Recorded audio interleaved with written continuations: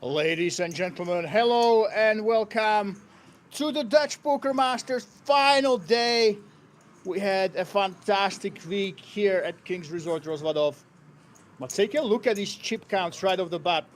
Somehow in this main event, Celtic has amassed over 20 million chips. And he will be the man to beat, but he has some tough opposition, let me tell you. A lot of very experienced players right here who do have some scores from King's Resort. We also have a couple Dutch players on the outer tables we will be focusing on, and of course we will introduce the event to you as we go during this stream. But settle down, grab a beverage, because this will be a long day. And we are not stopping until one champion is decided here in Rosvadov from the Dutch Poker Masters.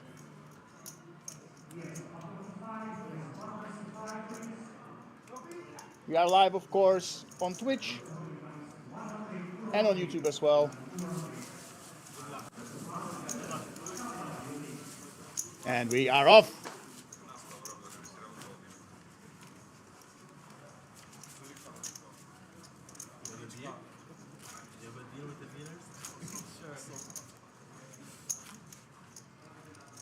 If you don't know me, guys, I am Lemon Poker. This is a grand return to King's commentary booth after just over 6 months. And it's no secret that King's Resort is one of my favorite venues. There's just something about the mixture of having poker non-stop and then the beautiful Czech nature all around it when you want to relax, right between your sessions, between your days.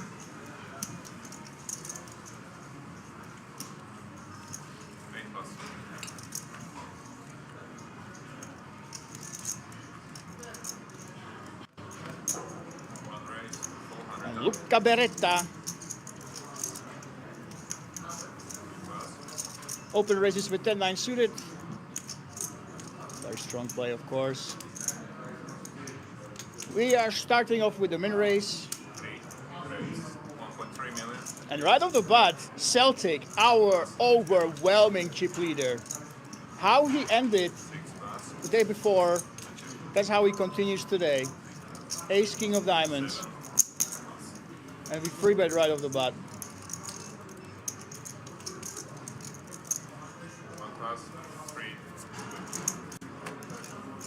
And there's a lot of respect. You could consider doing something with the 10-9 suited, but not against the big chip leader. Not with top 24 from this massive field.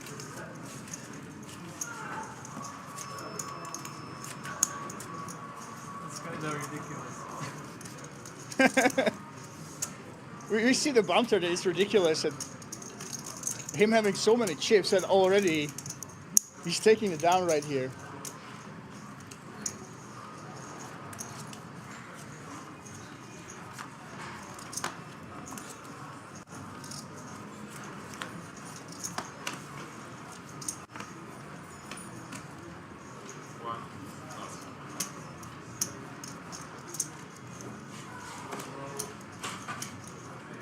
And Bird, hello and welcome to the Twitch chat.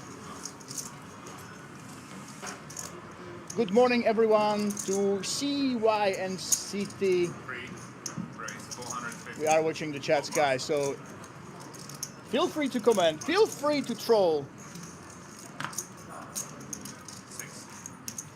And look at this, I am absolutely in love with Celtic. You know, a lot of players, they are afraid to put those chips into work, but it's top 24, you have so many chips right now, but you want to make use of them. So he raises 4-3 suited garbage in an early position, absolutely beautiful. But look at this, Martin Zeman with the 9s. Only one thing to do here against such a big stack that obviously will be opening really, really wide. New free bets, but Marco Topic, look at this, Marco, he does have a spot here. Ace Queen offsuit is just around 4-9. the level where you want to go over the top.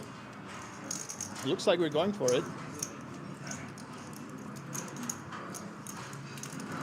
thinking about the stack of Martin Zeman. He even asked him for the chip count. It's not a crazy spot to go ahead and just put the chips in here. Yes, there we go. Remember, Celtic was super wide. Everybody knows that the big chip leader will be opening wide. That means that you can attack him with pairs like this one with suited aces. And here we go. Second hand at the table, second time the chip leader was involved, but it's Martin Zeman against Marko Topic, who are here head to head in the All-In Classic.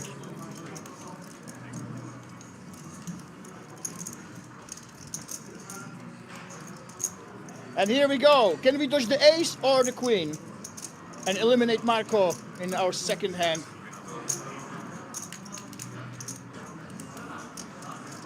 This is a hell of a start to today's stream. Nines against ace queen. We're looking for that ace or queen to stay alive for Marko. So close, it's the king. We don't have the backdoor flush draw here to help us out. Can it be the ace or a queen? No, it cannot. And unfortunately for Marko, Martin has the insurance in the spade.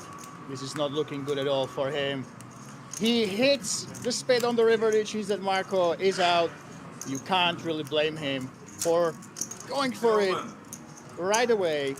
24 players left, really. We're not close to the final table bubble. And again, the big chip leader was opening. The small blind should be attacking him with reasonable hands. He can't go crazy. He doesn't want to go head-to-head with chip leader. With deuces, but pocket pairs, ace-jack, ace-5 suited, all those hands are in that realm. So we can call this a cooler. We have lost a player right off the bat. Hiroko, welcome to the chat. I love it. Love your nickname. You are on YouTube.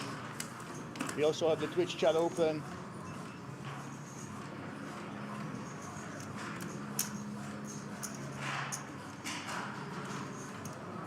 I don't think you should be having ideas with 10-7 offsuit. Good. We are letting it go.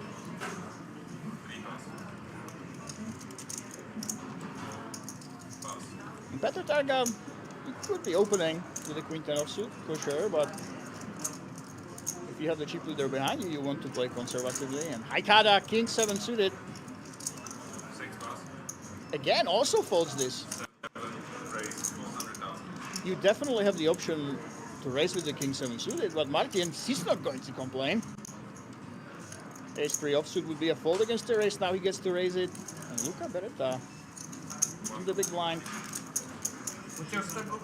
He could have gone crazy if he knew something we don't about Martin, but really just seeing the flop. That's what you want with a hand like this. No need to risk your tournament life. And this is the battle of ace highs plus backdoors. Obviously Martin has the advantage. He actually goes for the check.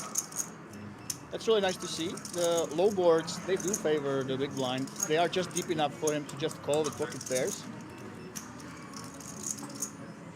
And sneaky Luca checks into the pre-flop raiser. He realizes that he can't bet twice. But Martin, he's waving the white flag. Looks like he wants to calm it down a little bit after we lost a player. And now, when you just check the turn and you have ace-8 here, you know that this is value time. What better hands would your opponent just check like this? Pretty much none. And we go pretty big. This is over half pot. This looks kind of like bluff. Martin, remember, he didn't see that. He didn't go with an aggressive plan of turning his hand into a bluff. And now he's in a very typical situation. When you do this, you need to have a plan. You need to know what you will do in a spot like this one. And he does have a plan of just laying it down. Doesn't play of Luca. And Luca, even though he won the pot, he can't be too happy about this one. He didn't get the value.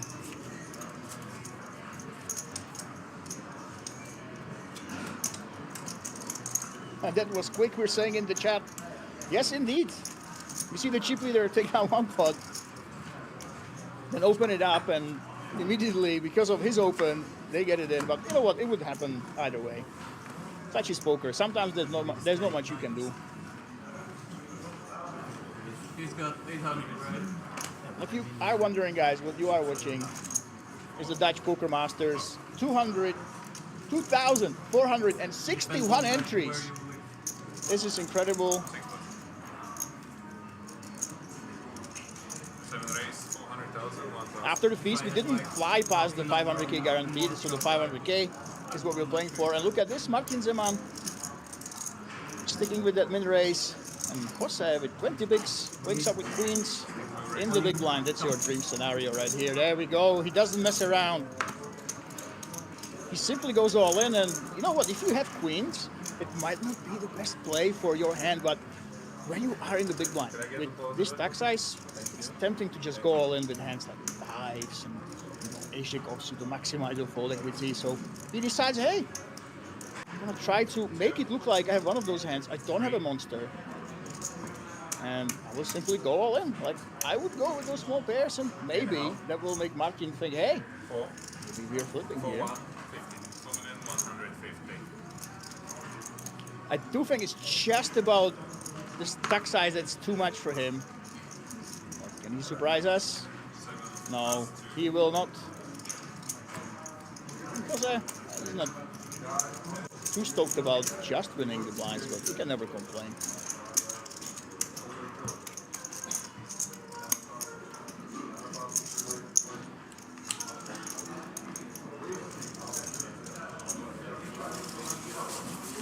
And ladies and gents, let me know where you are from. We have the statistics, and the organizers tell me, shout out to Ronald van der Linde, around 180 players came here to our fantastic resort from Holland and Belgium. And there are only 3 Dutch players remaining in the field. So I'm really curious, do we have anyone from Netherlands in the chat? Let me know, guys. Morten Zinwald-Vaas, second in chips. 7 million. He's the man that we will be watching out for. He's not at this table, but he has the best hopes of taking the title from the Dutch Poker Masters to Netherlands. And look at this, Jose, King 10 suited. Wow, we are actually folding. That was a very tight fold. I think you can definitely, if you're worried about not losing your chips, you can simply go ahead and call the small blind. I can go for that. That allows Celtic, the chip leader, to keep punishing the players. Now you see, if Luka did call, he would be punished. But I think that with a hand like this one, come on, guys, let's go. Let's play for the win. Let's not play it safe.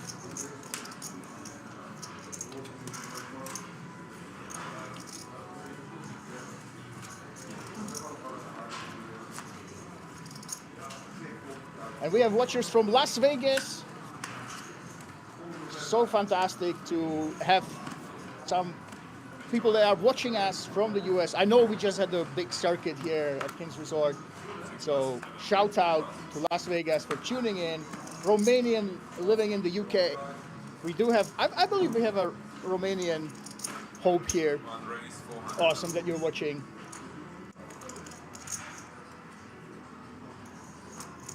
And I'm really curious if we will see a new player join us. But look at this. Luka, min raising, Celtic, 9 deuce offsuit. Are you going to get out of line? No. Even for the big chip leader, that's just too much. And Petr Targa, the insanely experienced player, is calling in the big blind. Now, this player is a Czech legend, guys. Absolute Czech legend. 2024 Czech Player of the Year. 5 times top 3 finishes. But now he finds himself behind of Luka Vereta. And look at this. You have king high, you have some backdoors, you have a plan. This veteran, the Czech legend, he's not going to give up that easily. Unfortunately for him, he ran into it. Luka has just about the best hand he can hope for with king jack. The single pair. And on a board like this one, there's a lot of pair plus draws, bunch of random gut shots. You do want to protect your hand, and it's very likely going to be the end of the hand. Yes, here we go, but you can already tell, guys, Petr Targa is not your straightforward player that will give up easily, okay? This player has won a title in Rozvadov on the 6th of February 2011. In 2011 was his first tournament win in Rozvadov. That's insane. And he knows how to play in these Dutch-led events. He won the Benelux Classics High Roller in 2021. He won the Rozvadov Colossus Masters. That was part of the Festival of World Series in 2024. So, yeah, you can't be too surprised that when he has a hand like this one, that 90% of the field would simply see as, oh, I have nothing, I have king high, I fold. You can see that a player like this, he's not going to give up pots easily. So, watch out for that one. And we do have some shout-outs in the chat for the chip leader. Hot Sauce on Twitch is saying, shout out Celtic, a laugh from Göteborg 421. Sweden, Sweden, Sweden. So, yes. I mean, if I have so many chips, I'm telling my mom, I'm telling my entire family, I'm telling all my friends that, listen, guys, this is my moment. This is the moment in my life where you should be watching. So if there are any fans of Celtic from Sweden, tell your friends, tell everybody in Sweden that they should come and watch this stream, because, come on, I haven't seen such a dominant chip lead in quite a while.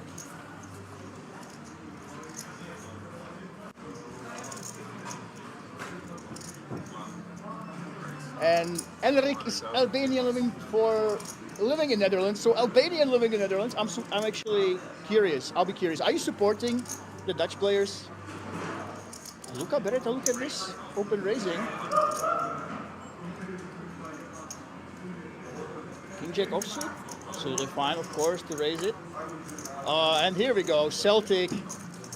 Speaking of the man with the big chip lead. 4-3 suited on the button. And Petr Targa coming along as well.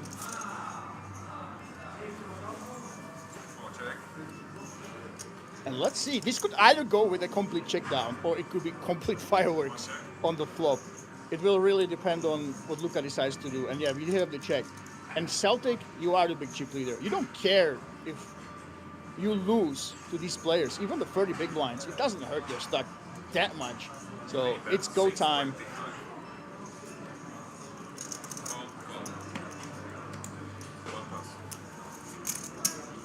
And of course, Petr Targa, I told you, Czech legend, guys.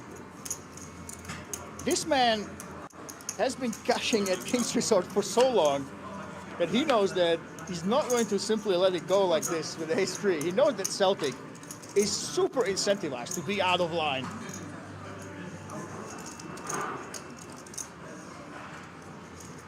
And he checks to him. Look at Celtic sizing down the Czech legend. He's waving the white flag. Now, for Petr Targa, it's very tempting to actually go ahead and turn his hand into a bluff. Remember, guys, this is not the same as last time. Last time we had only 2 players. This is 3 players right here on the flop. He had to bet on the button. He just called, so it seems like he has ace high, but he definitely can turn into a bluff. He can have a lot of 5s. I'm expecting a big back size. 850. Size it down a little bit, but there's nothing for Celtic to do. And look at this. Absolute clinic from Petr. This is his home turf. You don't go ahead. Come to Petr Targa's room and try to take his chips easily, okay?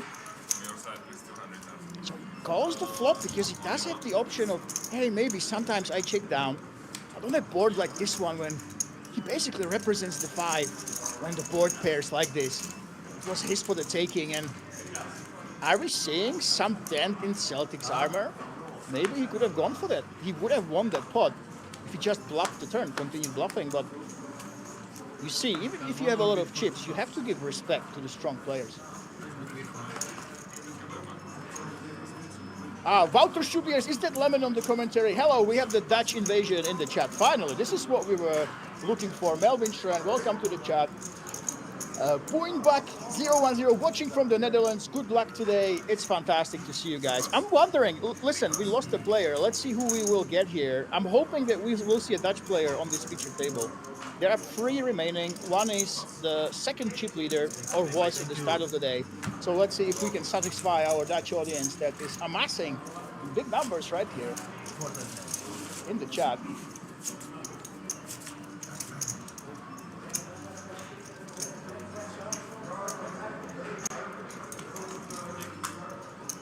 While I have you here, guys, there were some insane Dutch stories during this festival. Let me tell you. During Friday, and I'm not making this up, 3 Dutch players won a side event. 3 Dutch players won a side event. That's incredible, isn't it? And then a 4th win went to Netherlands as well with the ladies event. Sally Elias. I'm gonna butcher these names. You know what? It's so tough to pronounce the Dutch names. Notoriously tough. But hang on, the chip leader. He has the queens. And if you are Haikada in the small blind, I think there's only one way it can go. You know that Celtic is super aggressive. Yes. No hesitation, no slow roll. Celtic knows that this is incredibly unlucky for Haikada. Oh my God. We do have a Romanian hero here in the chat. Can the 7 save him? This is absolutely brutal. Remember, Celtic, he has been using his chip lead to opening. He's bullying people with his big stack, opening 4-3 suited. This is such a profitable shove with the 7s, but he runs into the queens. This is almost unfair. Let's see if the 7 can restore the balance in the 4s. There's some hope. Look at that knot. Haikada is nodded. That's not bad. It could be worse. The flop. Suddenly, we have 34% equity. It's not one of the cards we're hoping for, but we're looking for that 6. We're looking for that 7. We are very much alive here. Can one of the cards hit? Oh my God! Yes! One time! What a river!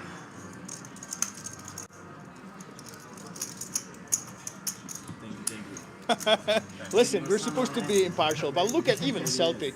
Celtic is laughing about it. He knows that that pre-flop hand that he had, I mean, it's so unlucky for the 7s to run into a little bit of justice. But of course, he knows that he has to be composed. There's no reason to panic after losing 17 leagues. He still has the most at the table, if not the tournament.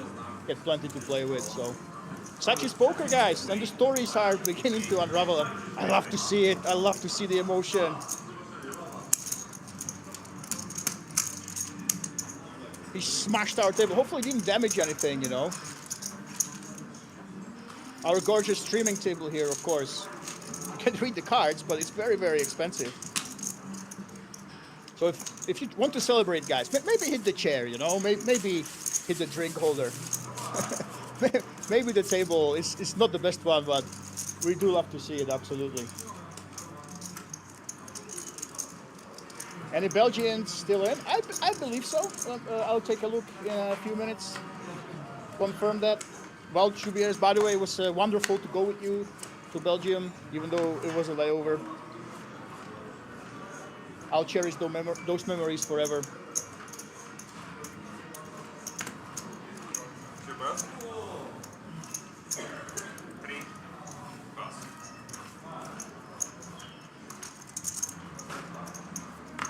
Commentator, what is your name? Hi, Re-Race Chili Dog. Welcome to the Twitch chat. I am not Action Man Dan, by the way. If our production can change that, it would be wonderful. I am a Lemon Poker. So hold that thought. The man who just doubled up has the 8s here on the button. But no action for him. Yeah, so it's Lemon Poker on the mic. If you don't know me, I am Czech, but I have lived abroad for a long time. I travel the world covering events. I think I was up to about 15 different stops. with all sorts of themes. The festival is one of my favorites, I must say. We have people in the chat. And if you don't know, guys, unfortunately the Global Poker Awards have been discontinued for this year, but last year I was top 4 rising content creator somehow. So that's who is on the mic. Raise 400,000.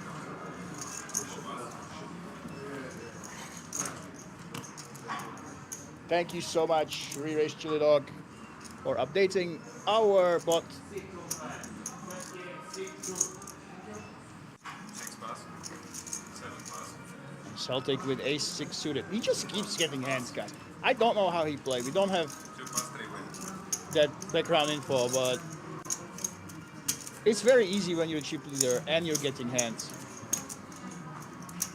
I must say, if he actually won that queen's hand, it would be super scary for the entire field.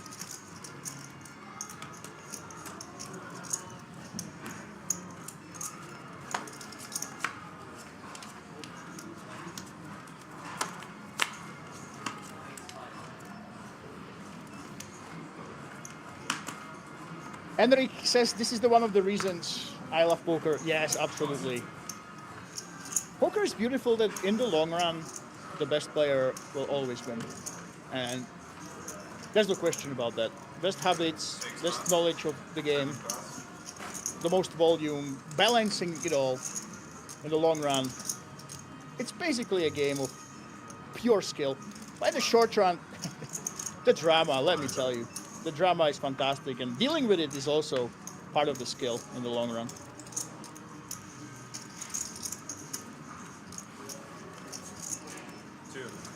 Oh, Celtic, now we're gonna see how much he wants to push his chip lead. It's only a min race. Yes, here we go. That's what you want to see from the chip leader.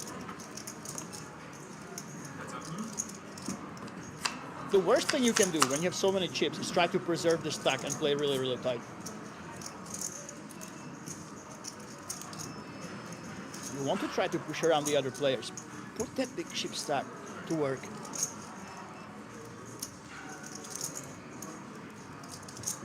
But now Luka does have the ace-9. Now, reasonable would be the check back. Yes, there we go. You want to check back for 2 reasons. First of all, this is a dangerous board for you when the big blind calls. And second, you are against the chip leader. You want to give him the chance to just bluff with weaker hands like this one. And now, really, we will see what Celtic is made of. Don't have anything, you can choose to just give us your nickname here at King's Resort. And we will see. Is he going to push his chip advantage? 1.1 mil. We're betting 600k. Luka Beretta with the 2 pair. This is a dream scenario for him.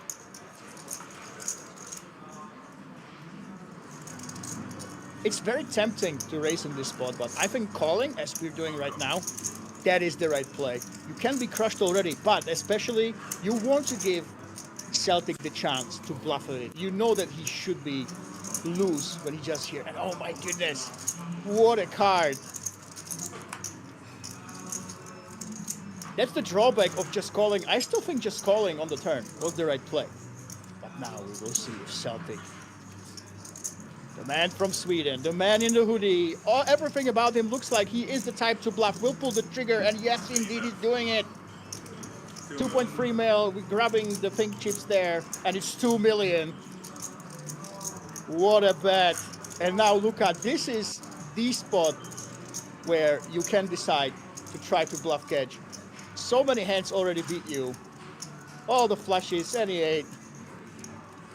So many hands beat you, but he is the big chip leader. He is from Sweden. All this is going through his head. There we go. And not one time bank. We're chucking all the time banks in. And I love this. The stronger players, guys, they know how many time banks they will use. If it's a tough spot like this one, the ideal, the very typical bluff pitching scenario, you know that you will simply use all of them. So putting out the time banks, if you guys don't know, once the time on the stopwatch, you have it next to the dealer, runs out, you have to take one of these to extend it. Once you run out, your hand is folded unless you make an action.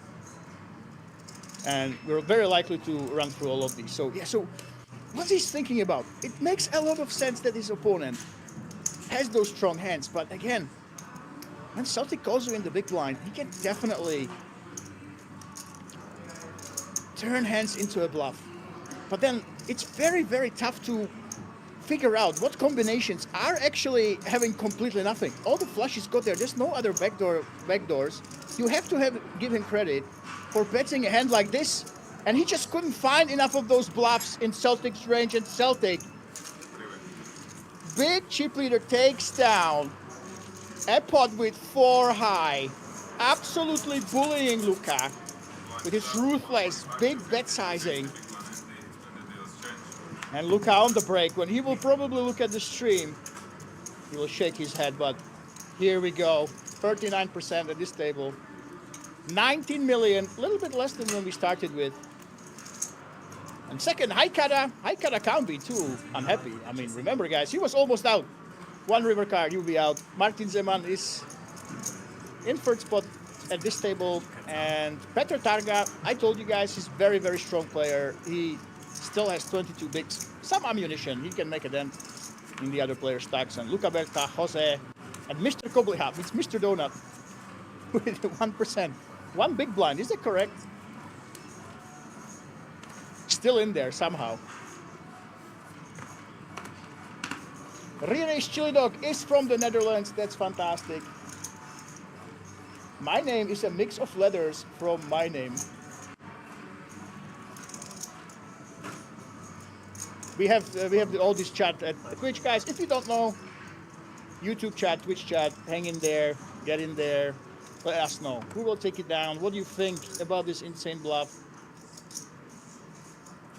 Now you see Luka open raising with King 8 suited. Celtic, one time he has mercy.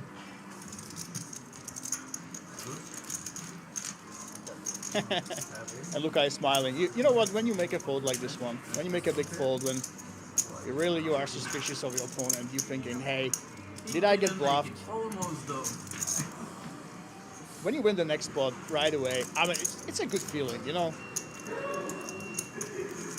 That momentum swings a little bit your way back again, so you saw that wide smile on his face, just taking down the blinds. He was very, very happy about that.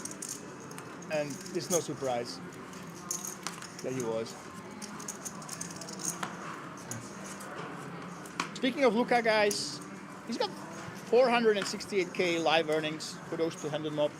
And there we go, Mr. Kobliha. He was waiting for it. Mr. Donut in check. In the big blind, the ante is there. There's no other option but put it in.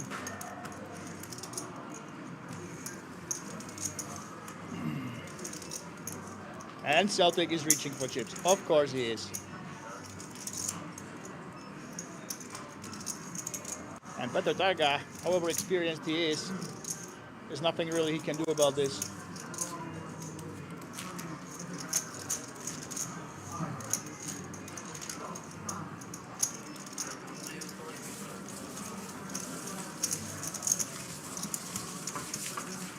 Are we still alive? It's tough to tell what Mr. Kobliha's stack is. It was supposed to be one big. Did not go all in, so we will see the overlay in the next hand. I'm very curious about how big his stack actually is. And Luca Beretta, guys, let me finish. He actually won during a WSOP event, the Lucky Sevens in 2022. And he won the Dutch Poker Masters in 2025 in January, about a year ago. He won the high roller, so yeah, this man is not inexperienced by any means. Get more time banks as the tournament progresses. Martin Zeman, there we go. Open raising under the gun. We're sticking to the two big blinds. Pretty sure it's gonna be 605.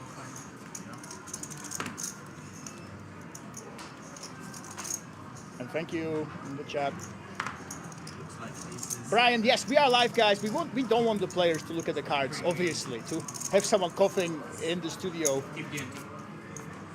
and telling them what cards we have. So we are live, but half an hour passes before you can actually see the action with your own eyes on the stream.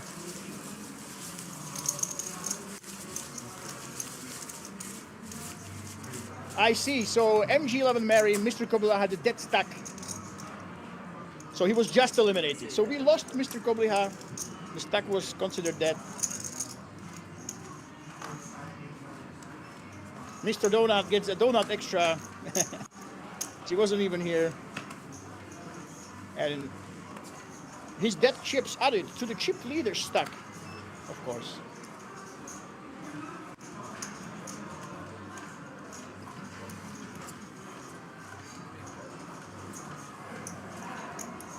I bet that guy, he's not going to get out of line, but one of the legends at the table. I gotta, look at this. Small blind, actually you definitely have the option to simply go ahead and limp here.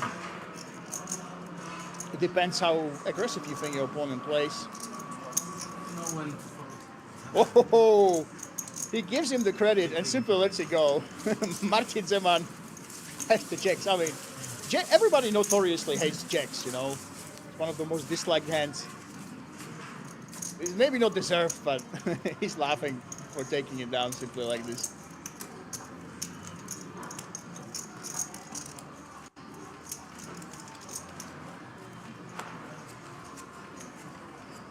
By the way, the week that was here in Rozvadov, it's so much fun. And I can tell you guys, many people think it's just poker and nature, but you do have some activities that you can partake in away from the tables, away from the King's Resort. But hold that thought. I'll tell you all about it after we see this race from Jose. Jose is decently experienced. 66K in live earnings, and now Celtic. Oh my goodness. This is a dream scenario for Jose. Celtic will not want to let this go, most likely. But these are really early positions.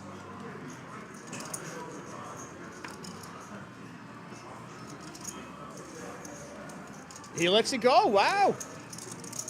That is very impressive. He has seen his opponent be very, very tight. Not doing crazy raises. We haven't seen much from Jose so far. And when he opens up, he actually folded ace jack, our chip leader. That's very, very impressive. From 4 high bluffs to just letting it go. But Martin Zeman with the 8s. He's not going to going. He will not be going anywhere. It is a re-race, and there's only one thing that can happen right now. The tale as old as time. The flip against a decent pair with ace king. Oh no, we're reaching for the time banks.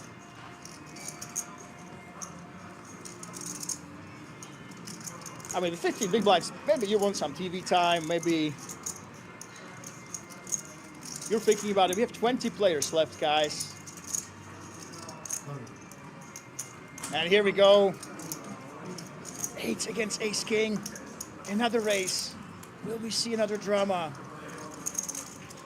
To the last minute, or will the flop decide right away who takes this one down? And is at risk. He does have a 6th place from the World Series of Poker Europe. Lucky 7th. Back in the day, so he's not inexperienced. Here we go. Can he hit the ace or king? No, it's a safe flop for Martin Zeman. And an ace or a king, or some backdoors can save him. This is not one of those cards. Ace or a king, or we lose another player, and Martin Zeman adds to his stack. And here we go. He was thinking about it before the flop, but this is the end of the road for him. He will not be Dutch Poker Masters main event champion. And silently exits the table. And this man, look at this. Beautiful green chips being added to his stack. And that's what we want to see, guys. No offense to all the guys that actually bust, but we do want to see somebody have a stack that can rival Celtic. Come on. We want to see those battles of big stacks. We can't have just one. By the way, Haikada is real name, strange Romanian name. Haikada is real name. There we go. I don't know. That's the unique feature here. When you come to King's Resort, you have two options. You can use your real name in all the reporting, basically outwardly. Of course, you have to tell them who you are. Or you can choose a nickname. So it's very unique. That's why I quit. I can now express my aggressivity. Big reason is Germans. A lot of the German players, for example, they don't necessarily want everybody to know how much they win, how much they lost back home.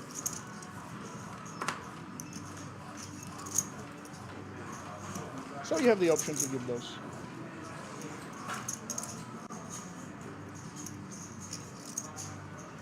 Haikada. Speaking of him, folds the deuces. And Luca Beretta. Here we go. Finally, we've seen those razor folding strategy in the blinds, but Celtic, look at that. Ah, we are only checking. I am actually surprised. Maybe it's because he played really aggressively against him. He doesn't want to pump it up. He was afraid of the check raise, but King 4 offsuit, definitely a raising candidate.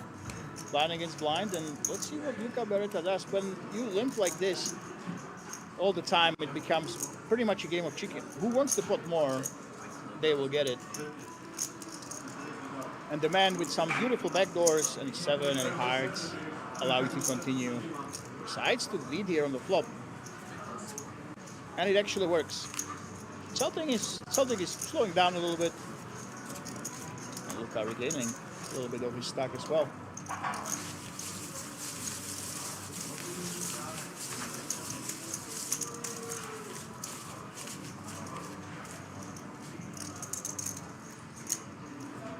By the way, guys, for the full year, for many years, many years, here at King's Resort Rozvadov, we did have the packages to the World Series of Europe main event that was taking place. But now, actually, the World Series of Poker Europe is moving to Prague. And we have something really exciting. A brand new project.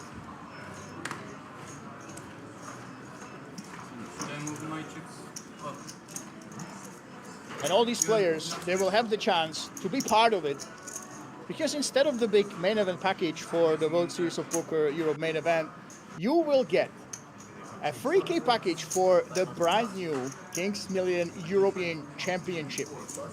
You can see in the chat what amazing guarantees this tournament will have. As Luca takes down another pot. Now we can say it, completely regaining his momentum more or less.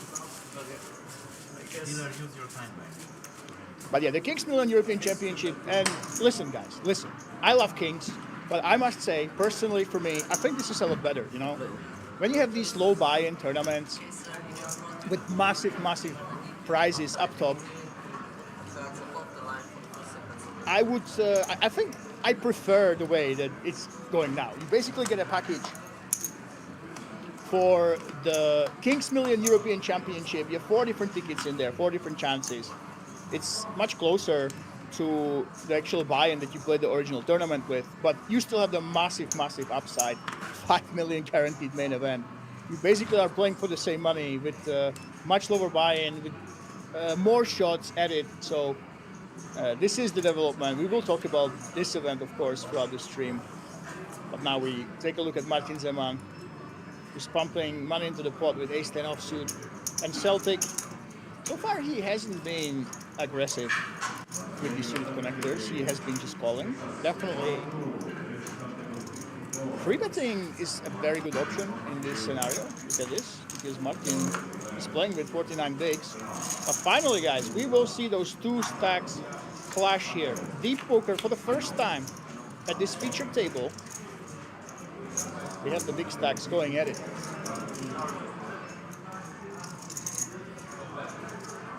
And Martin, really, you can go both ways.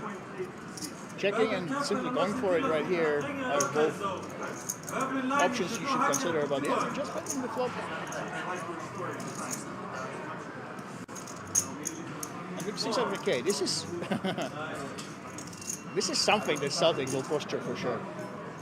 He will think about this one because you have 9 high, but you have those beautiful clubs that can come on the turn. You can have a 10 that gives you, well, a straight draw that you don't really want to see. My goodness, look at this. We are raising. Instead of calling this hand. Calling is just about, it's too loose, but raising, putting pressure on your opponent when you are in position. This is one of the reasons why you can consider actually checking on the flop. Is a really good option. I must say, I love it. As long as he keeps firing on any club, pretty much.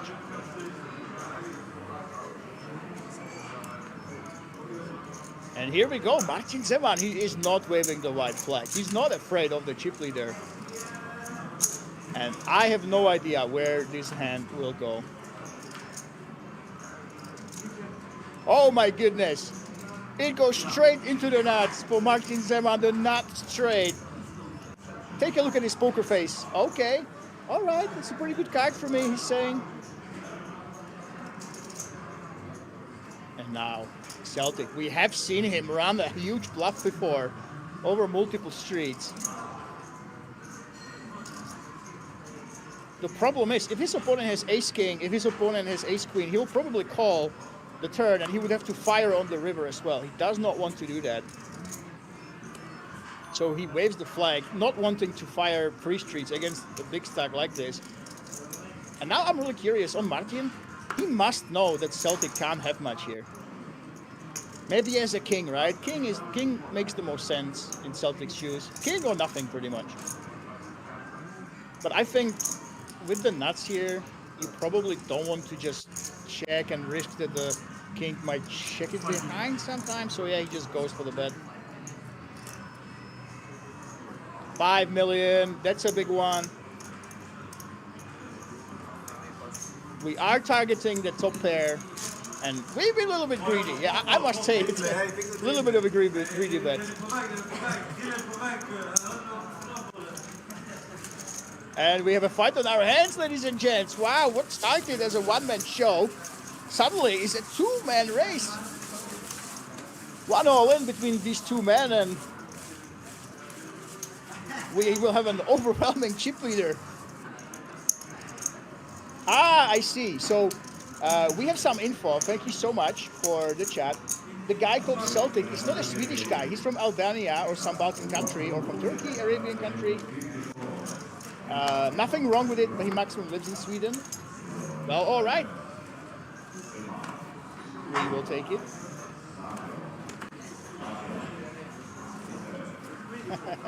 No, up to Guna. I'm not sure what that means, but we have the Romanian gang joining us right here.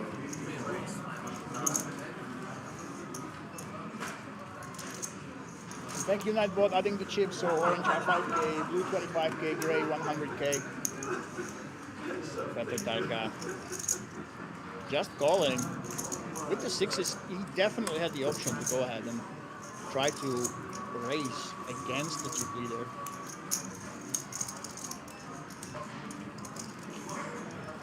Haikara now has pretty much only one option. We just want to see the flop with a hand like this one. Why not?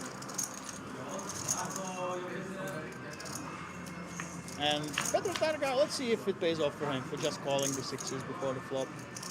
And no, this is not one of the boards you want to see when you just call with a smallish middling pair like this one. And suddenly, we will see if Celtic will continue his aggression on the flop. Yes, we will. Was it ever in doubt?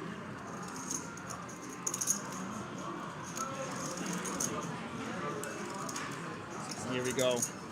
We're leading in here. Petr Targa basically has no other option but to fold. He's suddenly sandwiched between two players, which allows Haikara with actually the two pair, bottom two, in an interesting spot. Do you just call here? Keep the opponent's bluffs in here, but you basically hate a lot of turns, you know, there's so many turns that kill either your action or that you're afraid of.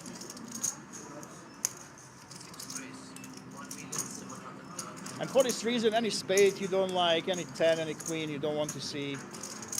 We simply go for the raise to protect our hand, and Celtic, he will posture a little bit, but with a hand like Deuces, there's nothing really you can, unless, look at this, we are reaching. No way. Basically, the only reason why you would continue is you put your opponent exactly on a drawing hand. 7-8 of spades. But it would be too insane, even for this man. We have the information that he might not be from Sweden, maybe he lives in Sweden. We don't know. Official flag is from there. And here we go. Mert on YouTube is saying, shout out to my brother Haikada, fingers crossed. Of course, I have to be impartial, guys. I can't tell you, hey, go Romania. Of course not. We want everybody to do well. Even though I am Czech, I've lived in Scotland for a long time. I love the idea. Theater from Celtic. Yeah, that's a very good point. Well, what Bogdan is saying, you know, when you bluff like this, you don't want to just wave the white flag, right? You want to maybe posture a little bit, look at your opponent, see how they are reacting to you taking your time, so in future hands you can use it against them. So yeah, it's a bit of a theater, as long as it's not too long, right? We know the players. I love Martin Cabrahel. At Kings, for some reason at Kings, he's not taking a long time. He very, very quickly acts smoothly. But sometimes him and Wilkasu, they can take their speed time. As long as it's within reason, I do enjoy a little bit of theater, and it actually does make sense strategically. And Haikada, look at this. What? A call. I almost thought I saw him mouthing all in, but it is just a call. And Martin Zeman, we have both options. And the most standard one, of course, is simply knuckle it, throw the chips in, and let's see the flop, guys. Everybody has the diamonds. Let's see if the deuce free can somehow outflop or outplay Martin Zeman. And this is very, very typical. Blind against blind, when you just playing, when you are on the flop, it becomes a battle of the wills where nobody has really anything.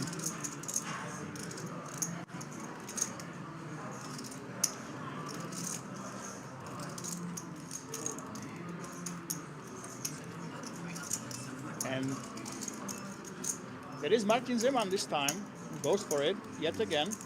The man who is trying to challenge the chip leader. And yes, he adds to his stack.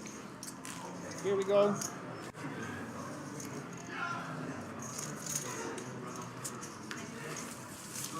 And we have our two contenders right now.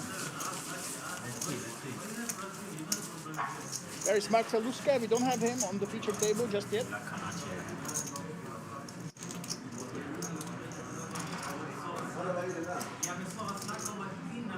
By the way, guys, I never finished my thought. About 50 players, most of them Dutch, I would assume, they went to a nearby restaurant. There's an Asian restaurant, and what they can do, they can import a massive tuna, and then they carve it with a samurai sword. I've actually experienced it at the festival, another series that's coming to Kings later. But the Dutch Poker Masters, 50 guys, came there. They had a huge tuna, fresh. The whole thing was there. They put on a show for you, and you have it. So that's one of the perks that you can enjoy when you come to Rozvadov, if you plan ahead, because they have to import the massive thing. They have to be ready for you, of course. And that's one of the highlights people tell me of the week here during the Dutch Poker Masters. And Luca Beretta, just calling with 10-8 suited, very solid. Martin Zeman chooses to raise this time.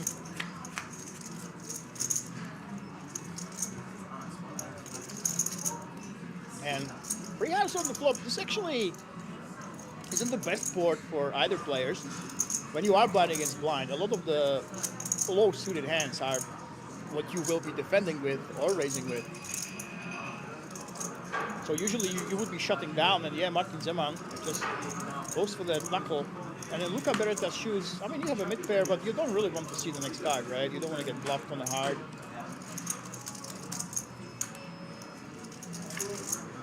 But you can play safe like this as well. So we have that check from both. The problem with that check, of course, is if you don't try to protect your hand, is So many cards on the turn you really dislike. This is one of them. And after Martin Zeman raised before the flop, he most definitely has the option to simply go ahead and put chips in the pot right now, then follow up on the river, and Luca will not be able to do much with it. Let's see, 1.45 mil in the pot. We're betting roughly 1/3 pot. And that's the problem with not trying to deny equity and deny the chance to bluff to your opponent when you only check the flop. Now he's in a really, really tough spot. Martin raised before the flop. He has a lot of aces. You in the big blind, you would probably go ahead and re-raise him with hands like ace-jack, ace-10, ace-king. There we go. He's not scared of it. He does decide to call. It's tough to make pairs and hold them, especially blind against blind, when the range of hands you can have is really wide. And Martin Zeman, look at this. What once was a bluff turns into a straight, and suddenly the tables have turned completely. By letting him see the turn, he allowed him to bluff, and now he got there with a really strong hand. But there's not much that Luca can really call you with here, is there? You're trying to milk an ace, basically.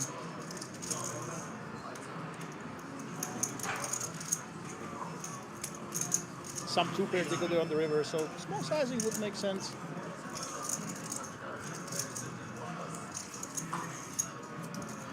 Luca didn't even think about it.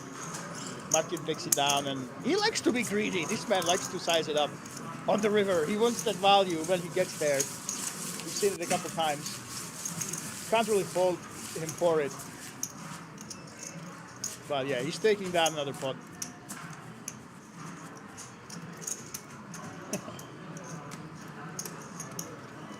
We have a story here in the YouTube chat. Georgo Hegiesi is saying, I actually played this tourney the day one, played with a German girl. She was a GTO Game Theory Optimal, if you guys don't know player. She was sitting in the small blind, I was in the hijack. No, I know very well. She called him with a set. Tried to finish the story in one post, so I can tell to people on I stream. actually hate when such a big stack is She like called him with 40% of his lower stack, silver. and she hits the set. Busted it, yeah. So we have some bad beats in the chat, guys, from the very same tournament. Aces being busted by eights, but neither of you is here at the feature table. So you know what? It will end too differently for either of you. I look at this guy. Celtic continues. He actually is behind now Martin Zeman. Look at this. Martin Zeman does have the most chips at this table. Celtic is on the back foot, but he continues to play as if he had a massive stack that he can bully people with, but this might actually be a mistake from Celtic's position. You no longer cover Martin Zeman. You don't want to bleed chips to him.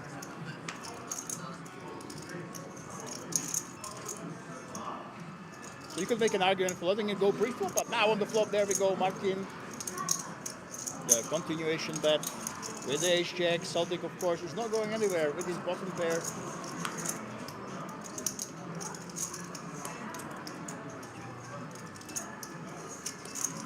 And let's see if Martin Zeman will play straightforward. Of course, you have the ace-jack, all the weaker aces, they will be calling you here on the turn. But you definitely have the option to play a little bit tricky if you think your opponent will bluff the river a lot. But with so many draws on the board, probably that possibility of giving Celtic the bluffing opportunity doesn't outweigh the fact that you just want to protect your hand.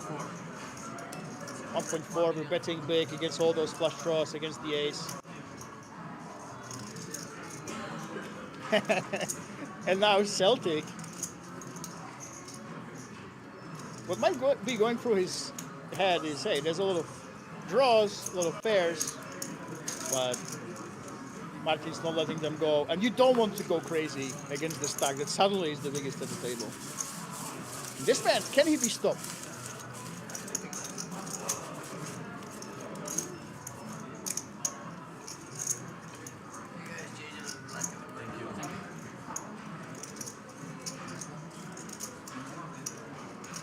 How often do you go live? Well, here at King's Resort, almost every week. And look at this, guys. We have the change in the big Kahona, Martin Zeman, 18 million chips.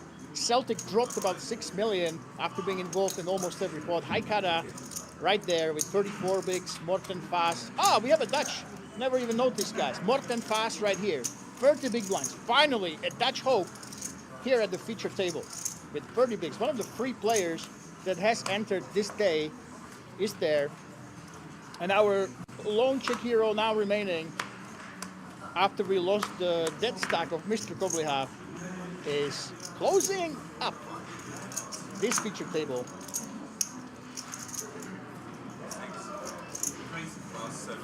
And he wakes up now with King 8 Martin Zeman.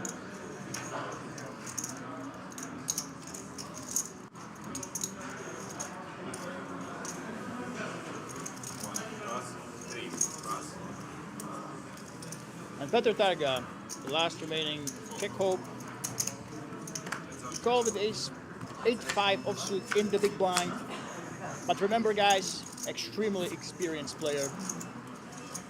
Don't expect him to be letting go. He misses, but unfortunately for him, he has hit the flop. But he's the same pair, just with a worse kicker than Martin Zeman, who's been entering almost every pot. Yes, here we go. Well, in Petr Targa's shoes, you want those ace highs to call you. You want the 4x, 3x to call you as well. So we can't fault him too much for betting here.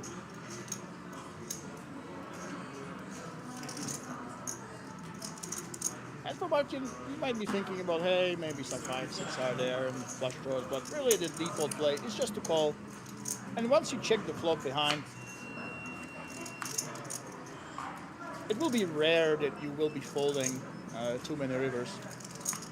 This could be one of them. Look at this, Petr is actually reaching for the chips. Will he turn his hand into a bluff? Oh my.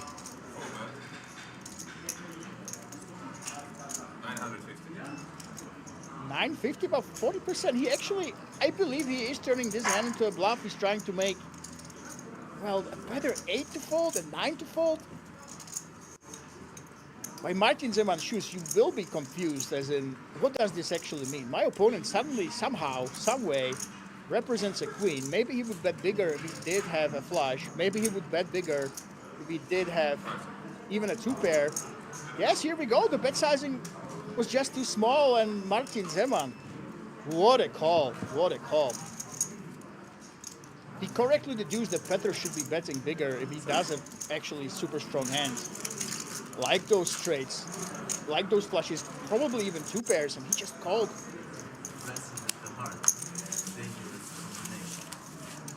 A very, very nice call. It didn't even take too much time to make it. And he keeps adding and adding to his huge tower of chips. It seems like he can't be even stopped.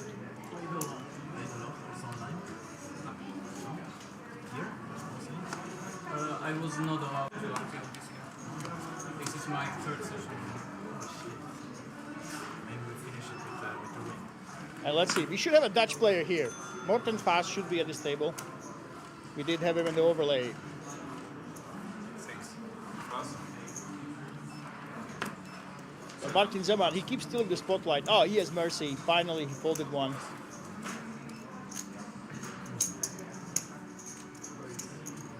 Celtic on the button. We have a Celtic fan right here, flexing, cheering for him in Twitch chat. Open raises, even though he lost just over 6 million chips, he still has a very, very healthy stack, of course. And here we go, Morten Faas, the man in the hoodie that we didn't notice before, representing the Dutch. Also in the big blind with the 10-8 suited.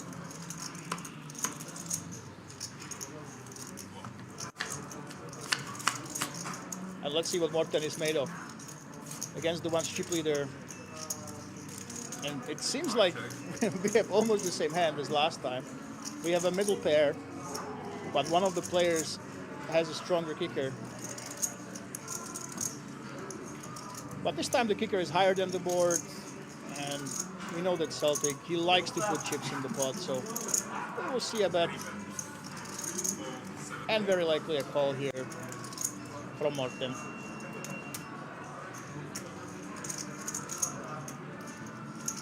About 1/4 pot size, but you of course don't want to make it obvious. When you have a hand like this one, there's pretty much only just one option, right? You want to call, but you don't want to just instantly call like you would with any 8. You want to think about it a little bit like you would with a deuce. 5 raise, 1,300,000. Wow! What's going on? We are actually raising here on the flop. But the reason is if Celtic has hands like King Queen and Ace King and even gut shots, you want them out basically. You deny him the opportunity to see the next card. You don't want to get bluffed on future streets. All those overcards can come, but look at this. Celtic suddenly is in a very unfamiliar position. Usually it's him putting in the aggression, but this time it's Morten with a reasonably unorthodox play. So let's see what develops here on the turn. Oh my goodness. Oi, oi, oi. We did race with the mid pair, and suddenly we get rewarded with a top 2, almost top 2. A very strong 2 pair, of course.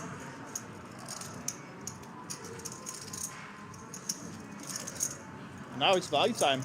Oh yeah, we're thinking about it, because the thing is, hands like Queen Jack and 6-7, they got there. Hands like 9-10, they are beating you, so we are pretty far away from having the best possible hand on this board. We have joined the table recently. We don't know how aggressive and wide Celtic is. But still, we want to put the chips in. 5.35 million. All in. We're not afraid. Wow. There's no fear in Morten Pass's heart. 4, 5. He goes for it all. Not afraid of those potential straights. He did take his time, you saw. And Celtic, I mean, what are we really beating here, right? I mean, 6-7 beat us. It's a random Queen Jack that re-raised the flop. They beat us. The deuces that can call in the big, yeah, but they have us crushed. It will be very difficult to find the bluffing combinations and the possibilities that you can call against right here. 5 seconds. There we go. We're using the time bank. He does want to take his time. He never wants to just give up the pot willy-nilly.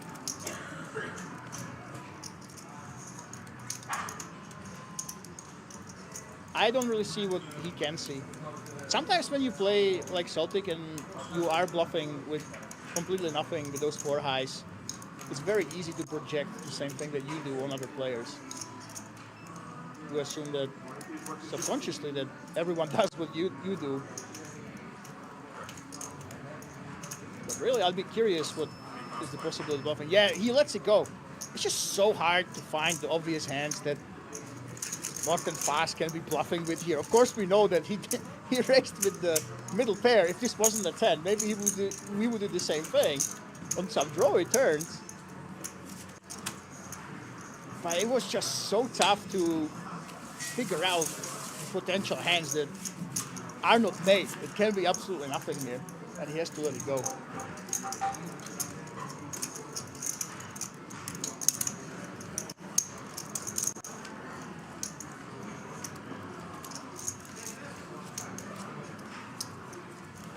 Let me go, guys. Let me go, guys. Let me know, guys, if you have played this tournament. Dutch Poker Masters. There have been plenty. I know the Dutch, they have been absolutely scooping, absolutely crushing the side events. I think they won almost every single one besides the high roller. Three wins in one day.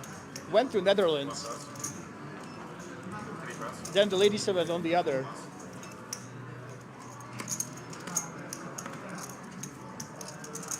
And by the way, guys, the payouts, you can use the bots, you can take a look at them. Exclamation point payouts, and 53,450 for the first place. And of course, you get the KEMC package. You have to cool off after the previous.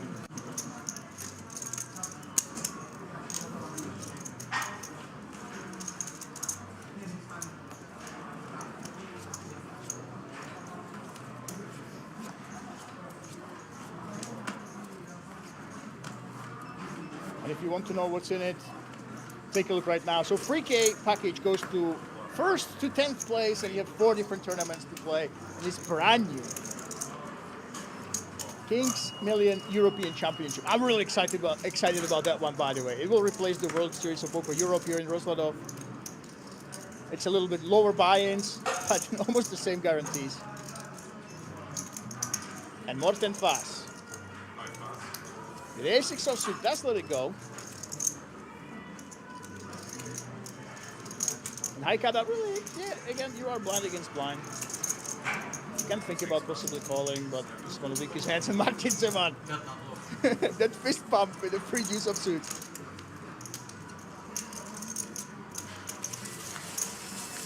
You know, the poker players, the successful ones that I know, a lot of them, behind closed doors especially, they are kind of closed off, and they are on the nerdy side, studying their ranges, studying the computers and GTO wizards. But I just love to see it when you take these little wins and you celebrate them, when you show emotion in poker. It doesn't cost you anything, right? To celebrate taking down the pot with previous offsuit, and wait a minute, Celtic, the man that was involved in almost every hand here, has jacks, and Petr Targa, ace, king, offsuit, the Czech legend, sticks it in, and it looks like we are heading for yet another race at this featured table. And again, it's Celtic. Petr Targa, he has only 5.4 bigs with 1.35 million. Maybe he regrets they didn't get the 6s in, but here we go. Jacks against ace king. Celtic against the Czech legend Petr Targa. Can we see a clean flop? Can the Czech hope at this table remain here at King's Resort? Or will Celtic regain some of his lost momentum and restart his aggressive winning streak? The intensity.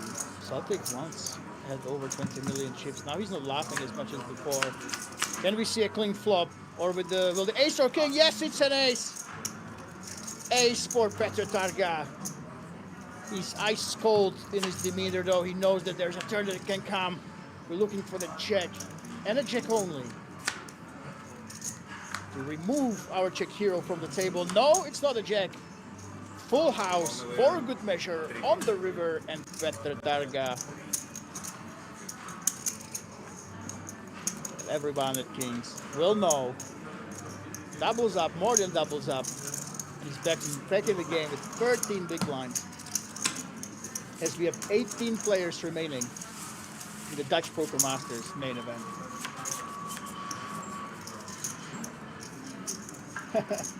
Rives Chilidok is saying, our mod Jay Vicello was there and joined the Dutch tuna dinner. Guys, I've been to one of these, okay? I've been to one of these. The tuna dinner, it's just amazing. You have to take shuttles, couple minutes, you go across the hill and you go to this most amazing Asian restaurant, and they literally take samurai swords and they carve a massive tuna in front of you, and then you get to taste it.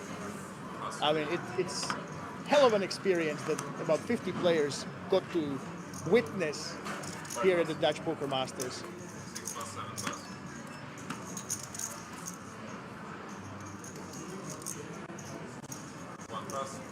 Now our mod here, he was actually there, joined the tuna dinner. How was it? How was it? Give us the experience here in the Twitch chat.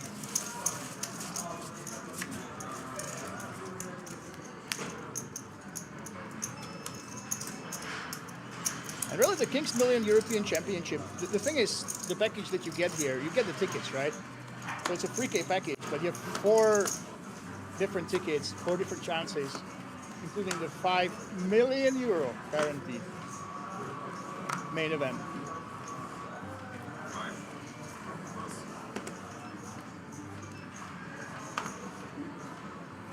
But hold that thought, Haikada with ace-4 suited. This is the darling of the computers, darling of the solvers, ace-5 suited and ace-4 suited. 5. The favorite bluffing hands, of course, we will be opening up. Yes, here we go. We're sticking to the 2x for race sizing. Now this is interesting. Celtic wants a man with over 20 million in chips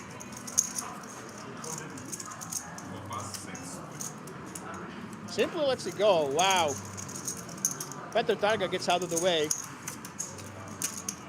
And I think he's starting to realize that he has to slow down a little bit. There was definitely a hand he could be playing there, guys. For sure he could be playing with that hand, but he simply let it go. He's not smiling, Celtic, as much as he was at start. It's always more painful to go to a middle stack from being a big chip leader than if you were a short stack and you built it all the way there. Are we playing today down to the winner? Yes, we will play down until the winner. Of course we will. Let's see. The last tournament I commented here at King's Resort, the heads up lasted about 5 hours.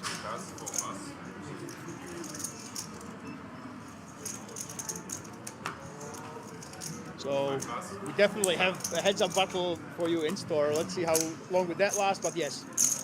Don't go anywhere, guys. If you need to take a break from the stream, go ahead, but definitely come back. We will be playing until the champion. One of these guys or the players at the outer tables will be taking down the first prize, 53,450 euro.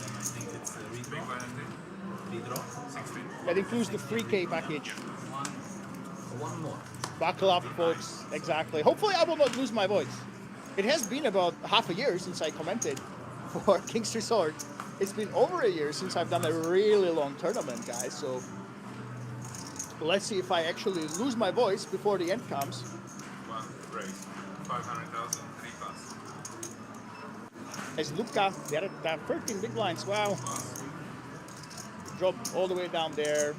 As the blinds actually raise, 250k is the big. And raising with the ace 10 offsuit. 5 pass. And for Haikara, 8-4 suited, yeah, you definitely have the option. I think we couldn't fault him too much for letting it go. But really, you have 44 bigs, you can put pressure on Luka. Probably can just peel it, but oh, look at this. Throwing the 8-4 suited into the back, where other players, they've been playing those offsuit combinations very, very happily. Very interesting. I wanted to. Yeah, it looks like our mod Jay Vicello is traveling from Roslavov to Netherlands. Well, safe travels, everybody. Hopefully, if you're traveling, you have your mobile phone, you're watching the stream. We have a few Dutch hopes still in the tournament. Hopefully one of them will get to the final table so we can cheer for one of the guys from the organizing country. Guys, look at this under the gun, King Jack offsuit. Definitely can be raising again. We've seen the mid raise before. 5 seconds, 1 race, 600,000. Now he bumps it up a little bit.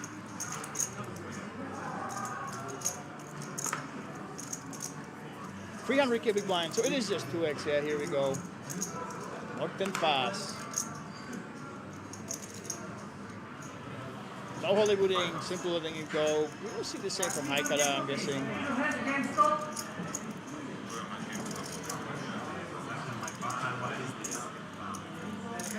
It's frustrated. And Martin Zeman, look at this. So Haikara folded with this suited hand.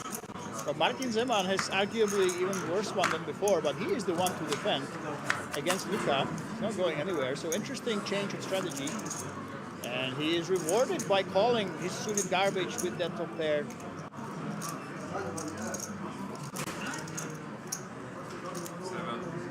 It's interesting to see that some people love to call these against in raises. Some people just let them go. But Luka, of course, you raised in the early position. You have all those strong pairs in your potential holdings, so you want to bet here, and here we go. 400k, trying to take it down. This bet is basically just designed to get random overcards away from the pot. Try to take it down right there. Don't allow Martin the possibility to bluff, but of course the top pair, we are not going anywhere here. Now it will be interesting if the queen comes on the turn, ace comes on the turn, in which Luka can definitely continue. But it is one of the most action-killing cards, I think, we could possibly see. Luka would have to get really out of line to want to continue and keep bluffing, because Martin Zeman, he can have all those hands like 6-8, 7-8 that he called there. Even he can even deal with 9-10 potentially with some backdoor. So yeah, he makes the smart choice and simply checks. And I think in Martin's shoes, the 7 is just strong enough for you not to turn it into a bluff. If we have a deuce here, we could potentially just bet and try to get rubbed on 4s away from the pot. But the hand is just too strong, I think, to do anything but check here in Martin's shoes. The only argument for betting is just not allowing Luka to have the opportunity to bluff. But yeah, look at this, we're reaching for chips. We're going with that block bet. One big blind. Okay, that's a choice, I suppose. It's somewhere between actually betting and checking. We go for that one big blind, and yeah, Luka doesn't try to put on the pressure. It's very, very tough when you have 11 big blinds and you're stuck. And every single big blind puts you in trouble.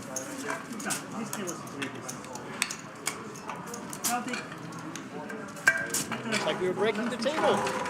So guys, after all this action, this is the chip stacks that you can see. Martin Zeman, 22.4 million, even more than Celtic started with. Celtic still second here with 11 mil. We will see you after the break here from the Dutch Poker Masters. Yes. Yeah, I stay here.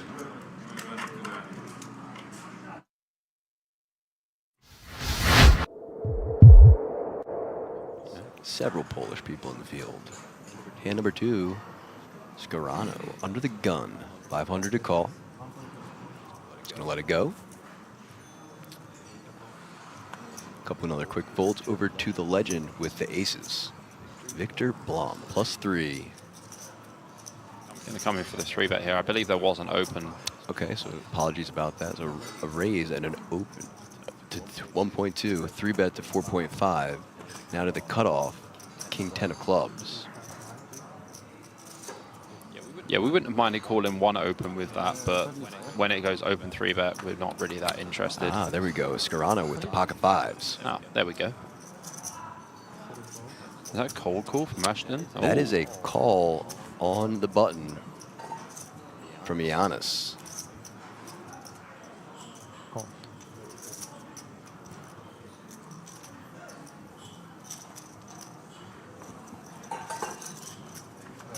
Yeah, I believe it's Ashton cold calling from the small blind there. Yeah, there we it go. is. Yeah, that's fine. That's better with I the mean, Queen Jack. Scarano just flops a boat and completely outflops Victor Blom. This is going to be fireworks already. 14.5k in the middle. Scarano with the cheeky check to the aggressor. Probably around third pot here from Victor Blom, I imagine.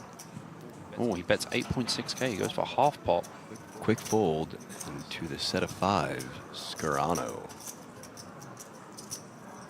So this is quite interesting dynamic here. Obviously, there was an under the gun open, a 3-bet from +3.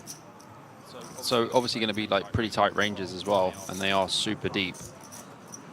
Do we see a raise immediately? Oh, we see a raise to 21,000 from Scarano. I imagine Victor will just call. It's quite a lot of his stack already. Like the big blind's only 500, and we've already got a 44k pot. Pretty large pot for those size blinds. Action on Victor now. Yeah, Does Victor, make the call. Yeah, just calling. When you get this sort of aggression in a 3-bet pot, it's not going to be a hand that's pretty weak at all. It's not going to even be like, you know, ace high flush draws that are going to raise in this kind of situation. There would only be a certain amount of ace-x that he would call pre anyway. And we obviously have 2 aces. So a 10 of hearts on the turn.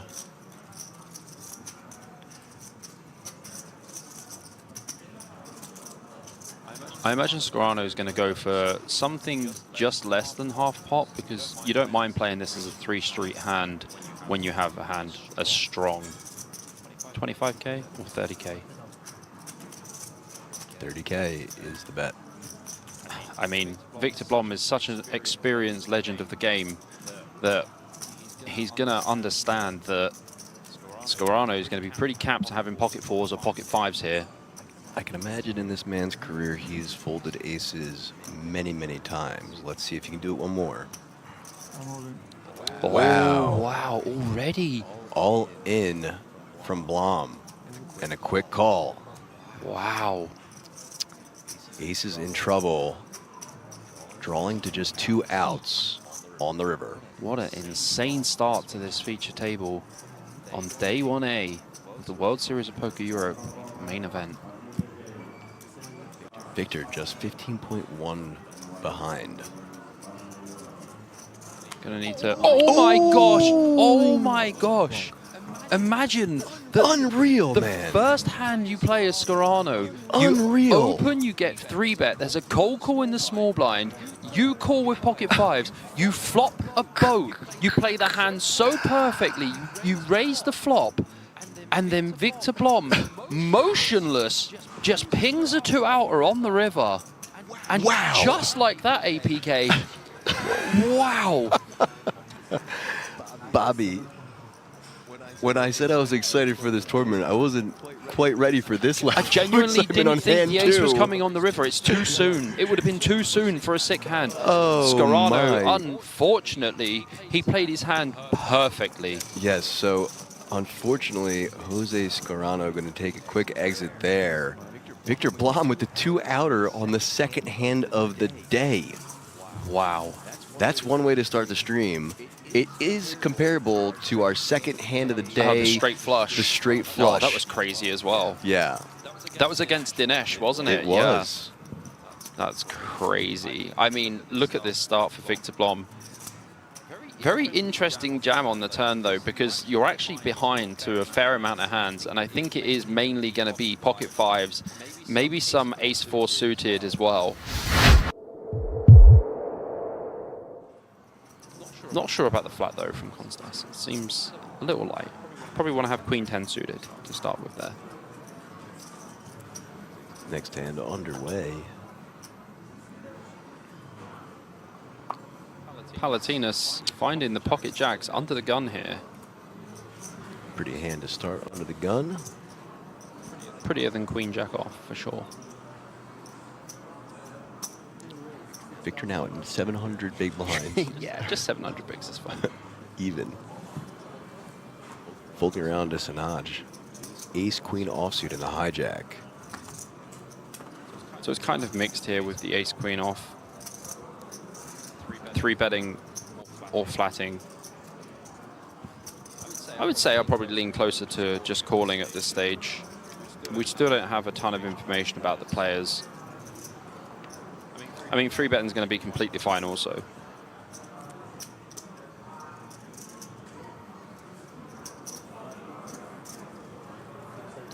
Makes the call. Sorry, did Palatinas open to 6.5k? I'm not sure if that's correct. I don't think that's correct either. Did he put the wrong chip in? Oh, it is correct. He put the wrong chip in? I'm not sure. 300, 500 is the big blinds.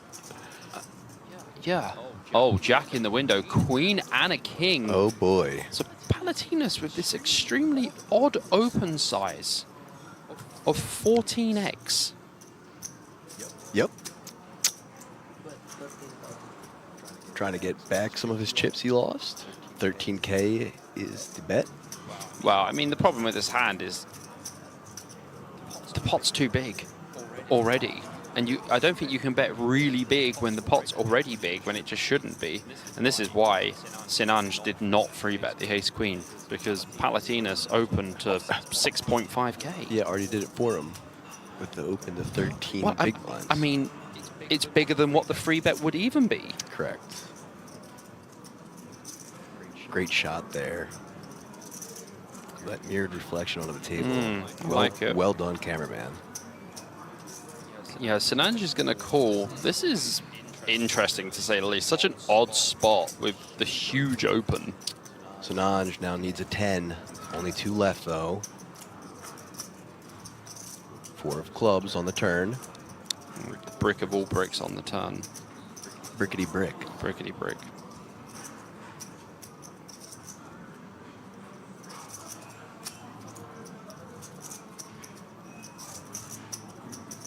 I think my problem here is from Palatinus is what's Sinanj supposed to call with? Just king queen?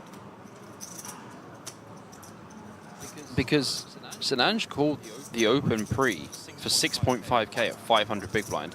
With that sizing, would he ever flat the ace king there? Is that what he's trying to potentially target here? Well, I think if you're trying to target ace king specifically and only ace king, then maybe it's okay. Well, maybe that's what he has in his mind.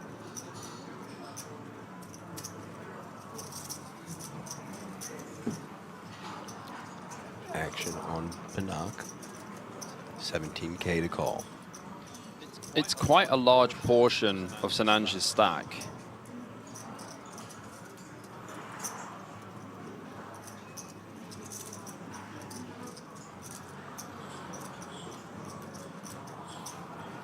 Leans back in his chair, thinking about it.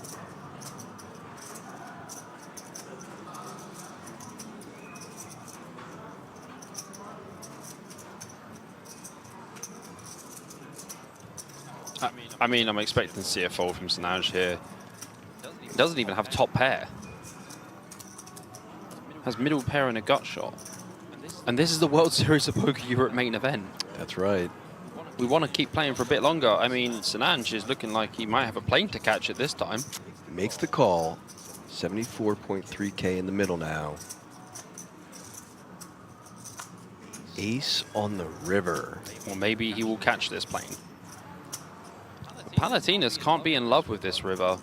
Certainly not. But at the same time, what 10x is Sinanj supposed to have that caused this enormous raise pre-flop?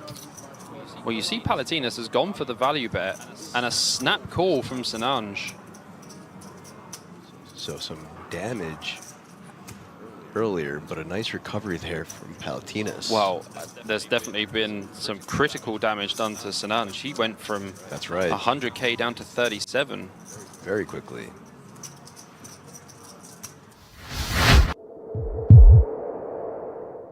Next hand being dealt now.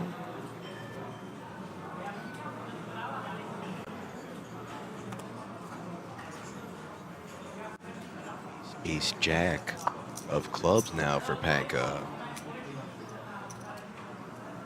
So back-to-back nice aces for the man. Gonna raise things up again to 1.3k. Sinanj gonna fold, as well as Giannis. Flugel letting it go, as well Yeda. Now Horn, Jack 8 offsuit, makes the call, but pocket kings for Peter on the button. Horn actually has 55k still.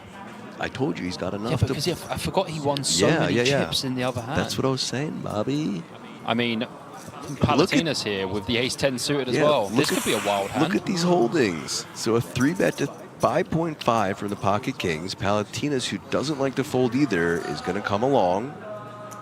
Blom going to get out of here. And back Panka's just like, do I just jam? Like, what do I do? Back to Panka now. He's like, it's so many big blinds. Do I just have to call? 4.2k to call.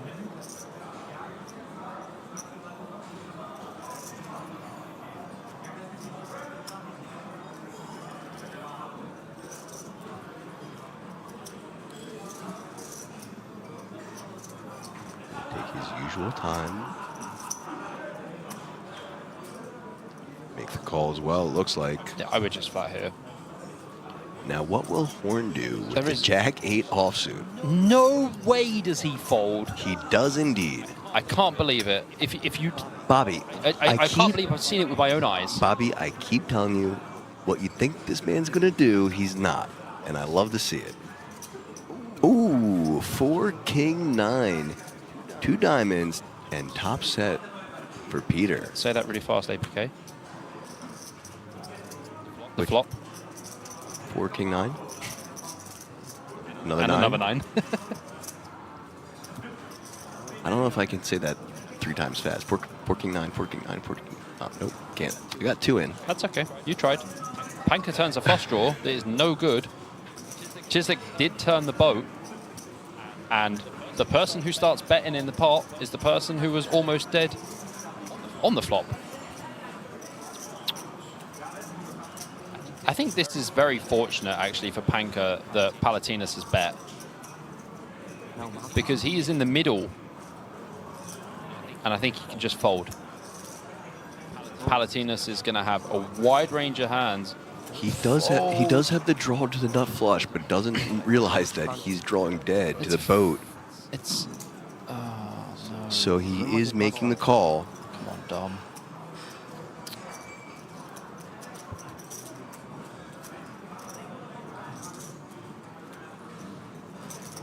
Peter with the absolute nuts. I mean, as Peter, I would always just want to call. Yeah, sure, just call. And does. And really make it like a cinematic call. Like, If there's a club on this river, then Oh. Panka is going to be in a world of pain. and it's a 10. Oh, I jinxed it for you, Panka. Palatinus is going to be like, oh, yes, I have a pair now. Panka, when you watch this back, please forgive me, brother. I'm going to have to message him on Instagram and be like, Dom, we're sorry. I'm sorry, I commentator cursed you. Club on the river in a 10. We have been Option, on fire with option commentator on curse. Palatinus. Well, you have. This is my first one, so speak for yourself. You've been on fire. I've been an animal, to be I'm fair. just getting I think started. I think I've called in about 8 river cards. Well, Palatino this going is for it. 6,300 chips that Palatinus is never going to see again. But Dominic Panka has rivered the nut flush, whilst Peter Chislick's just been sitting there with the nut boat.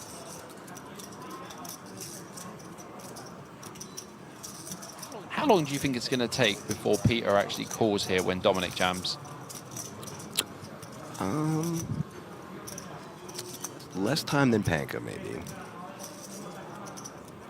Panka's been acting for about 45 seconds, right? Yes. What a sick spot for Peter. Yeah. Panka must be loving life, But he's gonna hate it in a minute. oh, for sure. But Palatinus is the most aggressive player apart from, you know, our other friend on the table. Yes, correct. Panka's one of the most passive and... Oh, no.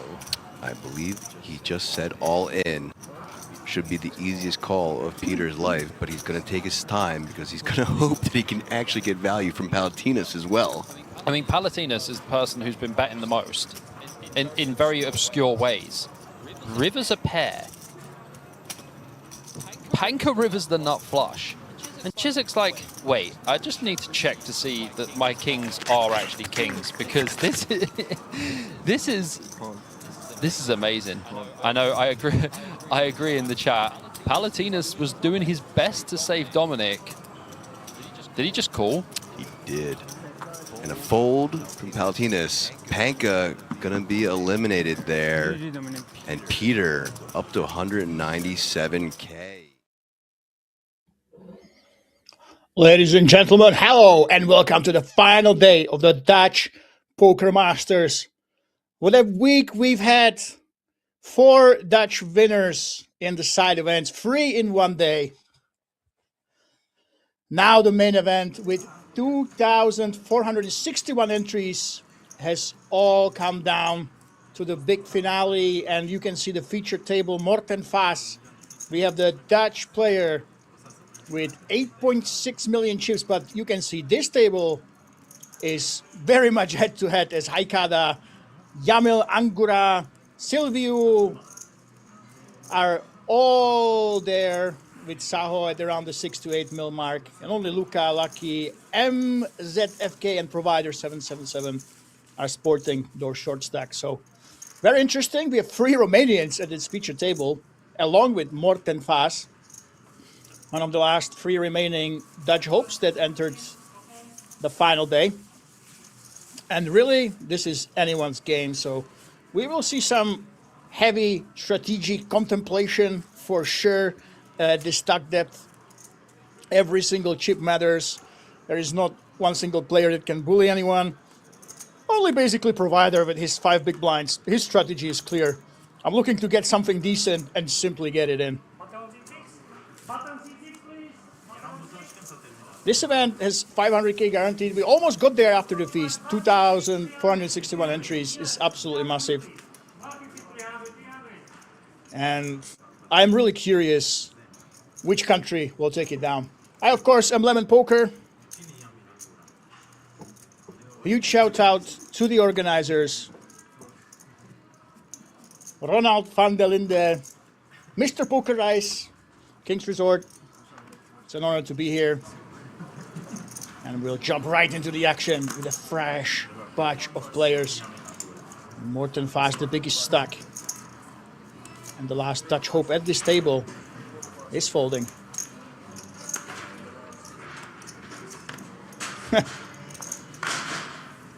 I really wonder how we will pronounce the MZFK. Chat, maybe you can help me out. It looks like a bad word we don't want to say. And there we go. Blind against blind. He had a lot of trouble. Silvio opts in for simply the call. He definitely could have been raising.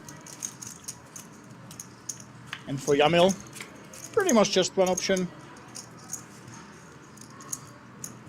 And yet again, it becomes the battle of wills. Both players simply called or limp before the flop, check behind. Question is who wants it more, but now we have changed. Jamil with that 10th ray. Betson, quite surprising. Silvio definitely could have tried to attack the pot with the gut shot, with the king. Decides to take it easy. Places will get the added package as well to King's Million European Championship that might play a role. Not as big as last year and the years before when we played for a much bigger package to World Series of Poker Europe. But it's definitely something to watch as we have 16 players left with top 10 getting that extra package. And look at this. Lucky goes for it with his 9s. 9.8 big blinds. That's definitely go time. And unfortunately for him, there's nobody to actually pay him off. And every time you ladder up, you take a few chips, you are happy as the short stack.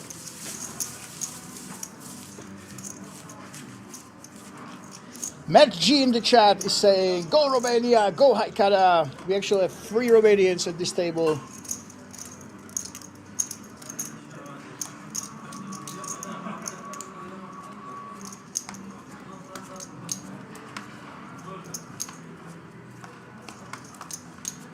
And how do you like the tables, guys?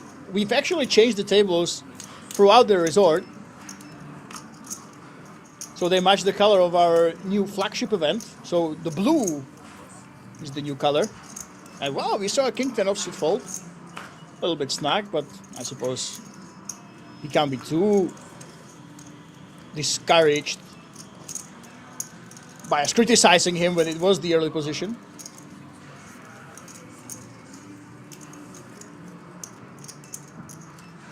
Yep, Jamil is one of them, and he has the pocket rockets on the button. What a dream. Let's see if he can get paid off with them, though. So we have to play this game, and yes, provider, this is go time. Our true short stack, we have a couple guys with 10 bigs, but ace-5 suited. You're absolutely happy to get it in, but you're very unhappy when the one hand you don't want to see gets turned over and it's the aces. Against provider, can we see some miracle on the flop? Give us some hearts, give us some potential straights. It's completely clean, and unless the beautiful 5 the provider wants to see comes on the turn, that's all she wrote for him, and we are down to 15 players in the Dutch Poker Masters. Jamil takes down that little stack of provider. No handshaking, just quiet. Disappearance from the table.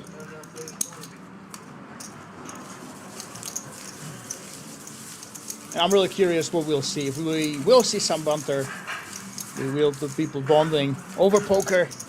That's really what I love about the game, guys. Yes, we're playing for a lot of money. The money is massive. 500k guaranteed. We're playing for 53,000 euro plus. But still, it is a game. It is a social game. And every time we play poker here, even near the final tables, it's just so wonderful to see when the players do interact with each other. And here we go, Lucky. An early position with 12 bigs. This is really awkward. There's just not enough chips for you to try to get to post flop. And one Romanian got the aces. Of course, the very next hand, another Romanian gets the kings. Our hero Haikada, we've seen over and over again playing right here.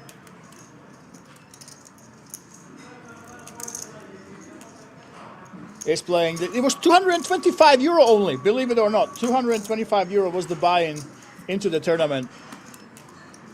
2,461 entries entered. But hold that thought. Ace Queen offsuit of Morten Faas against the kings of Haikada.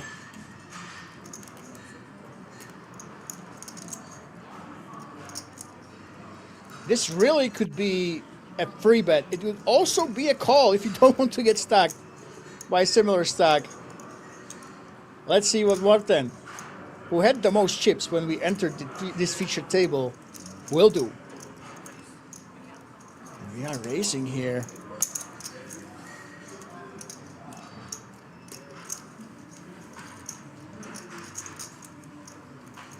And Haikada, really? At this stack depth, you don't really want to be calling. With the aces, sometimes you can consider it just to trap, but really, there should be only one option here.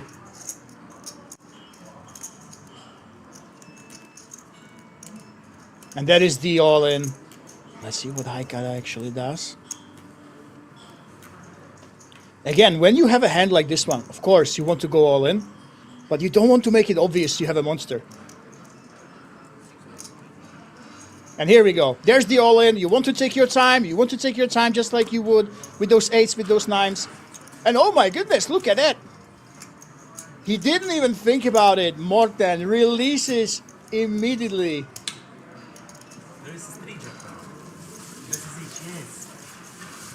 This was your chance, he's saying. This was your chance. Yes, it was, but what a fold. You could definitely consider just stacking off there, but he didn't even think about it. Instant release of Ace Queen. Saving his stack, living to fight another day. And the kings pretty much getting the minimum here from that exchange. Wow. So 225 euro you bought in with in this tournament. And you're playing for over 53,000, including that 3K package for the Kings million European Championship. That's insane.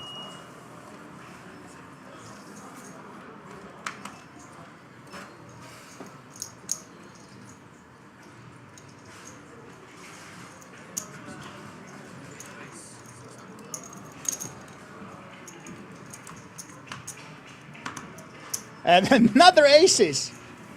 Again, are you serious? Xiao Babo actually with Queen 6 suited, he could definitely defend the big blind. Actually, I am surprised the Queen 6 didn't defend, but we were showing the aces in disgust almost. But what a string of strong pairs. Aces twice, kings already. This batch of the feature table is off to a really strong start.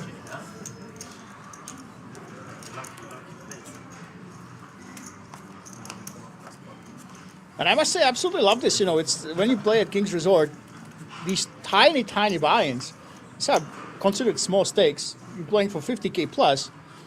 It really changes the dynamic. You know, at the start of the tournament, everybody's joking around. You know, there's a lot of high-fiving, a lot of trash talk, drinking.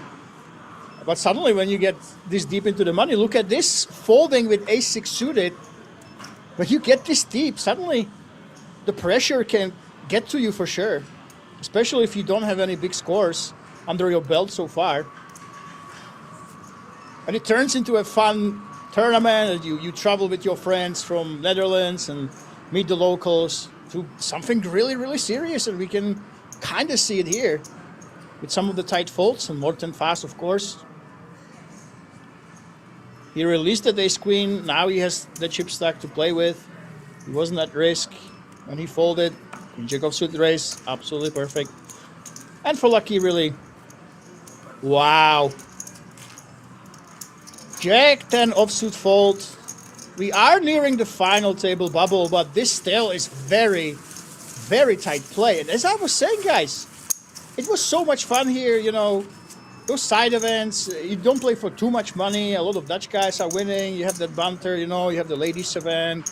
You go for a massive tuna with 50 other people, you joke around. But suddenly we're getting into serious, life-changing money right here. The pressure can really get to you. And we're seeing some really tight folds right here. And a lot of serious faces as we're getting to that big, big money. That's the beauty of King's Rosvadov, you know. It was built from nothing, absolutely nothing. It's being built up and improved every single year. And we got all the way to this while the buy-ins keep remaining the same low amounts. But the payoffs keep ballooning. Event after event, year after year, month after month, as Silvio wakes up with King, Queen suited under the gun.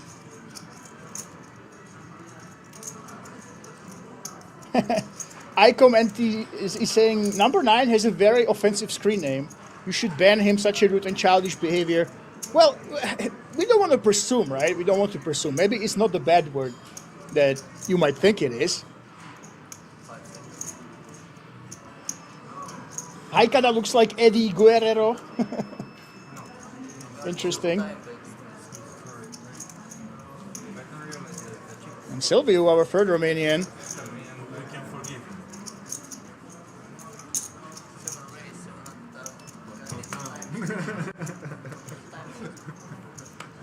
He did just join the table, so. Oh, okay. So he was thinking about how much to raise, right? He wasn't sure about the chip denominations, I'm guessing, and we actually burned 2 time banks by doing it. Be very careful, guys. We've seen time and time again, every single time bank is important, and it can actually cost you a tournament life if you don't save up enough of them when you really need them in one of the difficult spots that can take you out. So Silvio unfortunately burned 2 of them right here pre-flop.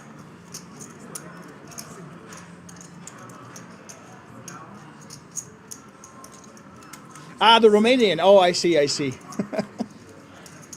So if our production is listening, number 9 has a very offensive screen name.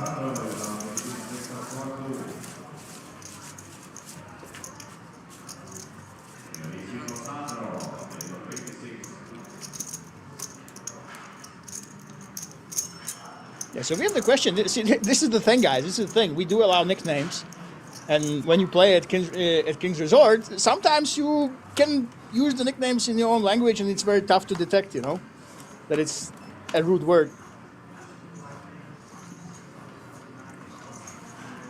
Hopefully I won't be repeating it, you know.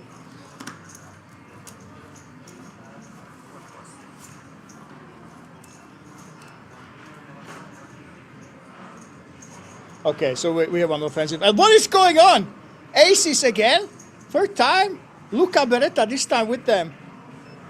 Let's see if we will do something tricky like leaving a chip behind or just min-raising with his tiny stack. No, he does what he would do with those weaker aces, with those weaker pairs. He goes all in.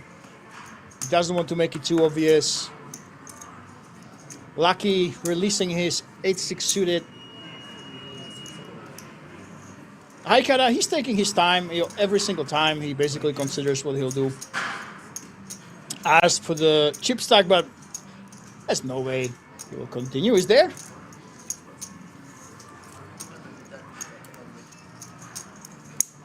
And unfortunately for the aces, no action yet again. One of the big pairs did stack his opponent, the other ones just take down the blinds. Such is life.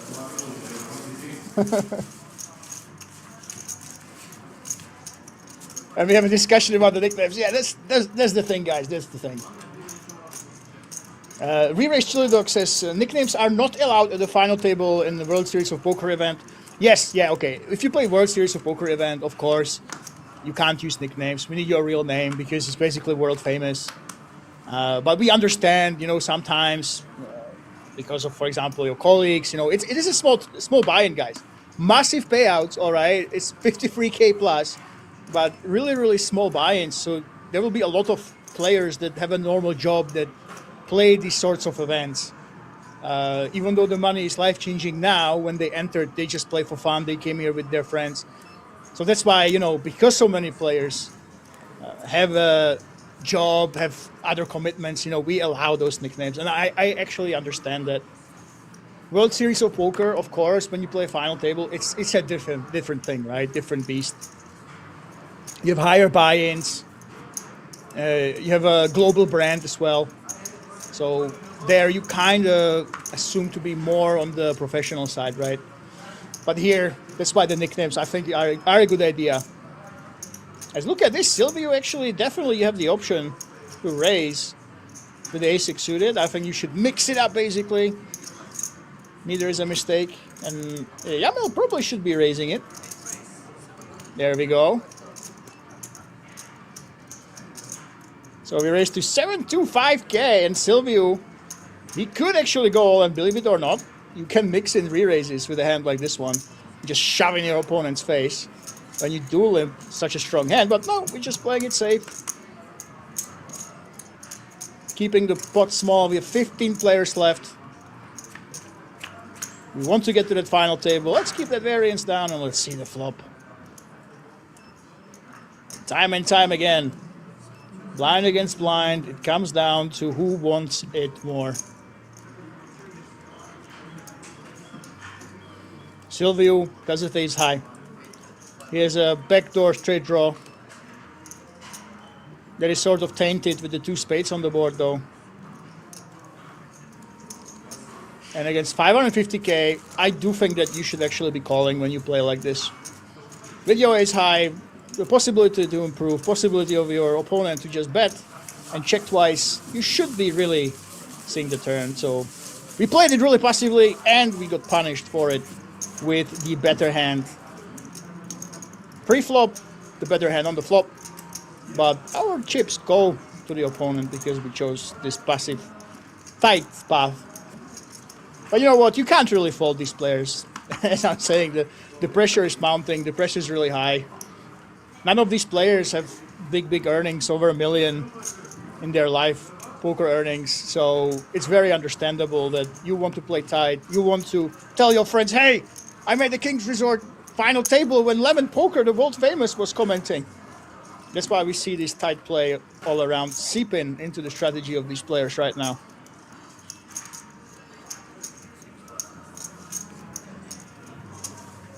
Shaho opens ace-6 suited. Of course, with a hand like this one, you can't be letting him go. But for Morten Faas, releasing it is the only way to go.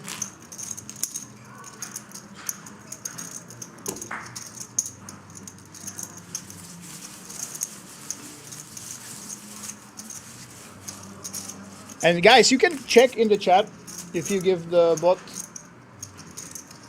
the command package, what the idle package actually is. And look at this. Haikada, number 1. Yamil, number 2. Romanian power right here. Silvio is 5th. One of them has a rude name, so I will not say the surnames. I'm sticking to the first names. Shaho Babo right here with 22 bigs. And Lucky and Luca with 11 and 10. So they are in the push or fold strategy range. The other guys, they have a lot to play for. Every single blind matters.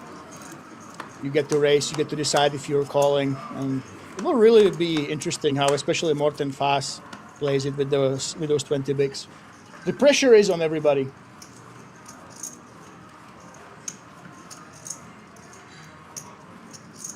And you know that, as I was saying, the buy-in is really low, but we're playing for a lot. During the Kings Million European Championship, I mean, that's going to be insane. 1.15k buy-in with 5 million guaranteed. That will be incredible when you will see that final table. Hopefully some recreational players make it there. Some people there will get nervous, they will get sweaty. That's what you really want to see, those emotions in poker. Luca Beretta is releasing it.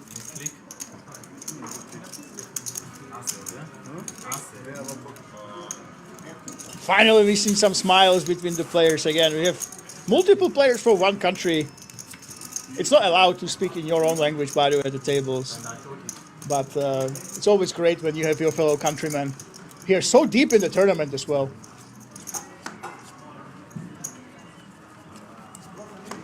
Yeah, so we have an offensive name only for Romanians. I will just stick to the first names. And that's one of the pitfalls of us allowing these nicknames. But really, we want to do it, guys. We want to do it. A lot of these players, they will have a normal job, you know, and if they choose not to show their real name that their employers can Google, that's the price to pay for sometimes having offensive nicknames. There's Lucky here with potentially out-of-line surname. Jams with the king-queen suited. Obviously, as we said, the last two stacks here are in this 10 big blind range where really you're looking for good hands to shove, and for him, obviously, this is a really good result. You don't want an ace to call you. You don't want any pocket pair to go ahead and realize, as they say. Realize the equity. This is what nerds mean. Nerds say realize equity when you, for example, have an underpair like pocket deuces, and you get to go all the way to showdown. How many are at the final table? 8 or 9? That means you get to see all the equity you had pre-flop. You get to actually see it, and you don't want that with the king-queen suited. So at that 10 big blind range, Wallen was absolutely perfect, and it worked out for him. I kinda, he's joking about the hand. Maybe that's a little bit out of line, you know. If you joke about your hand, people might deduce you have something like 7 deuce suited or 6-9 suited, one of those funny hands, or 10 deuce.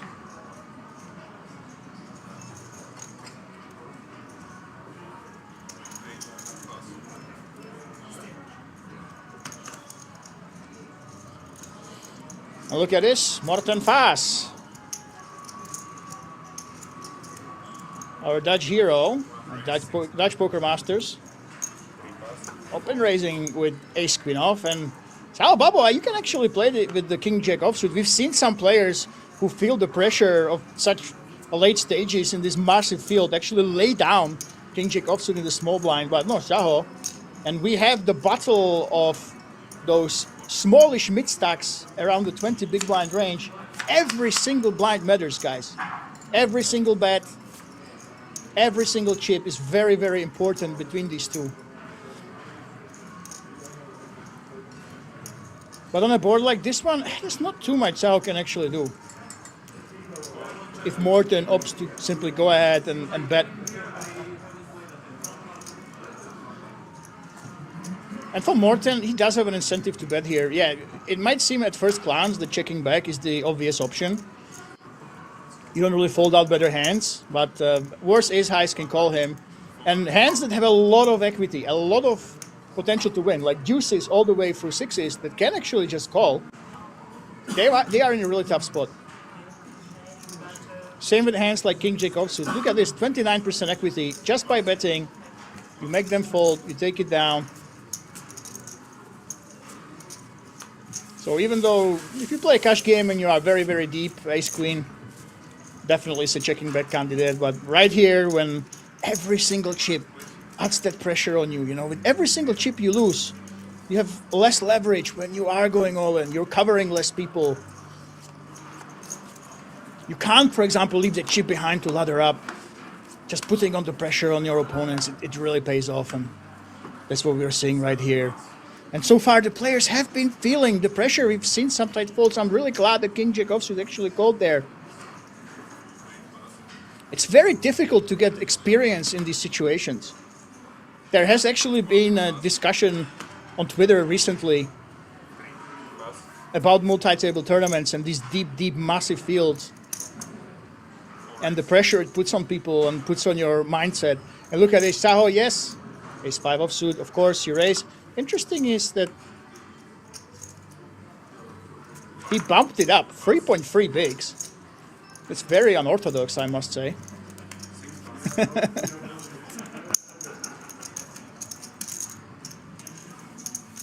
Really big sizing. Yeah, so these, if you decide somehow, I know guys, all of you that are watching this, all of you in the Twitch chat and YouTube chat, all of you are obviously professionals, right? Let me know if you're not a big shot professional. But the thing is, in these tournaments, when you have thousands of people playing, it's extremely hard to actually see your skill level come to fruition. You have to play so many tournaments to really realize how good you are compared to the others when you have thousands of people entering. And there was this big argument about, hey, should we just be stoic and anyone who's losing a big all-in, anyone who folds too much, like we've been seeing at this final table, should we say, oh yeah, they're not a proper poker player and you should feel bad about yourself, you try to improve, you know, basically try to be stoic, and that's the way you should be? Or should we have compassion and say, hey, it's tough to play here, you know, it's okay to curse, it's okay to be angry. If you lose an all-in, it's okay to fold too tight when you are in a situation like this, when you're really deep in a tournament that really can change your entire year. And that's a fascinating battle in poker, as we are seeing yet another blind against blind pot. This time with a raise to 2.2 bigs only, so Haikada. It seems like he's realized that the table has been pretty tight and he decides to go for the aggressive option here. He does have that right, you should definitely mix it up.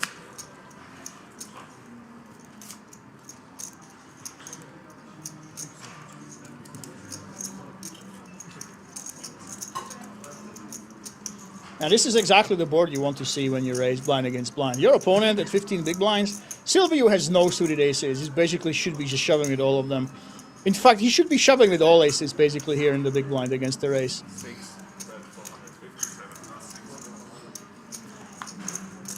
So we bet, and even though there are hands that can improve us, you know that Haikada is going to bluff you a lot. There's just not much you can do. You can read the player as much as you want, but just because you are in the big blind with this stack size, if you have an ace, that's almost a monster with the potential fold equity, with how many hands your opponent can fold. So you would go all in before the flop. So when you just call and the ace falls, even though you have one of the strongest air hands you can have here, you just have to release. There's not much you can do.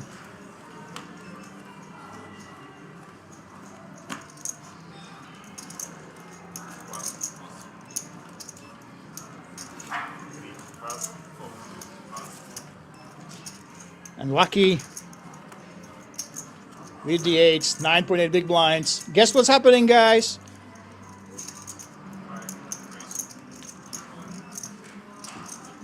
All you can eat, 2.9 million, less than 10 bigs. And again, taking this down, it makes you really, really happy. Inside, he will not show it, of course. But not having a raise, not having to fight for it, just adding those sweet, sweet blinds and ante into your stack, that's exactly what you want.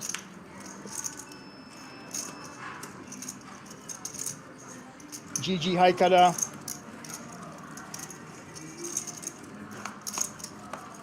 Yeah, well done, well done. Blind against blind, if you guys don't know, if you look at the robots and the charts and what they're telling you to do, what to do, it's complicated as hell. Blind, it's impossible to remember how you're supposed to play. You're supposed to limp so many hands, mix in the raises, you know, if you want to play like a robot, and then you can play the player. So blind against blind, even when you are relatively shallow, it's such a fascinating part of the game, and there's so many different plays you can make, and it's almost impossible to know how to play perfectly, even if you try to study the robots and the solvers. And look at these jacks. 11 bigs and we're just raising. Okay. We did have those 14 bigs. This is why I told you, every single blind is super important. And Morten fast releases. Every single blind is important. If we had only a few less big blinds, Silvio would simply be going all in.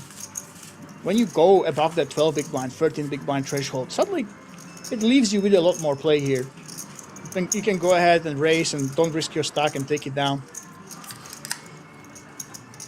Which is good for hands like jacks that, even though what people say, everybody hates on jacks, but they are a monster at this stack depth. And by just min-raising, you allow people to come over the top with random ace-x and with random pocket pairs. That's why every single chip. Every single blind matters so much right here. And let's see if Lucky, last time he shoved when he had 10 big blinds, now he has 12. 5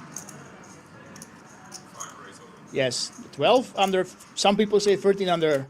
That's your all in, so he goes for it again. 7 plus 8 plus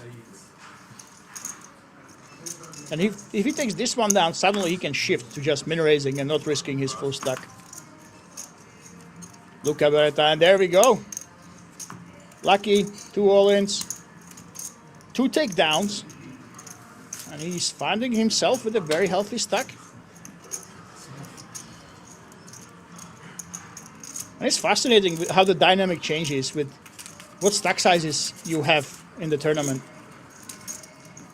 This is, by the way, why tournaments are changing. Many people used to look down on tournament players, you know, because cash games you play really deep, you know, you 100 big blinds, it's so much more complex. You play the river a lot more. You study your river free betting, for example, re-raising. And years and years ago, people used to look down on tournament players, but you see how complex it is. Every single extra blind in your stack, if everybody is in that middling range of 10, 12, 11 to 25-ish big blinds, every single blind suddenly changes the dynamic.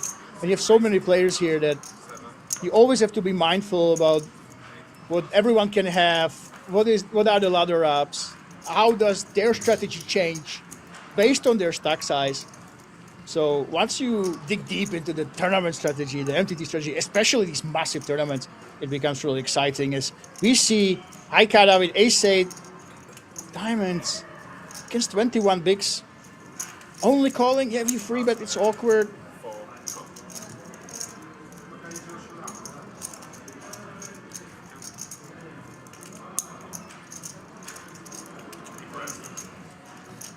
We have a freeway here, so raised in a call.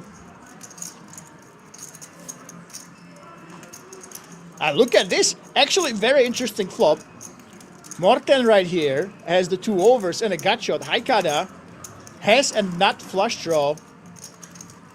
Xiao Babo with the mid pair. This could be some reasonably big fireworks here. 6 check. And on Morten fast, really, you are on the button. You have a hand like this one, you really want to be putting chips in the pot. You really do. If they re-raise you, you don't really care. Hey, you have king high, right? If they call you, however, you can continue bluffing. You can hit your king, queen, your 10. So it's a no-brainer to try to go for it. Which allows Sao to come in. And Haikara, wow.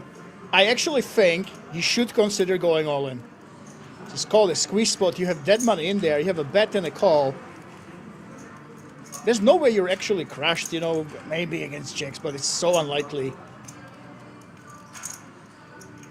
that they have them. You can have them, but yeah, I think Haikara 6. should consider just ripping it in, trying to pick up all the dead money. But no, look at this. He only calls. This not flush draw. Will he get rewarded for it? No, not on the turn. But this really is troublesome for Morten. Morten, against 2 players when another draw came in, he knows that his strategy can't be to just bet. Now look at this, Haikara's thinking about it. Is he going to lead himself? 6 bet 1.6 million. Oh my! So he's betting into Mortens, who is probably confused right now. There's nothing he can do because he has this man behind him. What a hand. And look at Sao, he's confused. He's looking at Haikara asking him, hey, what are you doing, mate? Why are you leading here? What's happening right here? He is very suspicious, so suspicious with his ace-9. He does not want to let go of that mid pair. He's reaching for chips. A confusing line will not stop me, he says. Yes, it will! Woohoo! He got me fooled, he got everybody else fooled, and Haikara with a very unorthodox line takes it down with a nut flush draw. Very, very interesting. And Xiao Pablo, He fooled me, guys. Did you also think he was going to continue? Wow. What a Hollywood. I think, you know, guys, if he busts from this tournament, he can always join a local film production. There's Barandov, if you guys don't know, in the Czech Republic. We have our little Hollywood with about 1,000th of a budget, but it's called Barandov, so after that Hollywood fold, maybe he would get at least some side role in one of the Czech soap operas. Welcome to the Twitch chat, by the way. Jarema B. Awesome to have you here. And we have 14 players left, guys. Matt says, what a play with that nut flush draw. Very unorthodox, but it worked.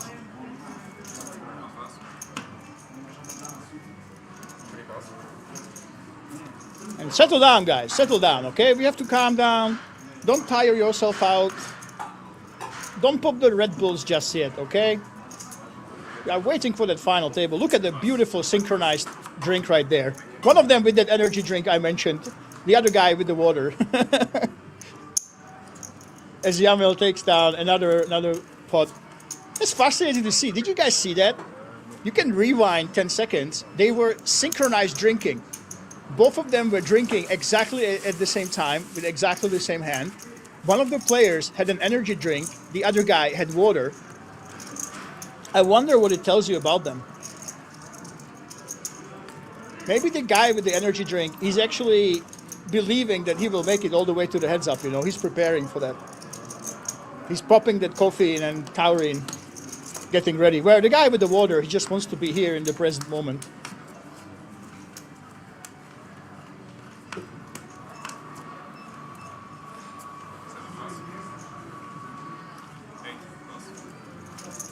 Yamil Angura, the Romanian champ. Oh my god. Yeah, we have some spammer. Guys, I know you're excited. I know all the Romanian fans are in here. And there we go, all in. Saho, 17 bigs. Wow, putting maximum pressure on the blinds. This is kind of a crazy play. We've seen, if you guys watched the World Series of Poker circuit event, Jose Casillas was actually doing this with about 30 big blinds, just shoving on people. But yeah, look at this. And what happened to his hand? I don't know. Actually, I'm not sure. We're looking at his right hand.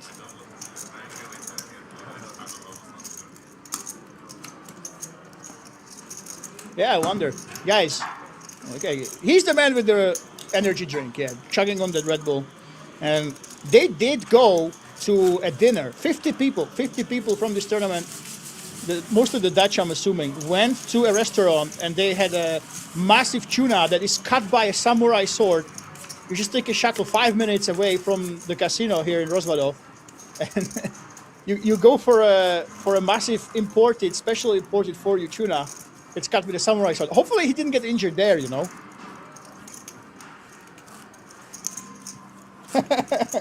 Area granted. Guys, come on. Don't spread fake news. Okay, the YouTube chat is saying that our hero punched the dealer. Oi, oi, oi, oi, oi, oi, oi, oi. No, he wouldn't be allowed. Do not punch our dealers, okay? We will not allow you back to King's Resort. We respect our dealers above anyone else, okay? They're the hardest workers. So no, he hasn't punched the dealer. And do not spread misinformation, okay?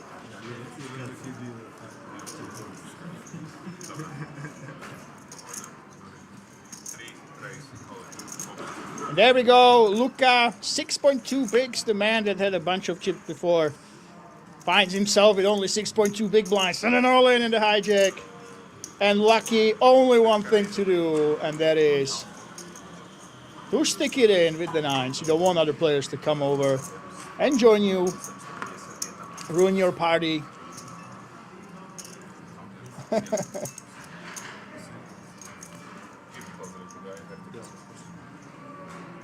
And Haikara, he does like to Hollywood. 12 bigs though, I don't think he should be calling here. If it was suited, he actually has a decision. I don't think you have it with the offsuit variant of the hand though. 3675.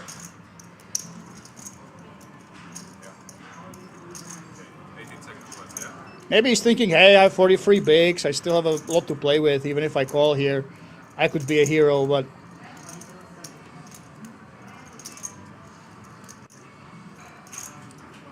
I don't think that Lucky should be going nuts. Huh? There we go. Thank you. Thank you for finishing your Hollywood, sir. Thank you, thank you. We can finally get into the drama, get into the action that we love poker for, which is a race that is nearing the final table bubble on the suited ace of the tiny stack against nines of the mid stack. Lucky against Luca. This is exactly what you see time and time again in these situations, and you can see that those suited aces really are darlings of bluffing, darlings of going all in, because 44% against 56. That's really, really big. And can we see some ace? Can we see some spades? Can we see some hope on the flop for Luca? Or will Lucky take him out? Inching us near the final table. There we go. Well, there's some backdoor draws, but so far so good for Lucky. Is he going to stay Lucky, or will he have to change his nickname? That's a very good hand for him. All she wrote, the perfect hand, the perfect card, the 9 on the turn, seals the deal, and Luca, who's been battling here the previous redrawed feature table, is leaving into the night. And this man, who remember, only about 4 hands ago, he had 8 big blinds. Suddenly he's climbed all the way up to a stack that actually can make some dent and put some hurt on his opponents.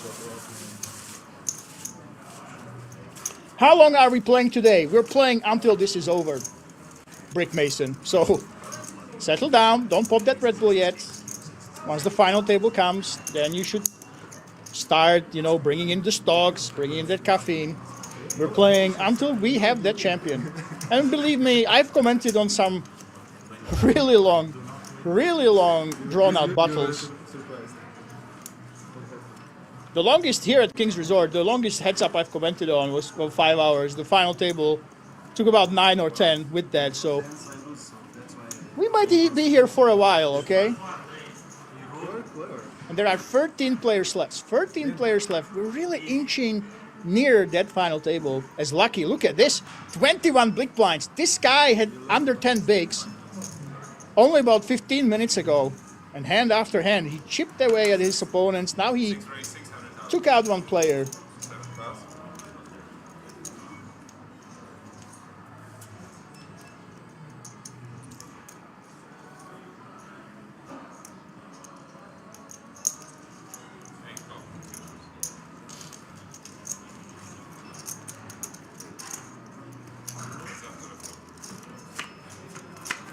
And Yamil against Haikada again.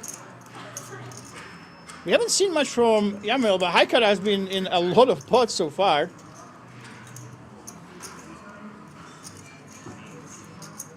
Well, with the King Jack, I mean, this is sort of problematic, right? Your opponent can have those juices, 3s and 4s, 5, 6, so yeah, he's simply checking back.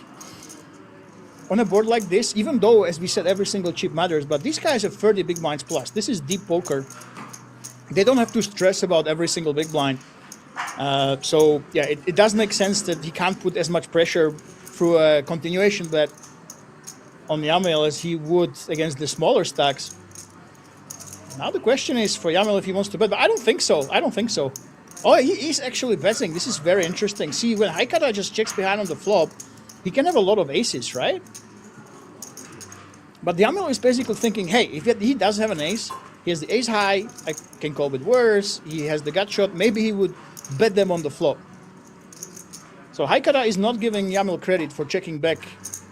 Yamil is not giving credit to Haikada, sorry, I'm mixing up the Romanians here, for checking back that ace on the flop. Yes, there we go. A hand that I would not bet. He does bet. And it looks like he doesn't expect Haikada to go ahead and check back those aces. Very nice pickup. We have some Romanian on Romanian violence right here. Maybe they play against each other. Maybe they know each other. There might be some history. You never know when you play poker and you are from the same country. Alex Bosbas is saying, I hope my fellow Dutchman will reach the final table. Now, we don't see the other table, guys, but this day was entered by 3 separate Dutch players. One of them was second in chips. So, obviously, we do want to see at least one Dutchman on the final table, you know.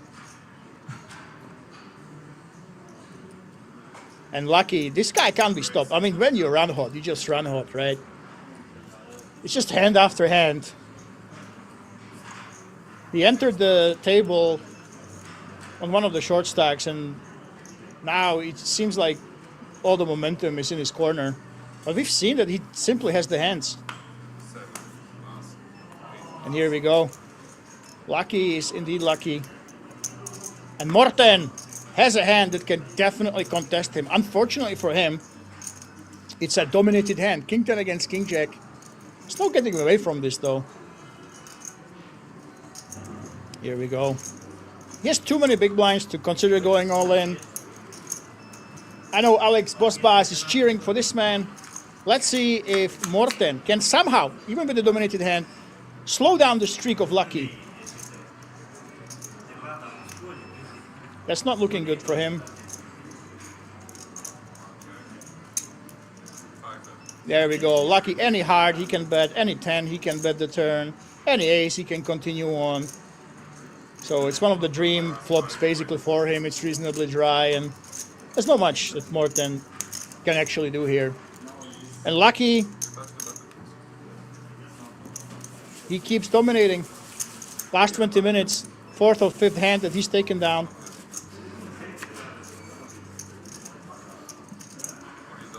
It just seems like everything is going his way. Now, we have seen the showdowns, guys, and we obviously know that he's been running really well.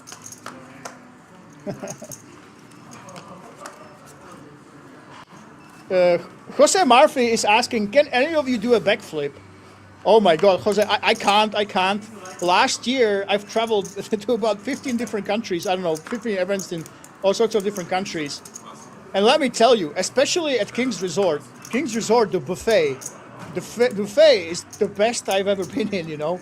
I've been to Las Vegas in one of the best resorts where you have to pay $80 for a buffet.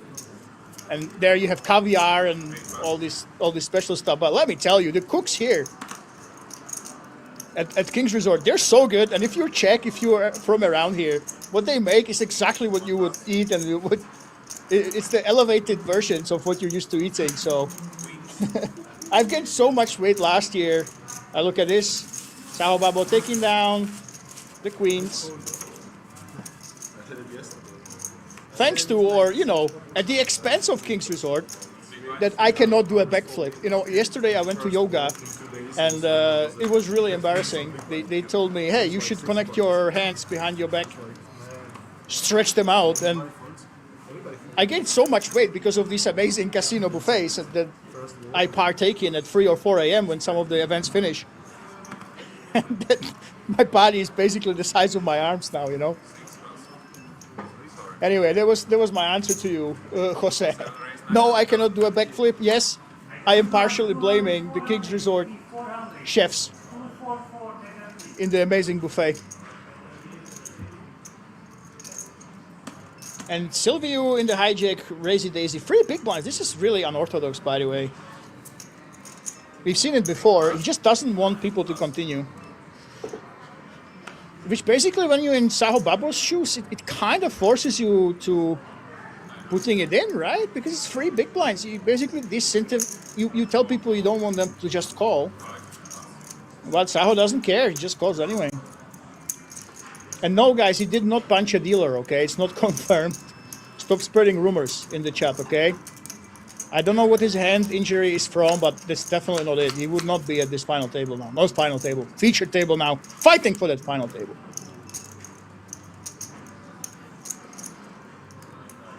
And that's the predicament, you know, when Silvio raises bigger than we are used to. And then he just c-bets, he's taking down so many chips, and with the king queen suited, you just hate to see it, you know. We have the backdoor, we have the best no pair hand possible.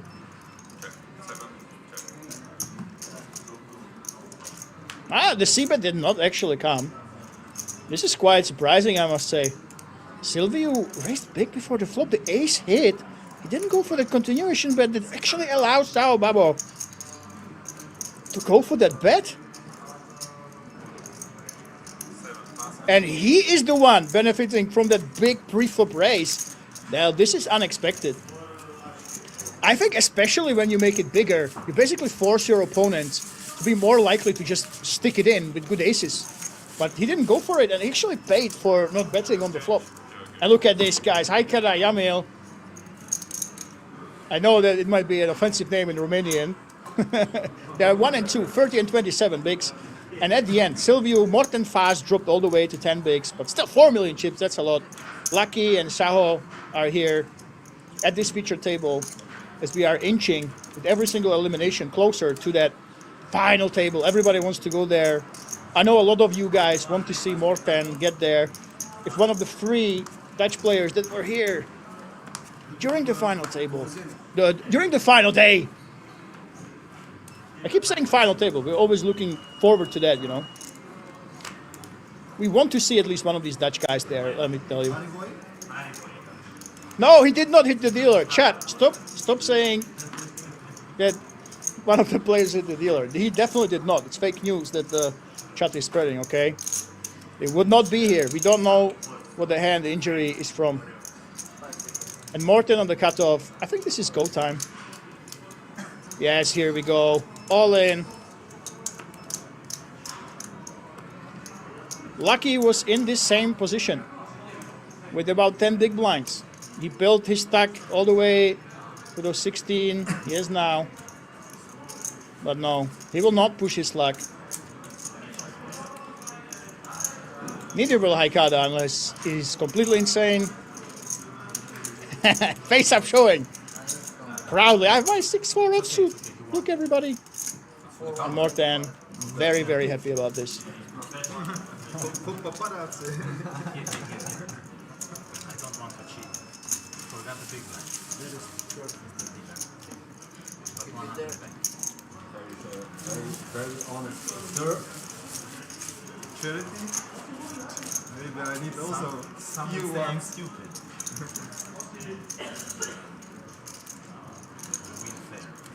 And I think for the first time on our 2 feature table, we finally hear some banter. They were talking about being very honest so far. Jose says, I believe one day you will backflip, my friend. Well, I hope so. I hope so. The number one thing, guys, if you want to lose weight and you go to King's Resort, try to resist the temptation of trying every single meal at the amazing buffet that they actually put out there. They keep rotating them as well. It's not the same ones every day. They keep changing what they have. And look at this, Shao. There we go. Tens, all in. Yamil got really out of line, by the way. Ace juice offsuit. Yeah, you have a kind of a big stack considering at the table, but you don't have this massive cheaply like we've seen in the last feature table. This is really out of line, and he actually got punished for it. But I love to see it. You know what? Go for it. When everybody else is tight, you should be taking your chances. You should be going for it. So he was very, very loose with this ace-x off, but it didn't work out for him. But yeah, we love to see it.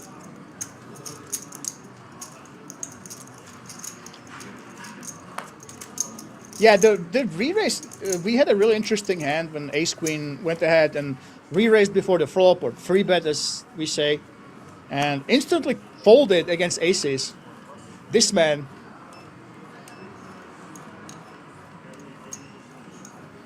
Morten fast, so obviously he knows what he's doing.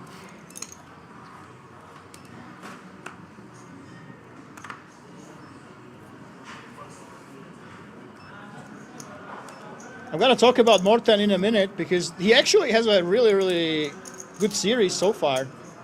I'll take a look at this. Sao with the ace-8 suited. Silvio, ace-queen of 5.8 bigs. We know what that means, guys. We know he likes to Hollywood. We know he likes to take his time. Sometimes, actually, he's not even Hollywooding. He actually did make some interesting plays.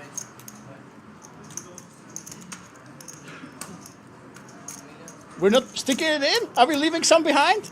Yes, we are. Oh my goodness, look at this. 1.3 bigs behind. So it's just laughing.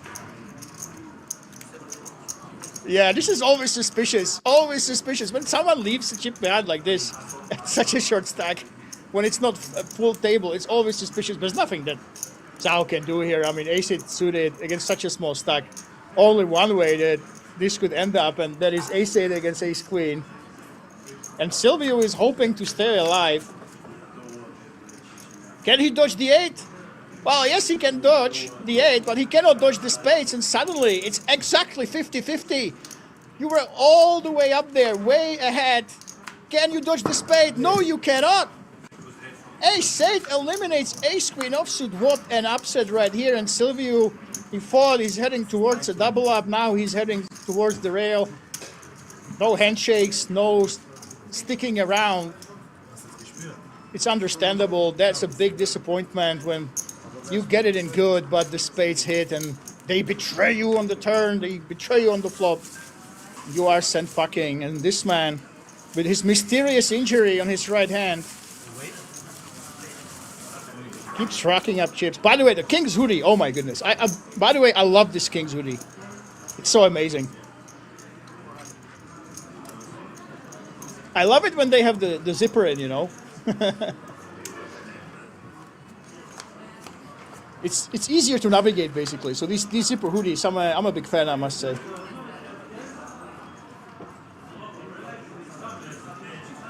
Good job, dealer. That guy didn't deserve the win. Please put an 8, dealer. Oi, oi, oi, oi, oi.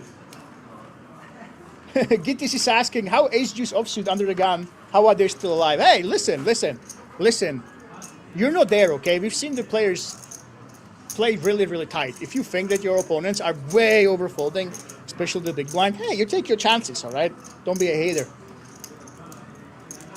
Especially in these days of robots and solvers, we have to kind of look forward to people not playing, you know, like the robots do and get out of line. But yeah, ace-deuce offsuit, that was getting very out of line. Yamel, there we go. 22 bigs.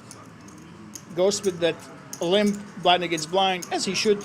You can mix in sometimes raises, but really this is what you want to do with a hand like this one. And Morten Fass, you really play the player. Sometimes you can even go all in here if you think that Yamel's going to be weak, but the situation we've seen many times before. People have been kind of snug opening before the flop.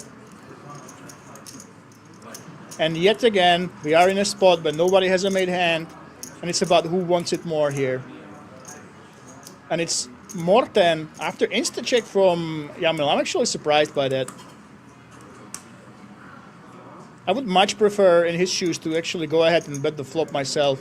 You don't draw to the best flush draw, to the best flush, right? So betting is just better. It makes it easier to play. You only have 7 high, but he decided to go for that check call. Even if you hit when you check call with the 7 of clubs, you're not doing too well. So I would prefer him to play it aggressively. Well, Morten, he is taking advantage, but that's the thing. Ooh, oi, oi, oi, oi, oi. That's what Yamel does not want to see.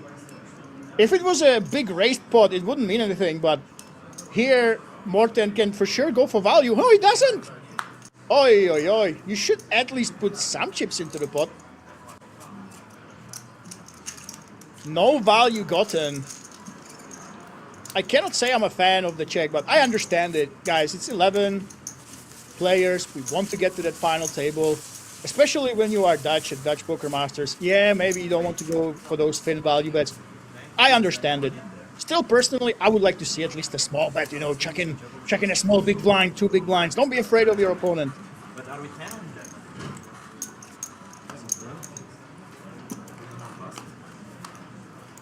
then? Gatti says, I'm no hater, but chances when you're super deep and you have 3 stacks of 10. Yeah, it's true. Yeah, it's true. If you, the thing is, if you open in the first position, ace-3 offsuit, and you yourself have only 20 or 25 bigs, it's a sign of disrespect to your opponent. You basically are saying, hey guys, I don't think, unless you're a big chip leader, or we have a lot of chips that can put pressure on your opponent, you're basically saying, hey guys, I think you're folding too much. So that's what I'm saying if you open those loose hands. Yeah, well, yeah, opening 10-8 also. This is one of the borderlines hands as well. You can actually fold this. You can raise this. He does decide to go for it, but...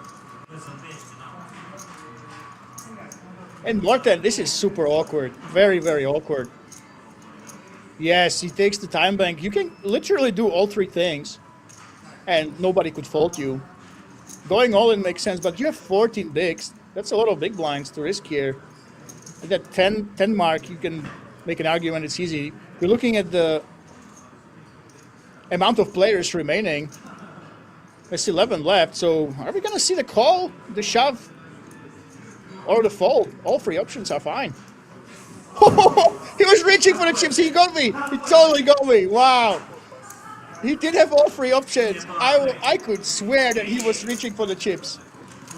The fake pump for chips and insta-fold. Wow.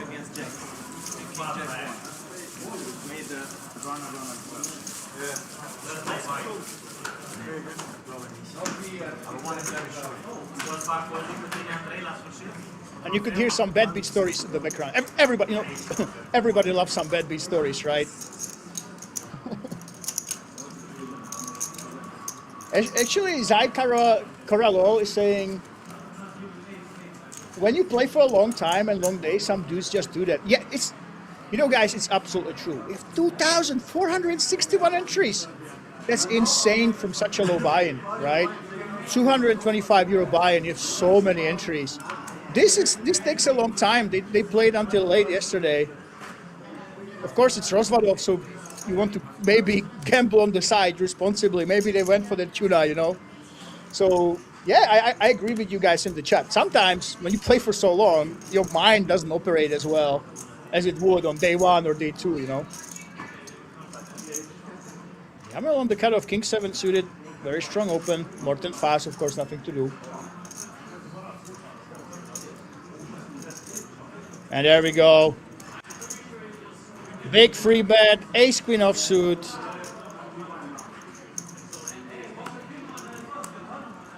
Lucky, a little bit of Hollywood, a little bit trying to see how people look like when they go all in. Yeah, look at this, look at this. He's not really deciding what he will do. He's sizing up his opponent. This is very smart to do if you do pay attention. For me, it's super tough. You know what, guys? It happens so rarely. You are deep in these tournaments. I always start thinking, hey, how many chips do I have? How many big blinds is this big stack? You know, what are the stacks and stuff like this? It's very tough to do what he has done right there. But if you have the mental capacity, if other players go all in, look at them, see how they feel. Try to get the feeling of, are they nervous, you know? Are they confident? And in case you see a showdown, you can use it against them next time.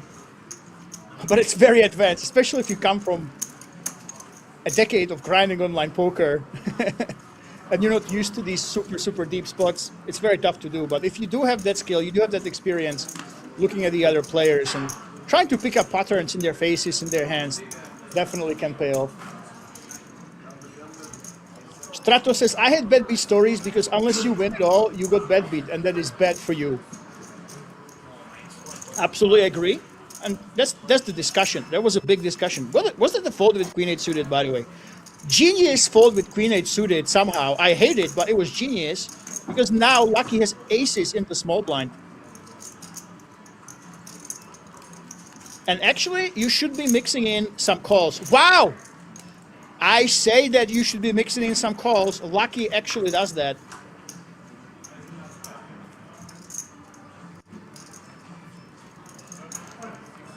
I gotta. It looks very bad like this, but if you mix in the calls, it allows you to basically have a lot of weak hands. We've seen them limping a lot here, blind against blind, and heavy opponents crushed, right?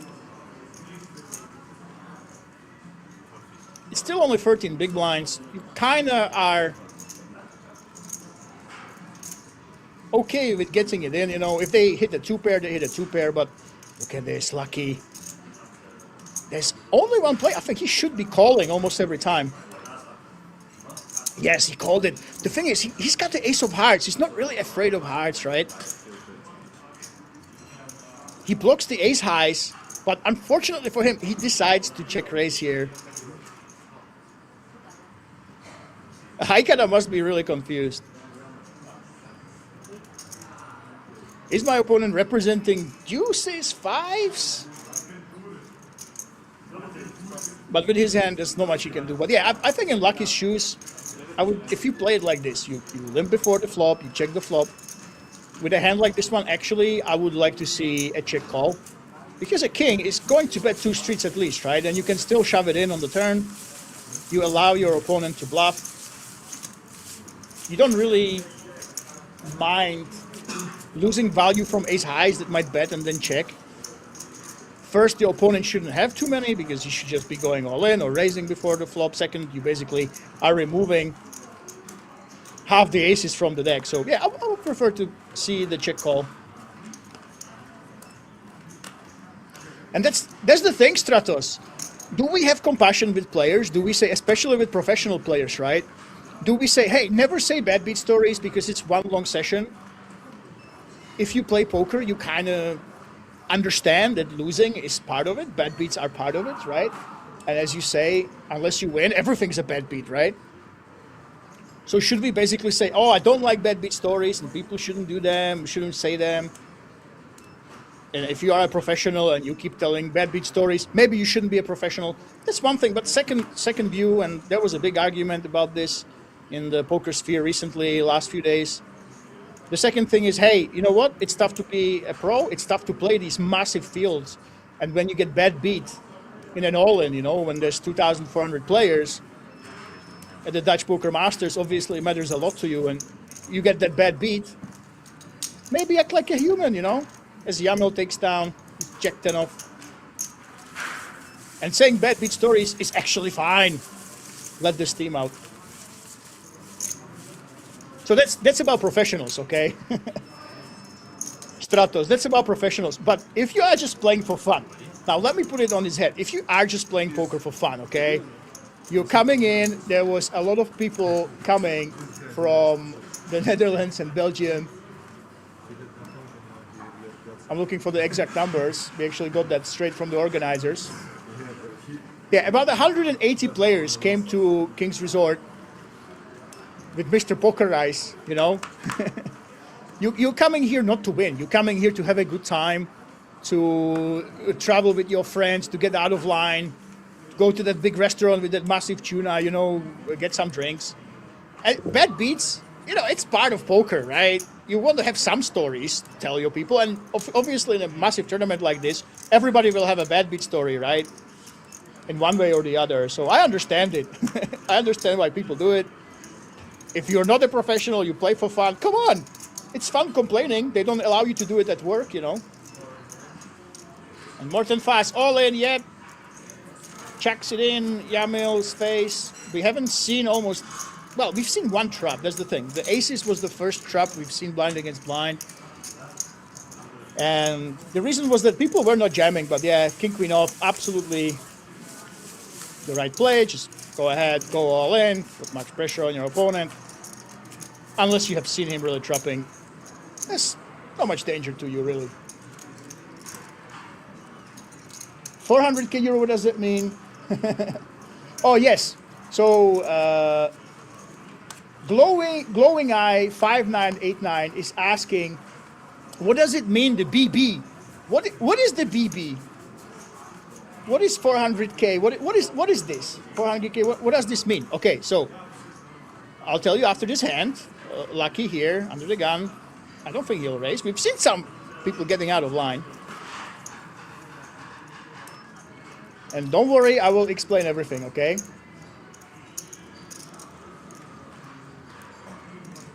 Haikara is folding. So basically, there's 2 types of poker you can play. One is cash games, and the other one are tournaments. What you're watching right here is a tournament. And Morten Fast, hold that thought, king, queen suited. He can go ahead and raise it. All in, he can raise small, or he can limp and trap with his hand. Let's see what he will decide. He goes for the all-in option. which is absolutely fine. Yeah, so there's two types of poker. Cash games, right? Cash games are very straightforward. You don't have to think. For example, if you play with your buddies, I used to play, I'm not gonna say how old I was because it wasn't exactly legal at that age. Obviously, I was 18 plus. And you, for example, you take 10 euro and you can literally play with coins. You saw back in the day in the old poker shows, they would put big bricks of $1 million on the table. And basically the chips just represent the value of the money because you don't have massive stacks of coins and a lot of cash flying around, right? So this is the original poker, the standard you see in Wild West, how they play. Those are called cash games. But we play tournaments here. We play tournaments. Basically, we have a raise. Hold that thought. So ace 10 offsuit. And now he's raising 800,000. That does not mean he's raising 800,000 euro, okay? Morten has very easy decision. He should be folding. The 800,000 is the amount of chips that he started with. So you start with a certain amount of chips, 40,000, 50,000, 10,000. And then the whole tournament has a specific amount of chips that the players play for. It doesn't represent direct money, but it makes a separate game and you play for the places of how you end up in the tournament. So basically your goal is try to get all those chips from all the players. That's how you become a winner, right? But it's different than the actual money that you win. So at the end of this tournament, the winner might have about 80 million chips, but he will play only for the monetary value that's in the actual prize pool. And your buy-in is different from the chips that you buy in, right? Back in the day, if you had a $100,000 buy-in, you would get 100,000 chips. That's not the case anymore. So basically the chips that you see here is not monetary value, it just basically decides how many relative to your opponents you have of those chips, and then the payouts are decided at the end. And you can actually see them in the bot if you type in exclamation point payouts, how it works. Now what the big blind is, basically if you play cash games, you always have the same blinds. You go to the toilet, you leave, you can sit down anytime you want. Not in a tournament. If we didn't have the stakes keep increasing over and over, we will basically never end. People will just keep swapping the hands between each other, right? That's why we keep playing for more and more chips every single level. And the minimum bet you can see on the bottom right, Dutch Poker Masters final day, 200K, 400K, and 400K ante, which is a mandatory bet.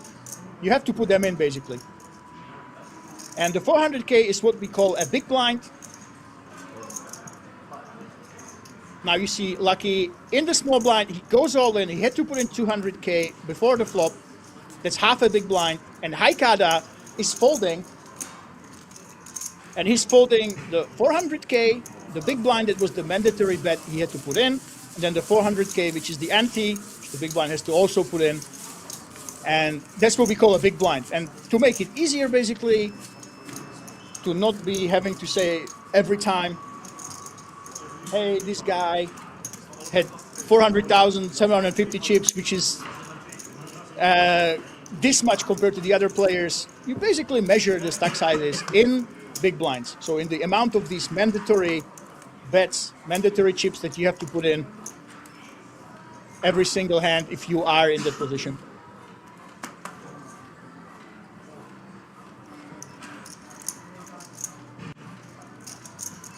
So yeah, it's really fascinating, especially in big fields like this. It's really discussed, If you are running a big tournament like this, you have to decide, hey, how long do I want this tournament to last? How many days do I have to play this out, actually? And it becomes fascinating. So this is how we develop poker. So 21 big blinds. If the big blind is 400K, it's going to be 21 times that.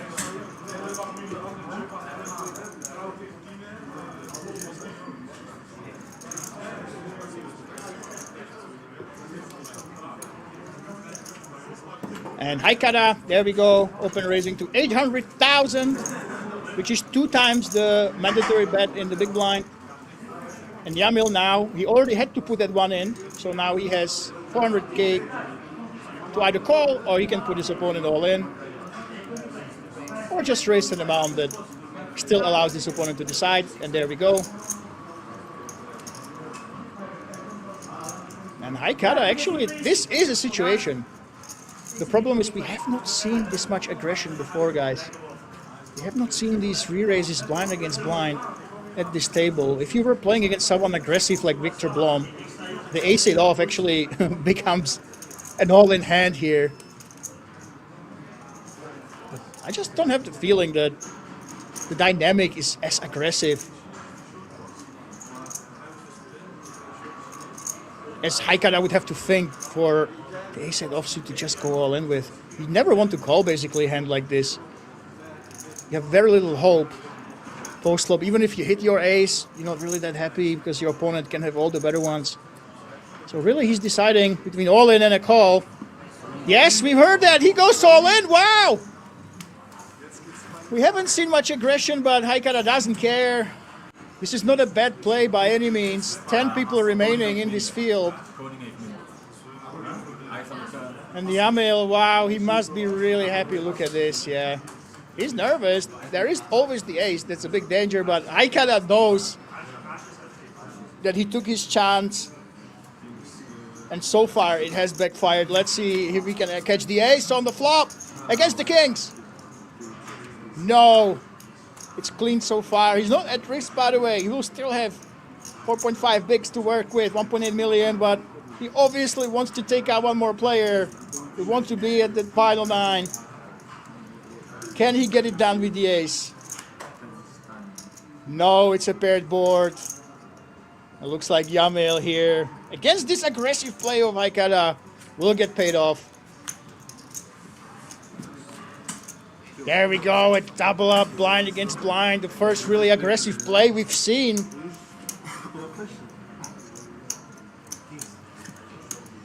And hand after hand, we've seen a blind against blind spot after a blind against blind spot. And Haikara pays for that aggression. All smiles for Yamil. 8,100,000. But he knows he's not out. It's time to lock in, time to focus. 4.5 bigs. You will be on the button, so plenty of play time. 9 million with ace-8 offsuit. JKJ66 says, horrible, we have it in the chat. It's not as bad as you think, guys. Not as bad, especially if you play against an aggressive player. If you think your opponent is really aggressive. What the hell is going on? Gittis is saying, look at this. Yamil with that massive, massive double up. 42 big blinds. Oi, oi, oi, 16 million. We have 12 mil, 7 mil, and Haikara, oi, oi, oi, 1.8 million after that aggressive play, but he's not out by any means.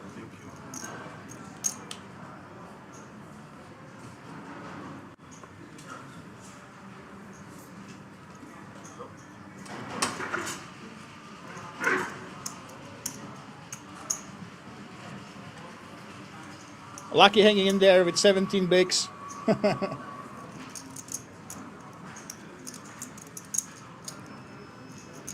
Git is saying ICM pressure is very high. Yeah, that's true. That's true.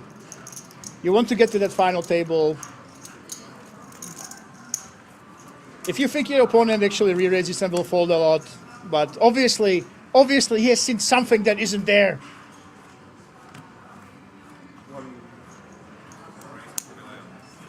Not by final table. He can still make it back, guys. Yeah, so chat very much disapproves. If you guys don't know what ICM pressure is basically you're trying to get to that final table. You're trying to ladder up.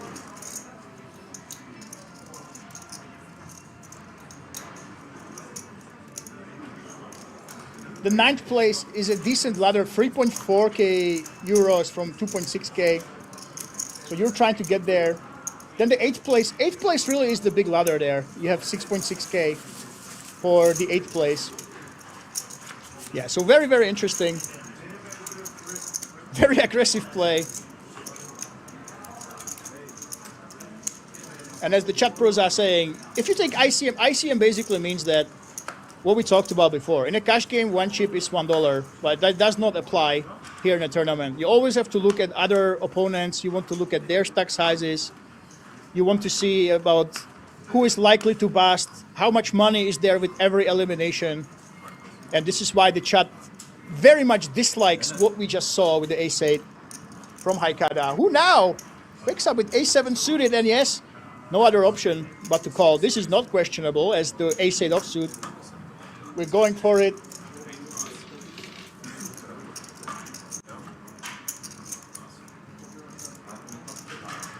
And Saho Babo, is he gonna pay him off?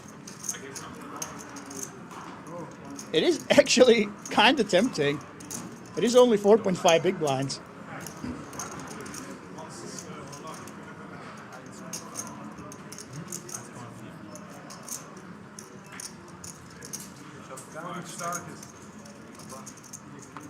Ah, he's thinking about it. Now, again, guys, these loose plays, it might seem crazy. But it's only 3.5 bigs to call, and you can see the equities. For him, it actually does make sense.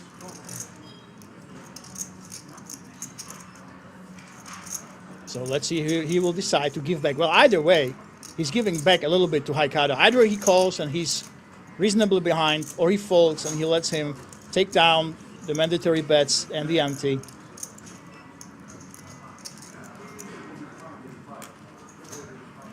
I think this might actually bite him in the ass later on. Generally, you don't want to use the time banks for a pre-flop decision like this that isn't putting you at risk, you know. You never know when a huge final table spot with the pressure to ladder up with that ICM might put you into trouble. And we are counting the stack. Every single chip matters right now when it comes to Haikada's decision.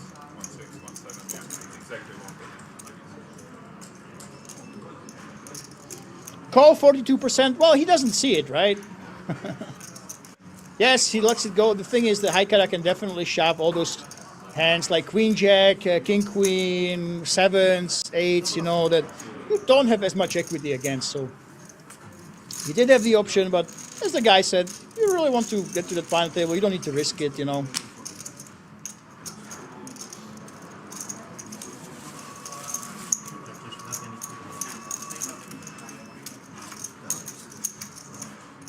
So he lets him live another day, and obviously for Haikada, this is a big win for you. When you raise a hand like this one, and you just take down the blinds, you are extremely happy about that.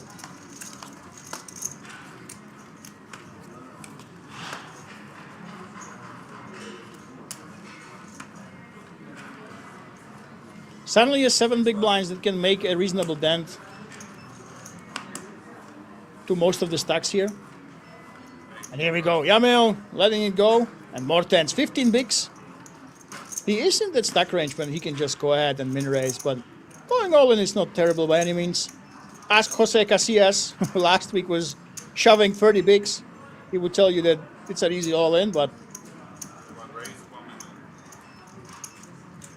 there we go. We're sizing it up a little bit. And oh, wow.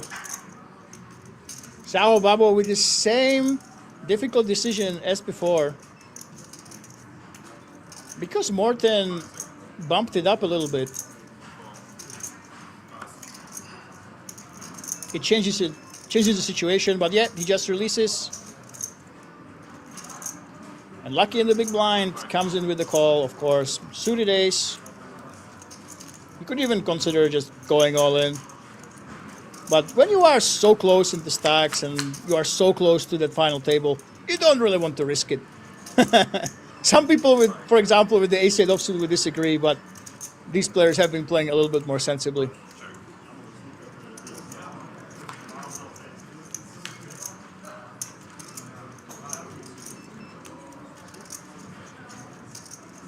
And we have that Jack of Spades on the turn.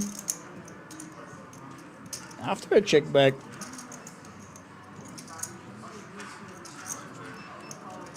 Lucky is basically waving the white flag here. And for Morten, he doesn't have too much incentive to go ahead and bet this.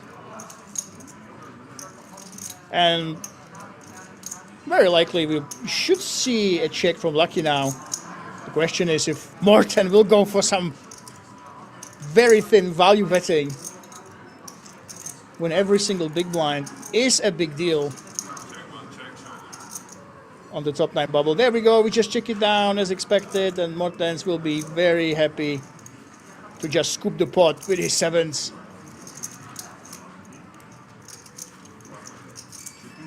These guys don't like to see bet. I notice they always check flop. Yeah, it's very interesting. You know, as Gittis was saying, that's the thing. As the pressure on them to ladder up to get to the final table, as it increases, every single chip matters a lot more, right? So that's why you can actually size down. You can bet a lot less than you would bet at the start of the tournament, for example. That's why you see a lot of continuation betting. That means if you raise before the flop, you then bet on the flop. But it is true. These players do like to check back, control the pot a little bit. Nice observation there, Gittis on Twitch chat.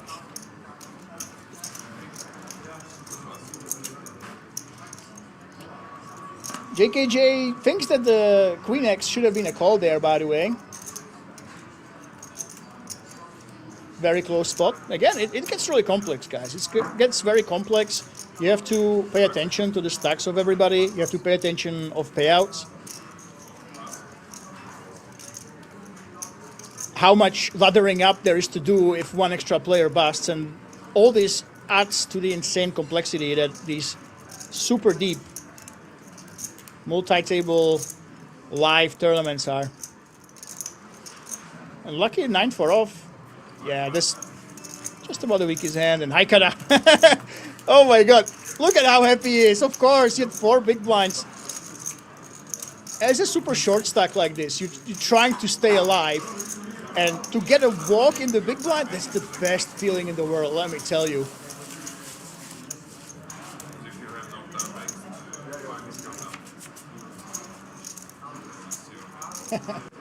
Nitty bunch. Yeah, Brick Mason, we were talking about this a lot before. You have 53k plus up top. Part of it is the package to the never seen before championship, right? You kind of want to get there. And all of these guys, by the way, all of these players, we didn't even mention it, all of these 10 players already have the 3,000 package, the ticket package. They are already coming back to the Kings Million European Championship on the 16th of September. 4 different tickets. Maybe that's why we saw the jam with the ace-8. He was so happy that he got that ticket for the KMEC, the package with the 4 tickets, that he simply said, hey, I already made it, I'm going all in. I don't care about the money, all I wanted is to get there. As Lucky takes it down with the 7s.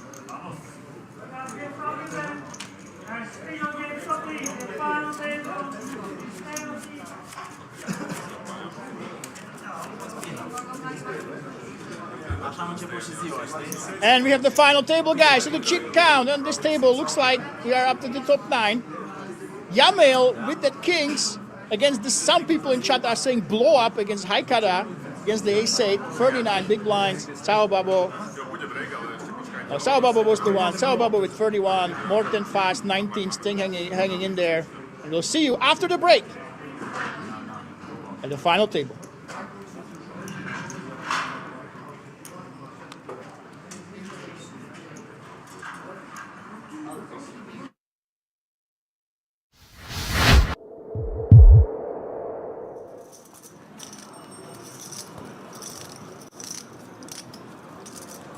Clean chip shuffling, I hear there. I'll tell you who was very good at chip shuffling after seeing it yesterday. Jose Casillas. Yes, very good. He was doing some very cool stuff with his chips. He was doing like 25. Yeah. Like, that's a lot. Ace King of diamonds. And not only that, but when he moves it, the way he does it is just like so silky and fluid. It's very, I've never seen someone else do it quite like that with his hands. Yeah, fluid is exactly like what this. I was thinking. I mean, you guys can't see it at home, but I'm doing it to Bobby. It's like this. Yeah, he's very fluid. Yeah, very interesting stuff.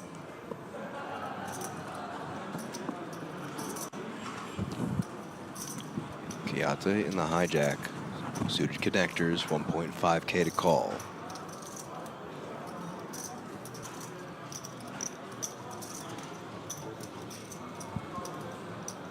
Makes the call. Zubov with the 10 jack of hearts in the cutoff. Will also be coming along, it looks like, and does. Advantage out the way, as well as Diane and ace 3 offsuit in the big blind, just gonna let it go. So a 3-way we go to this flop. Ace king versus 6-5 versus jack 10. All players with suits. Here's your flop. Ooh, 10 jack. Out flopping the rest. Jack, 6, queen, rainbow. Yeah, Zubov's definitely not going to want to see a 2-pair here with him pinging the 10. Tantillo will make the nuts. Certainly not. Kayate's got a little piece of it with the 6 as well. Bottom pair and backdoor flush draw. Look at this, though. All 3 players with backdoor flush draws. Uh-oh. We should get an action turn card. Unless it's like the deuce of clubs. Yes. Bet is 4K. Zubov just gonna let it go. The best hand so far. Kayate makes the call. Heads up. Ooh, 6 of diamonds on the turn. Tantillo turns the flush draw. Kayate pinging trips. And you know what? Zubov folding his jack, being like, I am too good at this game. The foresight. Option on Tantillo. New player at the table. Will announce him right after this hand.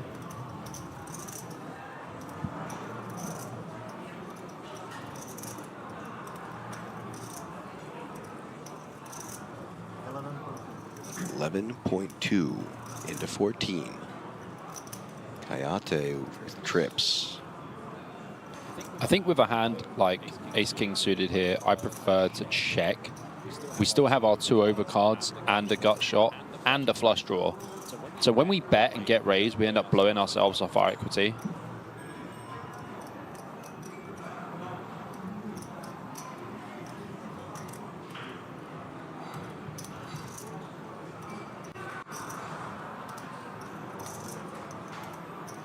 Gonna have a think and a couple blinks. I think he's just going to flat call here. Like, if you raise, a queen's going to fold, which you definitely don't want. Just trap him, Kayate. Teach the kid a lesson. Well, he just got done teaching Zubov a lesson. Let's see if he can teach Tantillo one Well, as this is a bigger lesson. There's 25K in the pot already. That's right.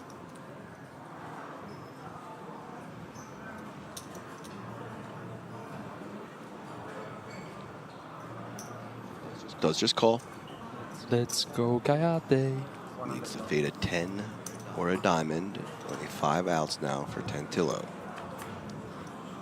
That's neither of them. The wrong red. Wrong red indeed. Right number, wrong suit. So if you see what Tantillo has done here, this sizing was almost perfect. He's sized up the stack to pot ratio. Yeah. Almost won. 37.4K behind. 36.4K in the middle. I believe Tantillo will be all in on this river. He is all in. And he's going to get called off. And does. Up over a starting stack now for Kayate. 111K for him. Well played, sir, with just the call on that turn, setting up the river jam and call for him. That was the most boss thing I've seen from Kayate so far. No. The Zubov. Hustle Media, you can tell me how I did there, I buddy. used to play Rainbow Six Vegas, that was it. That one was just for you and because it's late at night. And our last hand. What better way to close the stream than some impressions? There you go. Hijack, ace jack, offsuit for Czar. He said spot on. Thank you, thank you. And some guy on Twitch called Cafe R said very good. Thank you again. I don't really do impressions. Not entirely true, but On the ride home, I'll play the Halo guy's voice for you. You can tell me how okay. how good it is. At least you don't have to listen to me sing again. It's just safe for the mornings.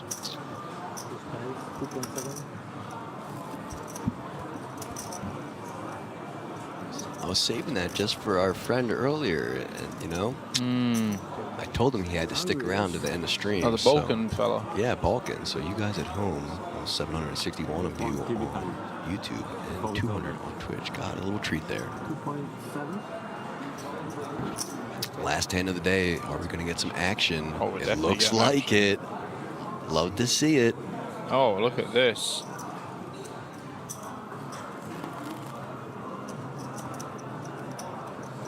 By the way, I actually think this guy's nickname is Whiskey. I think that's what we were calling him before. I can't remember.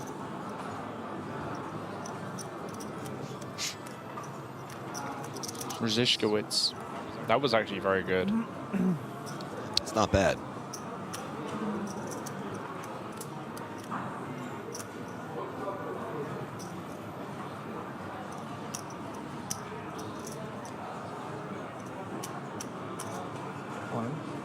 Wow. All in. Finds the rip. Last hand of the day. Max pressure, last hand. Pocket sixes, Look at all this. in. 47.6K to call. I mean, one of the sixes are missing because Oz has it. Mm-hmm. Kaya's got fives.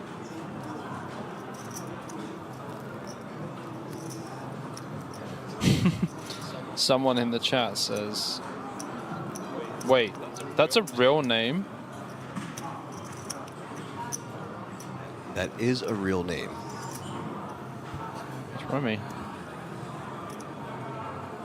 The voice sounds like the YouTube guy from Honest Trailers. Don't know what. Unfamiliar with that. Is that an American thing as well? I'm unfamiliar with that. Okay.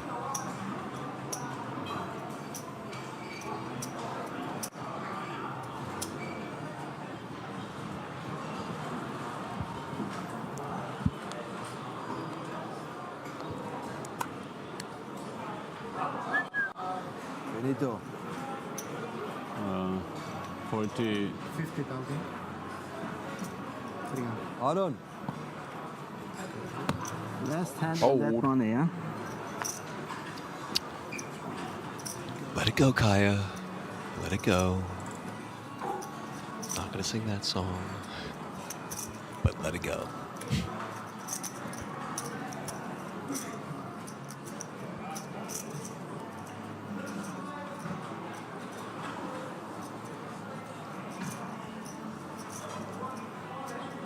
We'll check out the Honest Trailers on the way home.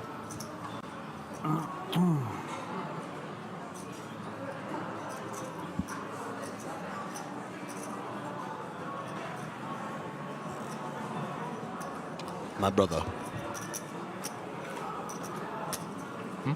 My brother. Please no.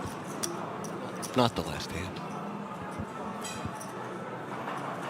Where's Martin? I need him to say his catchphrase. Nope. Nope. We made a promise on the ride-in. We were not going to say... Not like that! You broke your promise, Bobby. Yeah, but that was for yesterday. It's gone midnight. Oh, man. Please, Kaya. Promise you, no one was ready for that at home.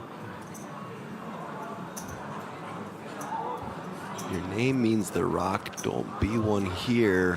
No, a rock is... Oh, no! Aaron. He's actually got more outs, you know. Rzishkowitz has got 6. Straight on board to He's got the finish. only 5 of hearts as well. Oh my god, he's got a flush draw. Heart or 9. Or 5. Oh, it's chop! It is a straight on Straight board. on Are you board, I mad? called Oh my it. god. What a way to finish the day. Schöne Grüße nochmal an Ferrari. Wow. Jeden Freitag Called that. Ferrari und Christo immer Runde. Werbung für die machen. These wild guys are going to chop it up, and us wild guys that are in the booth are going to wrap it up.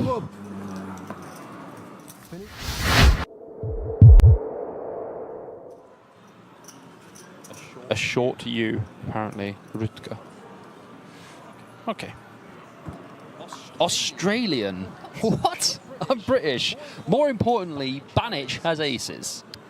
Aces for Banich now, raised to 1K. Hockman with the king-queen offsuit in the hijack.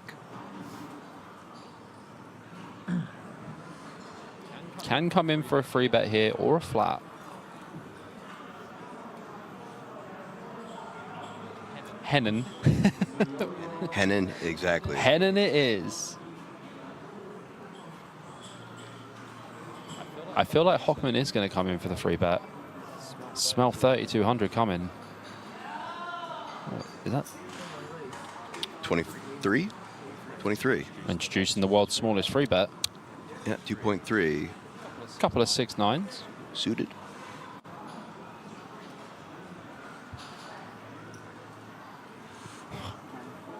Gonna be in there. Okay. Well, that's 2,300 chips he's not going to see again. Everyone with black cards there for a second. First red card on screen in a while. You know what time it is? It's Banich time. Oh, I thought you were going to say three-way action once again. Definitely not. Banich is going to absolutely pop this one up. Probably going to make it about 9.5K. It's kind of the size I would go for. He might make it a bit bigger, but I don't think you need to.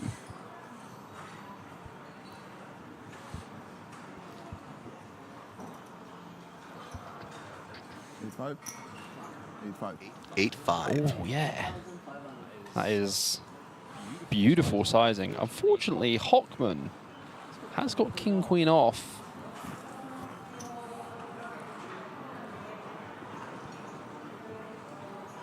It is the World Series of Poker Europe main event. Hockman, have a little think.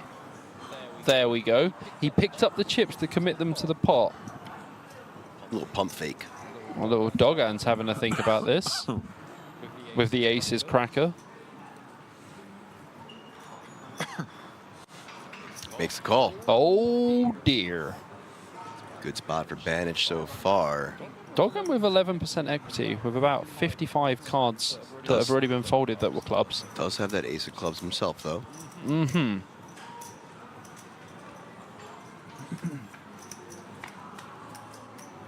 There's a club. Followed by another. Oh my goodness me. An open-ender and a flush draw. versus Dogan goes aces. from 11% to 45%. Do not do my friend Banich like this. Post- He will tread on you. Okay, post-flop flip, but a lot of those clubs have already been folded up top. You'll see that. So only 8 outs for now. 5 clubs folded. Banich has got 1 in his hand. 3 left. Dogan's got 2. And yeah, that means there's 3 left. Only 3 clubs left.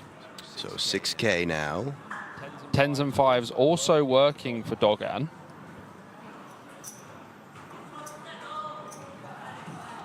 I would likely just call as Dogan here, though. Oh, no. Not this guy. Oh, no. I mean, yeah, if you're going to call... 16K. oh, boy. You get a call a 4-bet pre with 6-9 suited. This is the flop you want.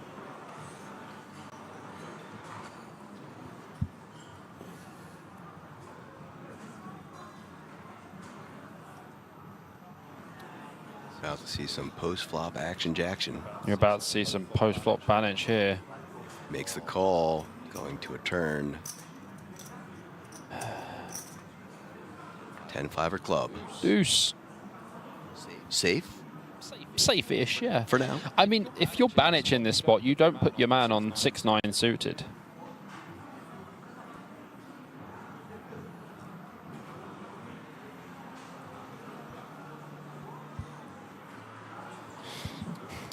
Check from Banich. Option on Dogan.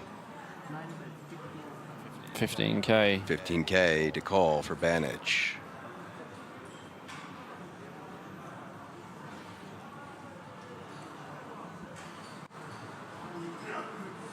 Do we see Banich ignite here?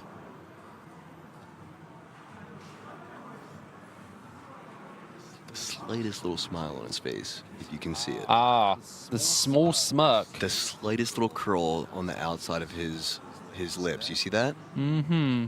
And he didn't have that before. I mean, I would be happy with this board. I mean, Banich is such a sicko that he just calls down. That's why he's got that little smile. Still 8 outs to fade. Oh, he does fade. And look at this. Dogan has only got 36k left. Banic is going to check this board almost 100% and let Dogan go for it. If Dogan has pocket eights or pocket queens, then it's SBR, just unlucky. SBR is real for Doggin. It's so small. Option on Banish, who checks. All in announced by Doggin. Cool.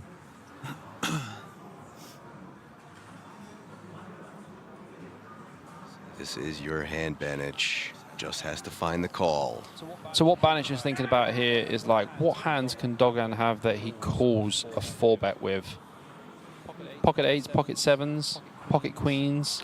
Unlikely pocket sevens, given that would be quads. Yeah, still Possible. still possible. He's going to take his time and make the call, hopefully. Yeah, understandably so. People at home might be thinking, oh, this is such an easy call with aces, but it's not. It's actually tougher that he has the ace of clubs because it's now pretty impossible for Dogan to have a big flush draw. Yeah, you'd rather have the ace of hearts here so that they have the ace of clubs and potentially bluffing it off here. Yeah. For sure.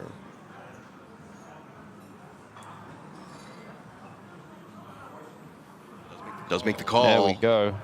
Gets there. Good call announced. Good call indeed. Big pot there for Banic, up to 232K. Double starting stack for him. Ladies and gentlemen, what you've been waiting for all this day, all this week, the Dutch Poker Masters final table is finally here.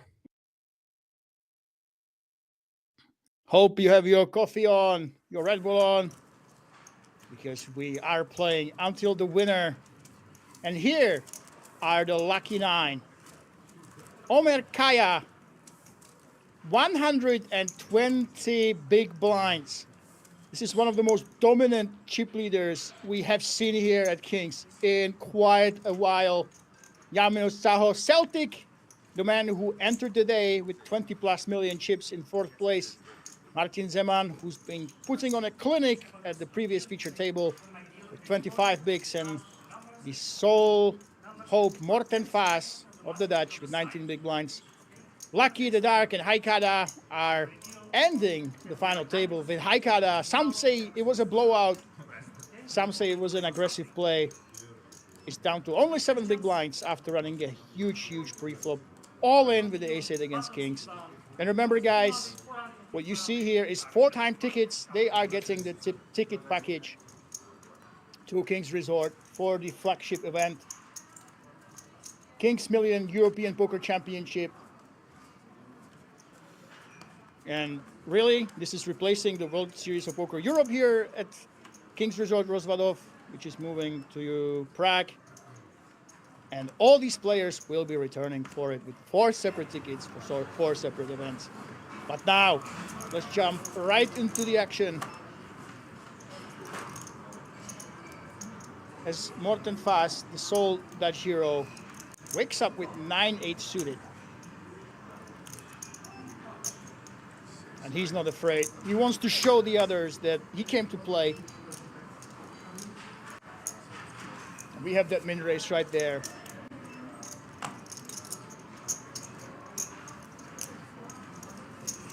And welcome back, everybody.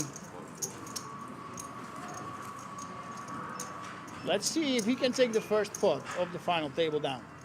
The Dark, we have seen nothing from the Dark.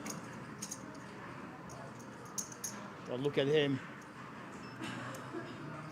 Black Panther on his hat, poker face, jumper from Kings on him. But yep, he's folding. And Haikada, oi, oi, oi, oi, oi, oi, oi. The man who was at the top of the world. The man who went for almost it all very aggressively just before the break. Finds himself yet again with a very playable hand.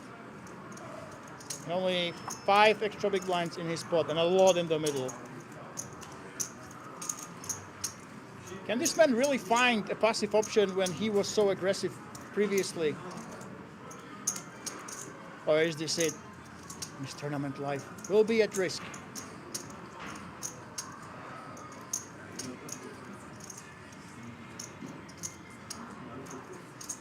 don't want to be the first player who busts at the final table. You really don't. And there's a reasonably big pay jump from 9th to 8th.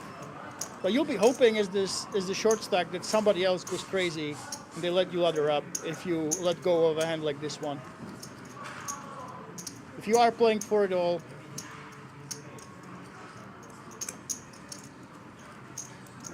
it's time to let her rip. But Haikara, he knows that he got to this spot, being the short stack, through an aggressive play. Is it an all-in or a call? The chips say one thing. Yes, there we go. It is just a flat. And what a board for him. What a board for Haikara. He could actually go for the stop and go. He could simply put the money in right now. Try to get some full equity. There's no way of knowing that his opponent has 9 high, right? Let's see if he will pull the trigger. There's no mistake you can make with his hand, really. Checking or going all in. It's all good. And here we go. Morten puts it in. Is this the start of a huge comeback? After that big blowout, big aggressive shot with ace-8, can he actually take this one down? He's a massive favorite, 96% as you can see. Only a miracle will actually bust him out of his tournament. So far, so good. Haikara against Morten. There we go. I love his emotions. He does double up.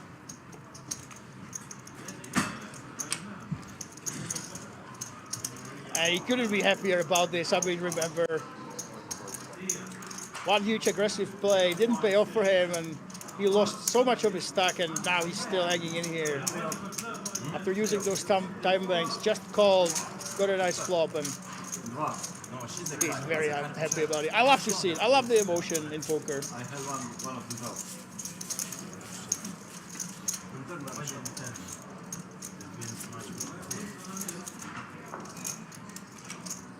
And you can use the payouts command, guys, to take a look how much we are actually playing for. Every single ladder now matters, obviously. Especially now, the 9th place is 3.425k. The 8th place is 6.6k euro, including the package.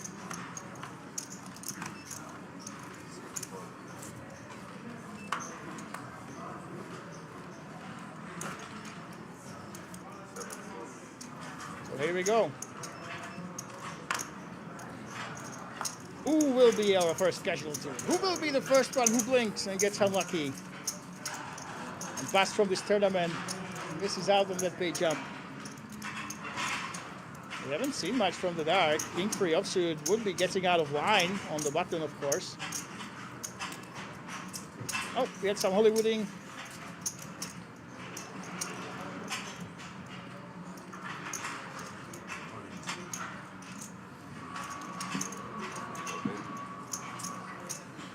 And here we go. The man continues with his aggressive plays. Now 14 big blinds. Blind against blind. Oh my goodness, we actually do have a call.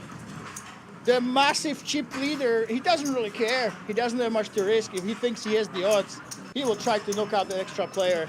There's so many chips that it will barely even make him feel it if he loses.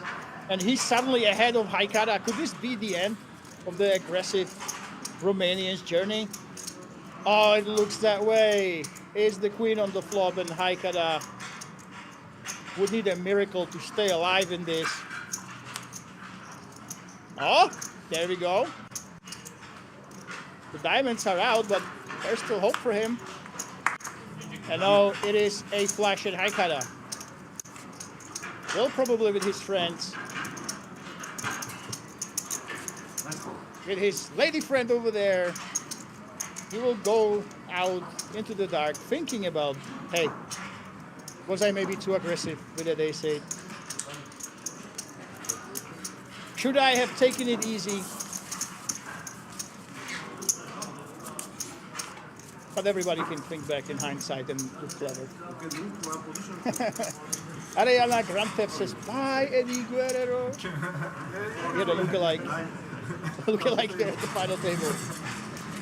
And here we go, guys. So Omer Kaya, oh my God, this is his tournament to lose now. 134 big blinds. I haven't seen such a big chip lead in a very, very long time. I mean, this is insane. It really is all about him, how much pressure he will apply. And Yamil, Xiao, Celtic, these guys, we've seen a lot from them, are sitting pretty with 30 plus big blinds. And then Martin Zeman in there with 25. And Lucky the Dark and Morten Fast are in the danger zone of around those 13, 15, 16 big blinds. Obviously, Morten Fast, I know a lot of you want him to do well. You need a Dutch player, at least in the top 3, right? But he is the short stack right now, but still a very, very healthy stack. He can make a dent to pretty much everybody but Omer Kaya, who just doesn't care. It's going to be very, very tough to attack Omer, try to take his big blind down. Really, the job of Omer is to put pressure on everybody, try to make them look around, try to ladder up, ignore him, let him run away with this tournament. That is his #1 job. So he is the man to watch. He is the man to apply pressure. Oh my goodness, look at this. Such an honor. Hello from Annapolis, USA. Sitting here, petting my chihuahua, enjoying some poker and fantastic commentary. Thank you so much, Gay. Thank you so much, GJE. It's actually my comeback to the Kings commentary booth after 6 months. And it's been over a year since I commented on a huge, huge finale, you know. So that's fantastic. Hello from Netherlands. Andreas, this is very out of line, okay? This is very disrespectful here in YouTube chat. Hello from Netherlands, petting my girlfriend and watching some good poker. Listen, us poker players are very, very proud of being single, okay? And not being able to find anyone when you travel almost every week. To events, all right? So thank you for rubbing it in, but very funny comment nonetheless. So we have some fantastic people in the chat. Love to see it. Howdy, folks. Birds. Awesome to have you here at the resumed final table. As Omer, again, this is his job, guys. If you have a chip lead like this, never, never, never, never think, hey, I have a lot of chips. I can fold my way into top 3, top 4, top 5. Never think that way, okay? We talked about this before. A lot of the plays, if you just play a cash game, they look all right. But now, these chips, the more chips you have, the less actual value they have compared to the payouts that are in the tournament. So you have to put these chips to work. You want the other players to basically get to a stage where they completely ignore you. They let you run over them because you're running over everybody, and they just look at each other to try to ladder up, try to get that 2nd place, 3rd place, 4th place. That is his job right now. He can play as loose as he can, and the others, there's nothing they can do or should do about it. Martin Zeman, there we go. Crazy Daisy.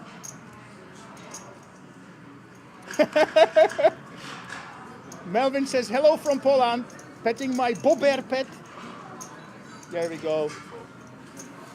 Andreas' girlfriend is watching. Morten Fast, look at this. He's got 11 bigs, but really don't want to risk your stack. That's what we talked about, you know. Against these big stacks, there's just no reason to do anything.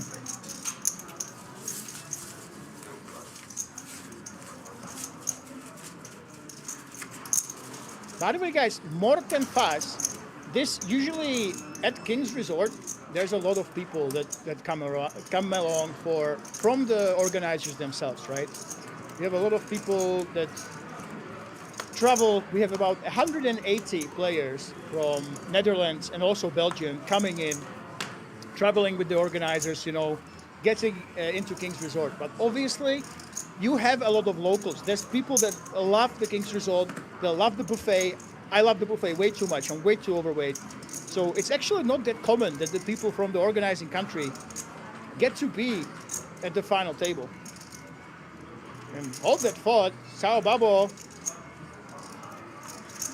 open raises with King Jack offsuit, and Martin Zeman, he's in the danger zone, you know, 23 big blinds. And you do have some shorter stacks behind you. Do you really want to play for it all?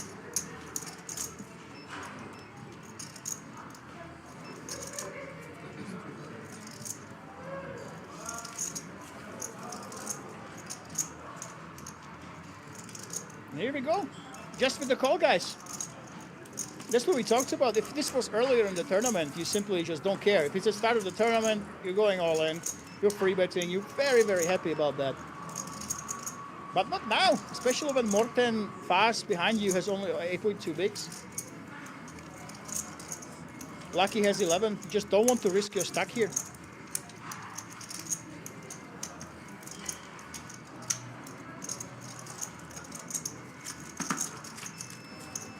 Bobber is a beaver, guys, if you don't know. It's a meme that is a very Polish animal. There are some funny videos online, but look at this.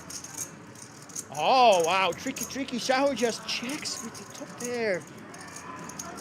Martin Zeman, I mean, there's not much reason to think he doesn't have the best hand. It's very tempting. Put a little bit of chips in the pot to protect your hand, get some value from those ace-kings. 3.2 mil in the pot. Yeah, we're of course reaching 1 million, 1/3 pot size bet. Those hands like 8s can call you. Those hands like 7s can call you, of course. Yeah, we want to protect our hand, but... Ooh, tricky, tricky, tricky. We actually check raise with the king check. This must be confusing for Martin. What hand would do this? There are no possible draws besides ace 4, ace 3. Those are the typical hands that you can see a check raise on a board like this one with. But those are just a few suited combinations. Nobody, well, the chip leader could, but nobody with the stack sizes open raising those offsuit combinations. For Martin, this is very confusing. What is actually raising me here? He's a non-believer. He wants to see what happens. This is a very confusing line, by the way. It's just so few obvious bluff combinations, but what is raising like this for value? And it's genius from Saho to actually use a hand like this one that his opponent would never expect. Oh, he's going for it. All the time banks are coming out. All the time banks. Now, guys, it looks like he has only a second pair, right? Obviously, you want to ladder up. You have these short stacks behind you. Still, even if he folds now, he has a very healthy stack. 14 big blinds is very much decent. Still covers a couple of players there. But the thing is, his alarm bells are ringing in his ears. What is my opponent representing? Why would he check raise aces here? Why is he check raising kings? Why is he putting me all in?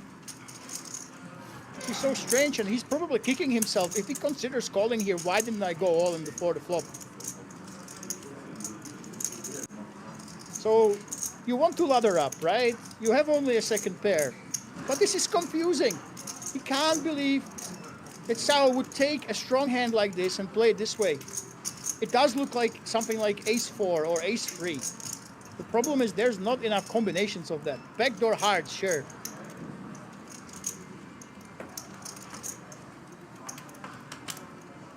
It's very difficult.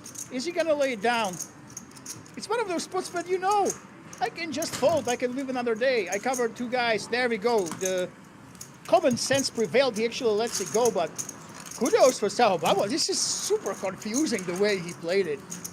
That all-in did look bluffy, but there's just not enough bluffing combinations possible.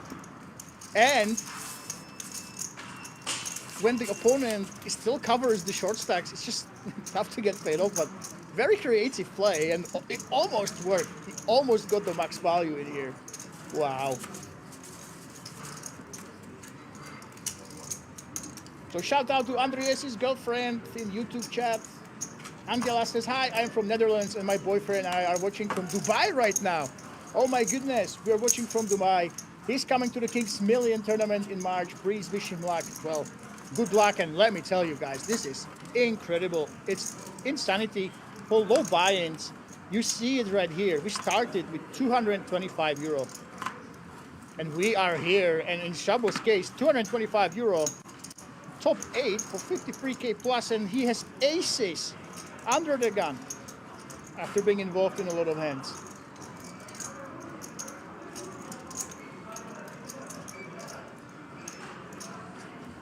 And Martin Zeman, the only reason why I would consider this is if you really think that Tahoe is being out of line.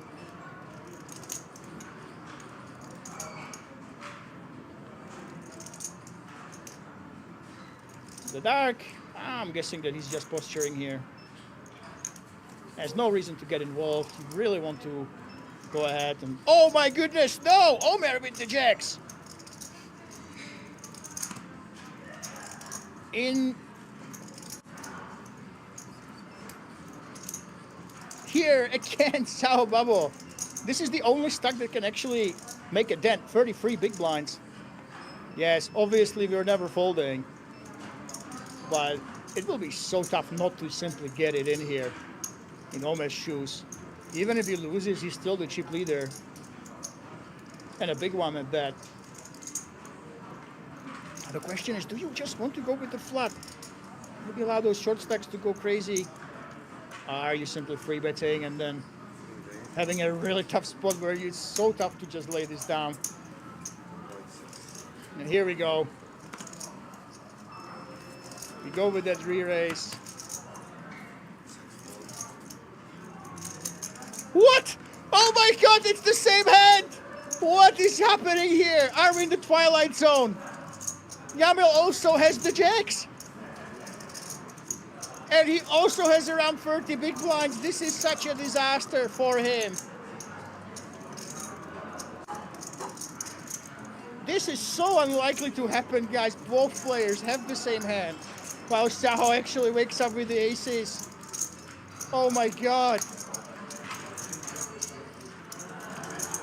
Now he's facing a raise and a re-raise, but jacks, everybody hates jacks, okay? Everybody hates this hand because it looks strong, but in many situations it really isn't. But now it is a strong hand.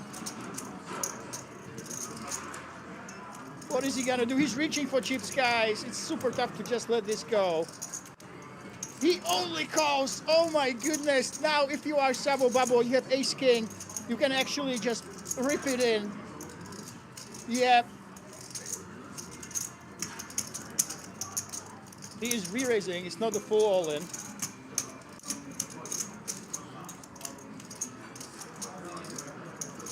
How much are we going with? Let's get the count. 7.5 million. And Omer, that's the problem. Omer is the big chip leader, right? You could be facing ace king. That's the main thought you have here. Is this ace king? Is this ace queen suited maybe?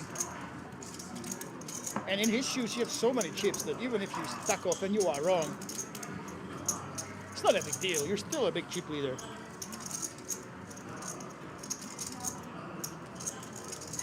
Can he lay it down? Both players with the jacks. This is such a strong play, by the way. We open raised, we got free bet, cold call in the big blind, and we're coming in over the top. Really, this looks like queens plus ace king, and ace king suited at that, I would say. Wow! Yes, the chip leader is letting it go. Yamil is leaving the hand as well, and oh my goodness, both jacks, what a clinic! Both have the jacks against aces, both let them go. What a disaster for the aces.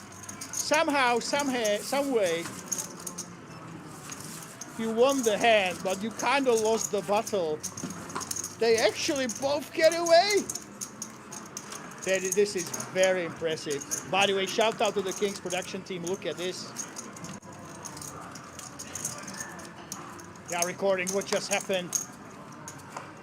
What a hand. This was incredible. Action, double feature. Oh my goodness. Yeah, Bird, Lucas Plana. Oh my goodness. This was such a crazy action. Good fold for both, let me tell you. That was a fantastic fold.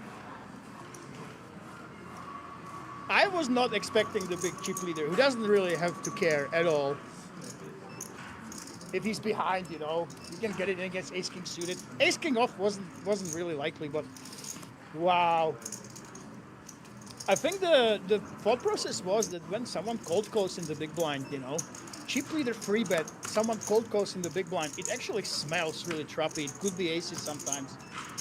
But oh my goodness, guys. Chad, let me know. Would you fold? Would you fold in both of those situations with the jack? Don't lie to me. Do not lie to me. If you're a big chip leader, would you fold the jacks there? If you're in the big blind, chip leader gets out of the way, would you fold the jacks there? Let me know in the chat. Be honest, okay? And Sao Babo, there we go. Free bets against the dark.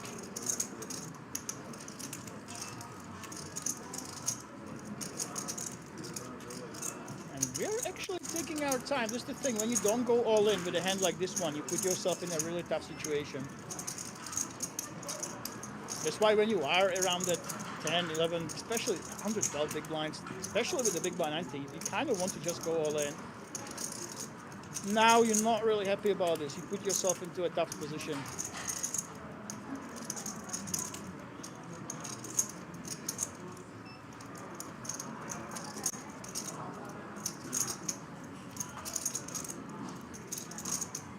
And you're losing a healthy chunk of your stack. You will be in the blinds very soon. Yeah, so it's an annoying situation. That's the thing. Sometimes you just have to decide. I'm going to go all in or I'm going to fold. What's the position for all in? Nah, he's not happy about that. Probably not happy about his play. Sao Babo, just looking at him. Look at that. After that ace is in, he doesn't care.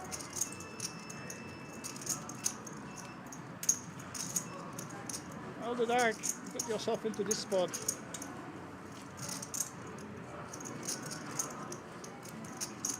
Probably should just be letting it go, honestly, but I would say commit or cut the bait. There we go. He lets it go.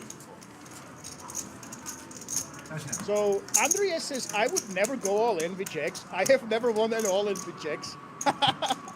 So Andreas has never won. So he just open folds jacks. I know that there are some poker memes online, guys. I've seen them. Okay, I've listened to them. There are some memes where people see jacks and they just open fold because they never win. Okay. So you can't say never. It must have been at least one time when you actually won with a jack, right? Clearly.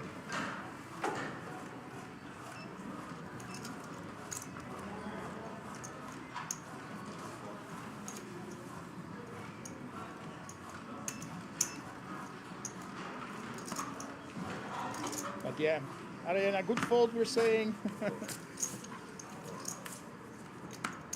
It really was. It really was. They recognized that it's super tough for the open raiser to have even ace king that way. He might consider just going all in with it. So that was really impressive by them, but they didn't make the mistake of continuing.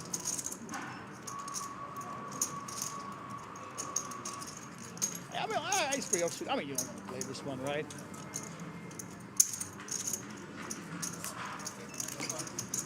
By the way, Finky, what are you saying to Angelas? Come on. Her boyfriend is flying all the way from Dubai for the tournament in Kings. I mean, that's amazing. I mean, that's fantastic, right? There's nothing like this experience at Kings. The thing is, you can go to Vegas, and in terms of the tournament, in terms of the action, it will be kind of similar. But the contrast between this overwhelming casino where you have non-stop things to do, cash games, there's responsible gambling, of course, there's so much poker, more poker than you could ever play. But when you go outside, it's just a gorgeous Czech nature. You can go to breweries, you can have yourself a, whatever, 20 kilo tuna, but basically relax. It's just, there's something special about it. I know a lot of people say, oh, I prefer Vegas because I want to party 24/7, you know, and changed 8 different casinos. But it's really amazing, and it's really cool that Goran is flying over here to Rozvadov just to experience this. And look at this, the Dark is going all in. 8.5 bigs. This is a little bit loosey-goosey, I would say. But last hand, he got a little bit tilted. Remember, guys, he open-raised King Jack offsuit, and he had to fold. The frustration obviously seeps in. It's an all-in, it's a 9, and a Jack, though. Oi, oi, oi. The Dark with the middle pair against the King Jack. Can Dark catch that Miracle 9? Oh my god, he can! 9 on the turn! The Dark got it, Xiao can't believe it. And just like that, it's a double up for him. Against the very hand that he just race folded last time. No emotion whatsoever. Xiao Pabo on the other hand, he was laughing, he was smiling. He's got a lot of chips, but still, this hurts him a little bit. But he definitely was amused. And the Dark, what's going on here, guys? A lot of hands are catching up.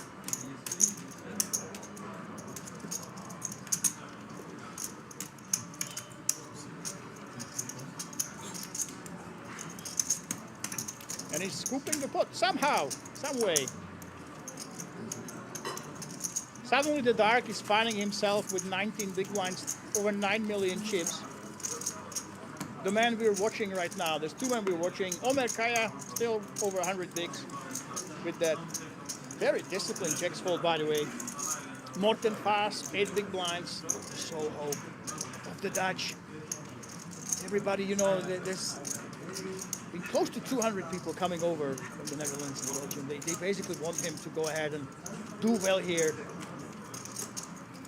Can he go ahead and chip up a little bit as Lucky, Martin are in the push or fold phase? Well, Celtic, look, we haven't seen too much from Celtic. He entered the day with over 20 million chips. He was basically in the spot that Omar is in. But he's been pretty quiet. He's been pretty snug. And now he gets dealt Queen 6 suited and is letting it go. It's always tough to go from an overwhelming chip leader to basically middle of the road, middle stack, where you have to fight for every pot.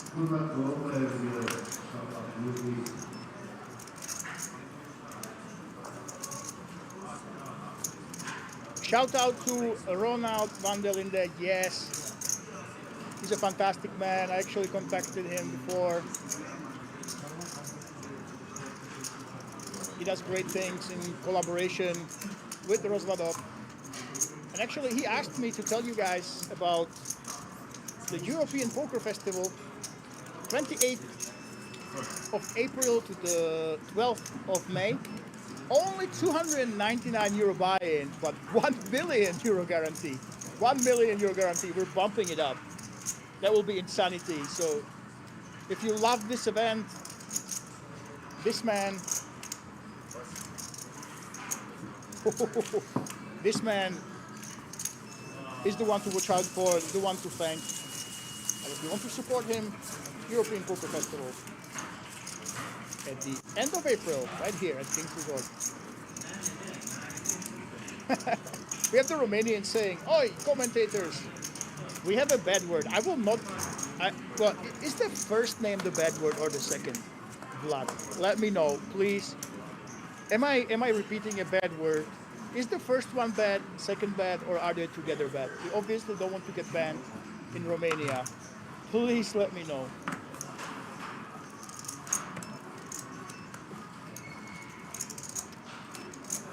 Snaki has now ace check offsuit at 10 big blinds. Yes, we are going for it with the ace check off. And really with a hand like this one, you're kind of hoping for a fold. Or at least a suited ace to call you.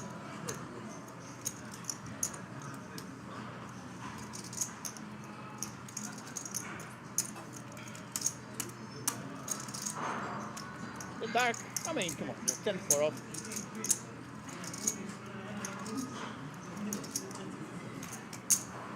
He wants to know his opponent's stack.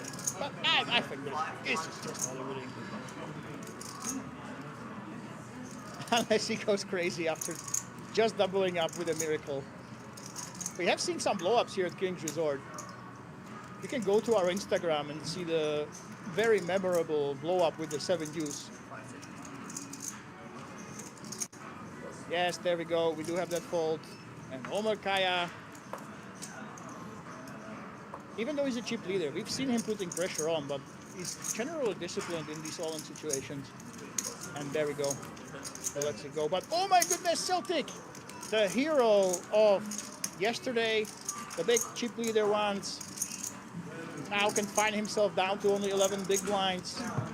Unless he manages to take out Lucky. So Lucky against Celtic. Kind of a flip, of course. Celtic has the better end of it. And he's the favorite to take out another player here in the Dutch Poker Masters final table. Can he dodge the ace and jack? Yes, he can so far, but look at this. Oh my goodness, so many outs. Is that even too many outs? We have the ace jack. Any heart can crush him. So far, so good. We're looking for so many outs. Ace, jack, or a heart. Can it hit the river? No, that's it. Celtic gets back on the horse, and Lucky might have to change his nickname. He did make the final table. We have the congratulations here from our wonderful staff here in Rozvadov. Half man, half river. Not like he needed We it. have lost a player, and look at this. I folded 10. We're hearing that the 10 was No, folded. I folded 10, 100%. I was considering, Suddenly the mood changes. I know, this is so weird in poker. Usually, you normally would say it's I out of line. forgot You would think, the hey, second I fold, but kind of bad to be happy when somebody busts, but considering pushing. there can only be one winner, right? Riverman. Every single bust out, you're moving closer and closer to that 53K. And right now, with 7 players, 8.5 thousand euros guaranteed. 6.6K at 8.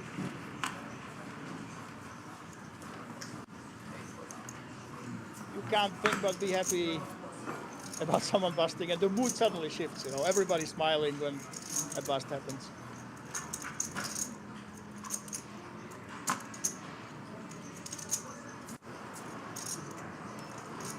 You can look at the payouts right here. I'm putting the command in for our amazing bot in the chat. And now, finally, Omer is in a spot where he could be asserting his dominance. 10, 7 suited, so 7 offsuit, or double suited, if you will. He definitely could have opened and put pressure on his opponents. He decides not to. And Celtic, check it off. You have really both options. Oh, he goes for basically it all, but unfortunately for him, Morten Fast, the sole Dutch hope remaining in the tournament, has the kings, and he has Celtic completely dominated. Will the aggressive play of the former overwhelming chip leader turn against him, right as he just won a big pot? Oh my goodness, this is as bad as it can get for him. Morten Fast with the flop full house, the 8 will change nothing. Neither will the 10, and this is the hand you dream about when you dream about poker. Have a strong pair, someone goes all in into you, and you flop a full house. I mean, what is better there, really? Now our last remaining Dutch hero, the Dutch Poker Masters, has just doubled up. I know it.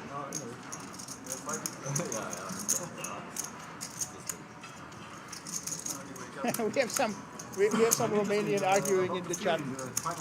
Unfortunately, I can't be the judge there. When you see that, You guys tell me what's correct.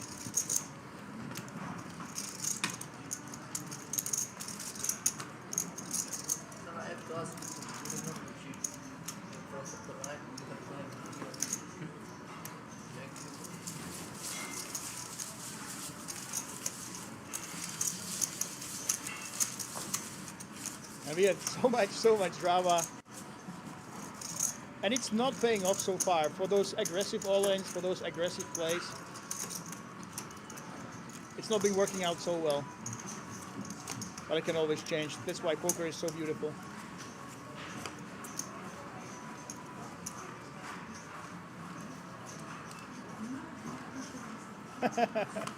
I'm staying out of this drama we have going in the chat about the Romanian name, okay? I don't know any better. You guys sort it out between yourselves.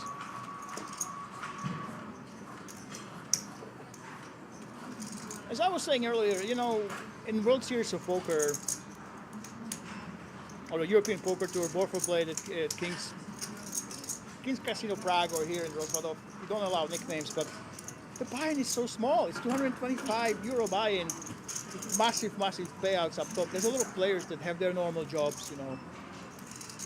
They don't necessarily want to be showing up on Google with their employers and stuff like this. That's why we allow these nicknames. And yeah, sometimes some players can take advantage and go a little bit the funny route or even offensive route. But hold on. Jamil with the ace king in the big blind against the chip leader with ace 10 offsuit. Speaking of the devil himself,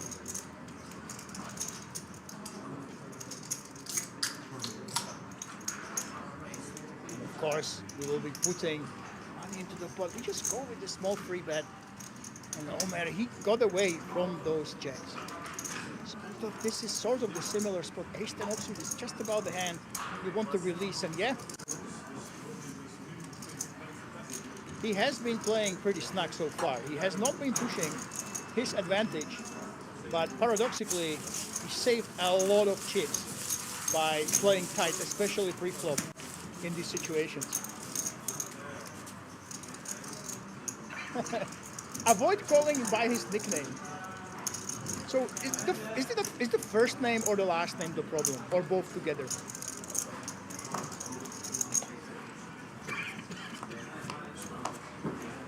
Who is the dark real name? Yeah, Ariana, that's what I'm saying. Because this is a 225 euro buy-in tournament, right? We are playing for tens of thousands of euros, life-changing money. But a lot of people that have a real job, they're coming in. They don't want their bosses, their taxmen, their wives to just Google them and know where they are, you know. That's why we allow these nicknames. And we don't want to actually give away their real names if they decide not to show them to other people. That's why we can get in, run into trouble sometimes with some nicknames in foreign languages, but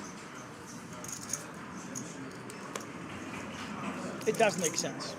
So no, with these nicknames, we don't know those real names. Of course, to get into the casino, you have to give your real name, but we will not out it, as you would say. As Omer raises, there you see it. So ace 9 offsuit. It's a hand you could consider raising, but when you have such a big chip lead, that's the hand that you can just open pretty much every single time and put the pressure on the others.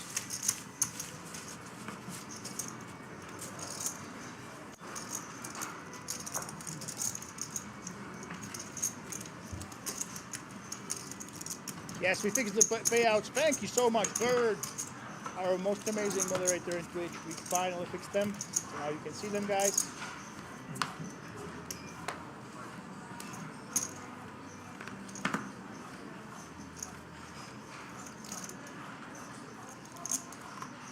We have seen him get a little bit out of line before with the king jack, just graceful, the short stack, but not this time. Now our big chip leader, so far he hasn't been going crazy with these weaker hands. Celtic, on the other hand, this is right around his ballpark, I would say. But no, not even he goes for it.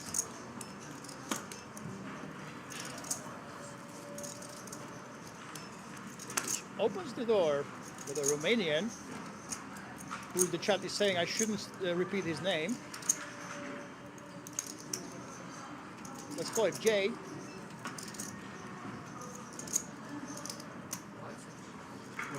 There we go.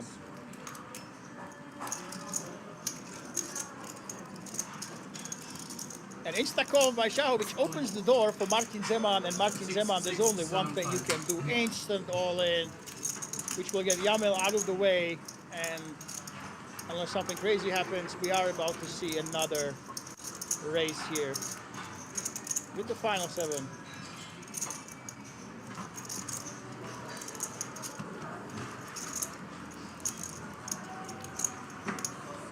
And here we go, instant call. The tailless all this time. Ace King against a strong pair. We are flipping. The beautiful blue felt. And Martin Zeman, last Czechoslovakian hope, is looking for that ace or that king. Or he will be leaving. Final table. The Dutch Poker Masters victory out of his scopes. Intentions palpable. The injured Sao here, we still don't know what happened to his hand. Is well ahead. Will it be the ace or king? No, it will not. So far, so good for Sao Martin. With those 2 overs, he does have a lot of backdoors, a lot of hope. Ah, that is it. It is a set on the turn. An 8 on the river, and Martin Zeman sips the final sips of his drink and leaves. Nice and good. Nice and good. Yeah, thanks for running up. And the whole table seems really giddy. Every single player that leaves the table is a ladder up for you. We are playing for 53,450 euros plus the ticket package. And obviously, it's not nice to hope that your opponents will do badly, of course, we're still human, but in this case, it's very hard to help it. And then there were 6.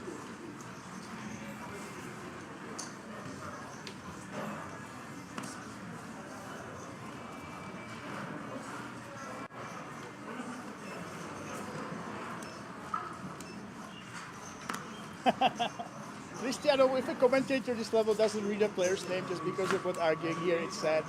You tell me, guys. I will keep calling Yamil. Yeah, it can't be that bad. I mean, obviously.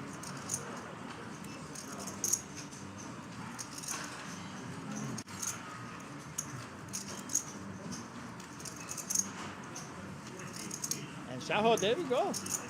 10-7 suited, yes, it's a decent open. The dark, he has been kind of unpredictable so far. He is letting it go.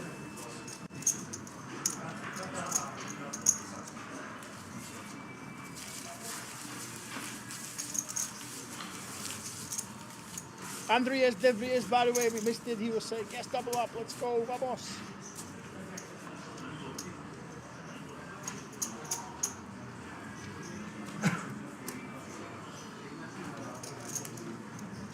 And guys, if you are just joining us, this is the final table of the Dutch Poker Masters. We had 2,461 entries here in Rosvadov, only from a 225 euro buy-in. This is the biggest poker room in Europe, and it's just amazing that time and time again we managed to get these amazing numbers. If you haven't yet, you simply have to experience it once in a lifetime. It's not that expensive. And as you see right here, you can play for a lot of money with a very, very low buy-in. Oh my goodness, look at this, the dark. Crazy daisy. Blind against blind. So far we have seen mostly a limping strategy with these weaker hands, but yeah, he goes for that raise and Roman Kaya. A whole lot of chips in his stack. He's just releasing. Well done. The dark is very unpredictable. Very unpredictable and hitting his all-ins. Very unpredictable with his plays. Nice fold, I expected this shit.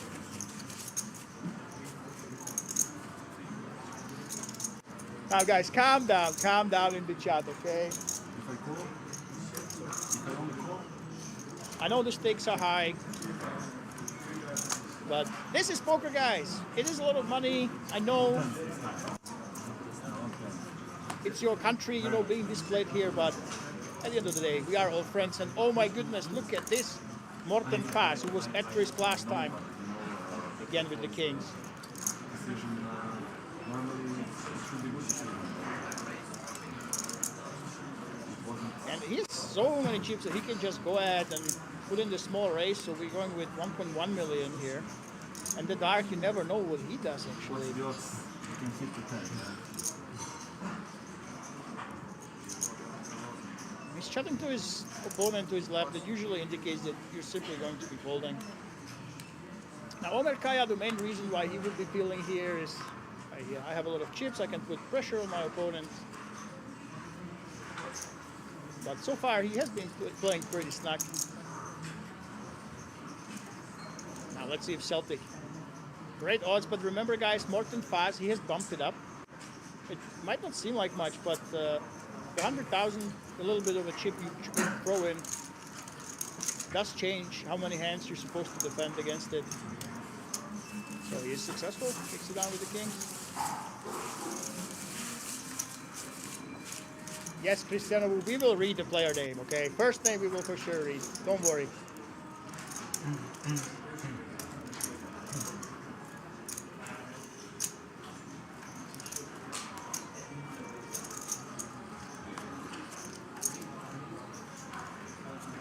For you, we will do it. You guys sort it out in the chat. Here we go. Final 6, guys. All the week has been leading up to this. Just like this, it will be over. The dark with the 10 you suited. On the cutoff. He releases, there we go.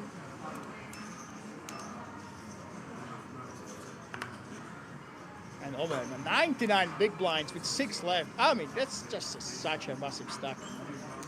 That's incredible. And you definitely want to be putting pressure on your opponents. We have seen him play very, very tight in big pots. But this is a small one, you are on the button. The other players don't really want to fight with you, right? There's no reason for them to try to battle you.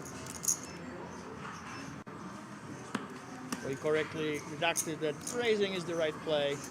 And Morten Pass, face up folding, and there we go, we're showing the jack. Second leg out.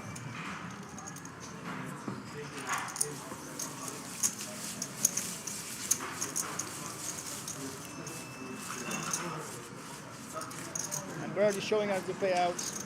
So right now they already secured. This is basically what you want. 10k plus from 225 euro. Once you make 10k plus, you really made it, right? When you come home, it's like, hey baby, I made 10k. So all these players have that secured and that package.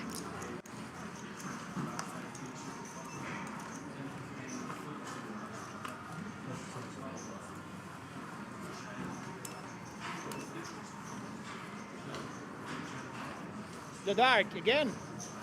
The man that has been very active recently has very much a raising hand here in the hijack. But he just lets it go. You just never know what this man does. He zigs and he zags. Sometimes he open raises, king jack off and folds. Then he folds his suited ace. I do think that he should be opening up, but hey, his tricky plays and playing by the field got him this far, so who are we to question him?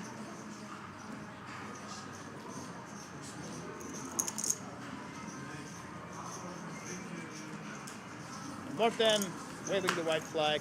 Nice hand. Gamel will be very happy about this 10-3 offsuit. That's it.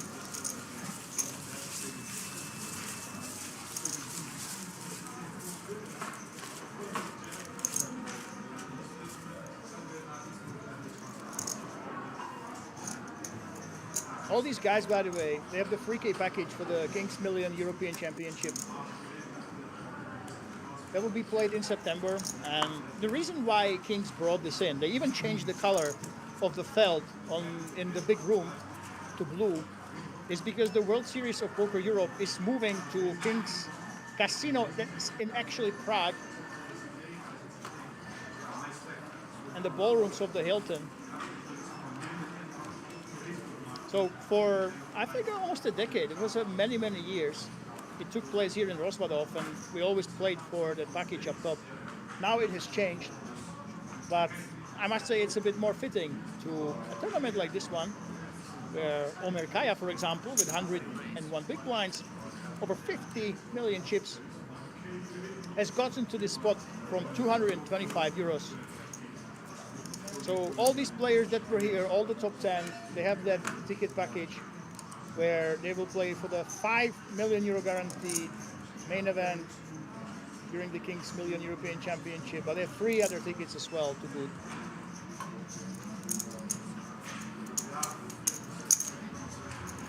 Shower bubble, there we go.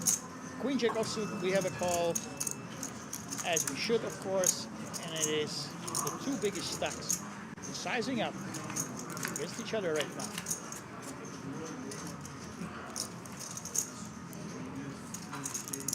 And look at this, it might seem like he has nothing, but the Queen Jack offsuit, actually this is a really strong hand when you are in this situation. Any club gives you a flush draw, any 9, any king gives you an open ender, you have the queen and a jack over cards. So even though he has queen high and literally nothing right now, I can guarantee you we will not see a fold here. And actually this is a very, very suitable raising candidate. The only problem for him is that he is up against the chip leader. And you are second in chips. Do you really want to risk your whole stack on a bluff when you have everybody else with fewer chips than you two, and you can easily ladder up if you just play passively? No, he doesn't. He goes with the quote-unquote standard play. As I told you, he raises with his really strong hand, which is just queen high, but really, this is the play to go with. The only reason why you let this go is the ICM, is the ladder ups, is the stacks of all the other players. We are heading to a turn, and is it going to be one of those dynamite ones that brings an extra out? Or will he even continue bluffing when he doesn't improve his hand? That is the question. I don't think he should, but you never know. And here we go. It's exactly the question we had. No, he's waving the white flag. That's the thing. You are not really going crazy. When you check raise, the plan is today, hey, is to go, hey, I have an open ender, I hit my queen, I hit my jack, I hit my backdoors, I can go for it, but once you miss, you just wave the white flag. And it will be crazy to bluff on this river. He will have to go really big, because really, Xiaoho can bet and call with strong aces. Sorry, Omer can call with strong aces on the flop. Xiaoho here. What aces do you rep? But no, he's going for it. Look at this. Oi, oi, oi, oi, oi. 1.5 million, very small bet, and this will probably get looked up. Yeah, here we go. I think if you do bluff here, you should be betting really big. Try to say, hey, I have a 6 somehow. Not a big fan of this small bet. When Omer can obviously check back a lot of weaker hands like this one, and he can just find out what you have, just call you, because he has such a big stack.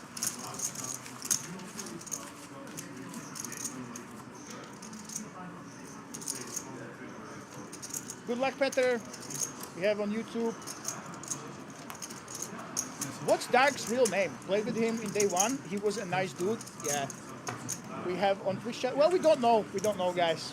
As I said, we have only a 225 euro buy-in, right? People come here to play for fun. And a lot of them have their jobs. So if they opt to have the nickname, we don't give you their real name. That is there right here. Unless we play a big tournament like the World Series and you are at the final table. So we don't have him, but it's really nice outline that you're saying that he was a nice player.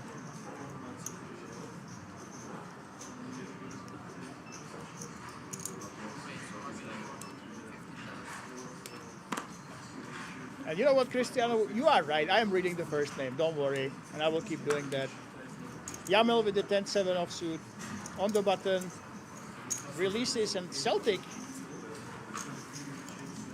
he's against the dark. Against the dark, sometimes he folds really strong hands, sometimes he goes in a little bit weaker ones. He does feel like a field player. Oh my goodness, yes! That's a field play if I've ever seen it. It's 6-5 offsuit. Your hand. Dark, Thank you, you too. a nice guy, as the chat is telling us. Actually, he's a crazy man when it comes to poker. He just went all in with 6-5 offsuit and gets instantly called by Celtic, who once had a massive chip lead.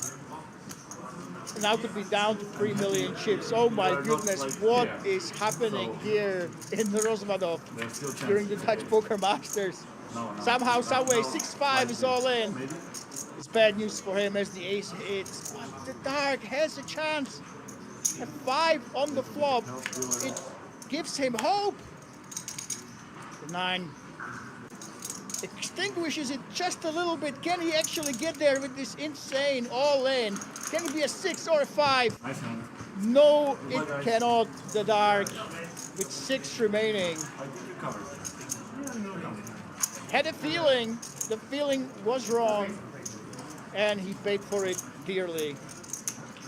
It's not the first time we see crazy plays like this here at Kings Resort. We've seen some insane 7 deuce all-ins in the past. But you know what? You can't be too unhappy.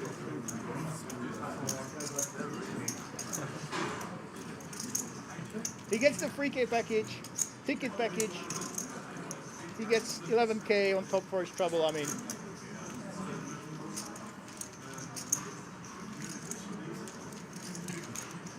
is BJP commentating also? Nico, no, BJP is my friend, Bobby James, if you guys don't know, who commented on the World Series of Poker Europe. All alone in here. But we do have a project in mind with Bobby James. It's still in the works, guys. I am talking to him. We might bring you something, but you will just have to wait, all right? But I love the guy. We know each other in person. We've met as well. I did interview him even. We do have a project. Yeah, we're looking at how we make it work, but you might just hear me with BJP together in the commentary booth at some point, in some capacity, not during a live stream like this. He has a really, really good pair with APK. Look at this, Morton's King 9 suited, we're folding, wow. Giving respect to the big stacks behind us. With a hand you definitely can open. And good for him, because Omer, oh look at this, Omer and the jacks. Raising his eyebrows, showing the table. And the sole Dutch Hope remaining in the tournament, he dodged a big bullet by folding the King 9 suited. Wow.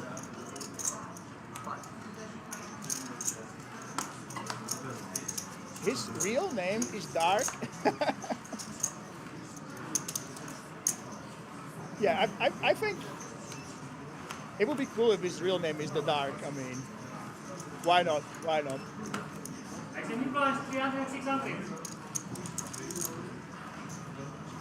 The blinds will be increasing. We heard the shout from the TD. The next hand 300, 600. Let's see what happens. And for Omer, really, we haven't seen him in the spot like this. I think he should be entering the pot one way or the other. Either with the raise or with the limb.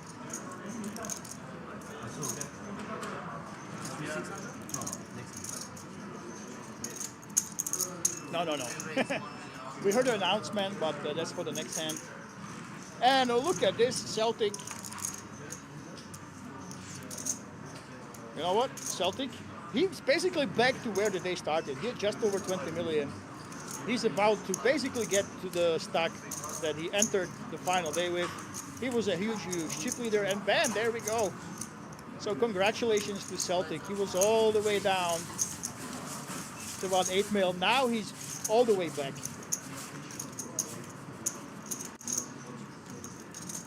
To third place, 37 big blinds. Saho Babo, 41 bigs. Yamil has 21. And Morten, the last hope, 12 big blinds, still very, very healthy, especially the three players above him. They do have to be worried about his all-in. But look at this, Omer Kaya, 55 million chips, 45% of chips in play. This is his tournament to lose, really. And the question is, can he actually take it to a victorious end, or will the other guys try to challenge him? He's not going to have it easy, though. All these players have shown they're really strong. Outline is saying he was kind of mysterious about being the dark. Yeah, interesting. Weird jam, very solid from what I saw. Yeah, Outline, I must say that he has been the type of player that likes to mix it up, right? Remember, guys, we are playing from a really small buy-in. We're playing for tens of thousands of euros, but a lot of these guys, it's not their profession, right? They don't sit 16 hours per day studying poker. A lot of these players will play by feel. So it's not that shocking that you see insane all-ins like this one, like the one we saw in a tournament like this. And here we go. This is the exact opposite. We just see a limp and a call.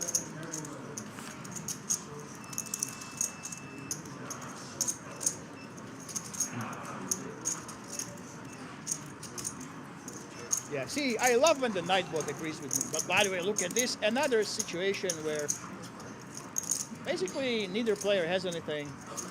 It becomes the power of wills, the battle of wills and wits. Morten, with that gutter, is the one who decides to fight for it.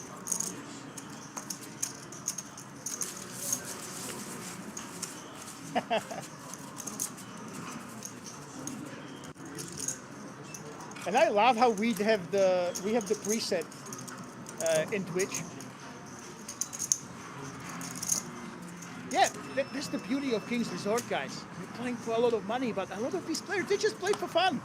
They just play for fun. They play by feeling. And this is what I really miss about poker. This is why the big buy-in tournaments where everyone has only 20% of themselves because they're swapping. You don't see that. You don't see big crazy plays like this, big field plays. Really, you don't get this anywhere else, where you have a lot of these amateur players who just come here to have fun, have a great time, just play poker with their friends. With really, really small buy-ins, they get into these big spot, big pressure situations. And of course you will make mistakes. Of course you see the sweat, you see the blowout. That's the beauty of the game. And Yamil here with ace-8 probably should be just calling as Omer. Yeah, he's shown us that he's not going crazy. The way Omer uses his chip lead is very, very calculated. He just raises a little bit more than he should be if it was the start of the tournament or a cash game, but when he has a hand like ace-3 of suit, he goes for it. Now we'll look at this. Is he considering actually going all in? We know that Omer should be, and is, opening wider than any other player. Oh my god, he does it! Yamil pulls the trigger. Oh my goodness, very nice play.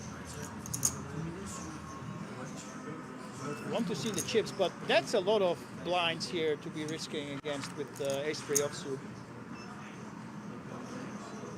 We are definitely not priced in to call here. And actually, guys, believe it or not, the more players bust, the lower the ICM pressure is. The more aggressive you can be on these middle and smaller stacks. It sounds counterintuitive. Don't ask me, by the way. I just spoke to the best experts in the world. And they've run the math, and that's how it is. The more players you lose at the final table, the less pressure in terms of ICM there actually is on you. And you can start loosening up again if you are the middle stack. The bubble, obviously, is the most pressure right before the final table bubble. That's the second most pressure. But as you get closer and closer to that big top payout, suddenly the ICM threshold actually lowers. Don't ask me how it works. Ask all the poker scientists that taught me this.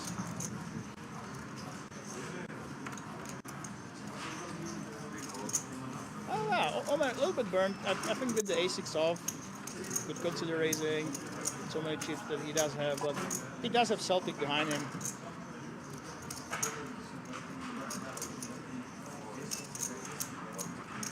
goes back to his 20 mil plus stack that he started the day with, and king queen offsuit, really good hand. Unless you run into Yamel, who just jammed really loosely with ace 8 offsuit, who wakes up with queens. Sometimes you go aggressive, and sometimes you get really good hands. Yamel, this is one of those times. Did he say all in? Nope. 4.5 million. He wants to give the chance to Celtic to either call, do something crazy. We see one of those crazy blowouts. We've already seen one today. Let's see what he does here. It's an offsuit hand, and your opponent can have those ace king, ace queen. So really, you're not hoping for much on the flop, so he does let it go. There we go, back to back for Yamel. He's closing the gap between him and Celtic. Nice small pickup.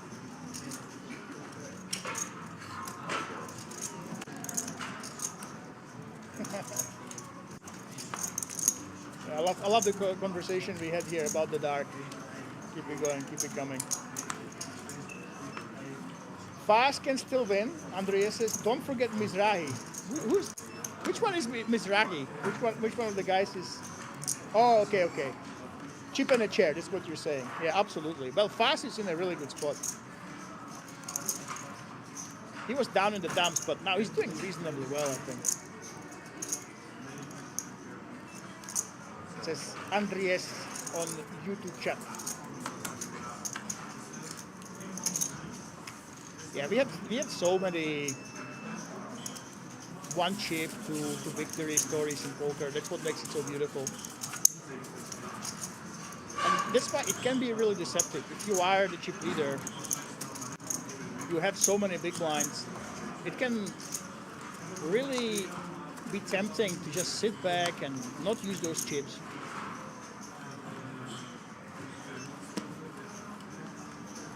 So you have to put them to work. But let's get back to Morten. Now, will he only min raise, or are we going to see an all-in? Yep, we just have that raise. 1.2 mil, so we're just putting 2 bigs into the pot. And Yamel, is he going to make it free for free? Nope.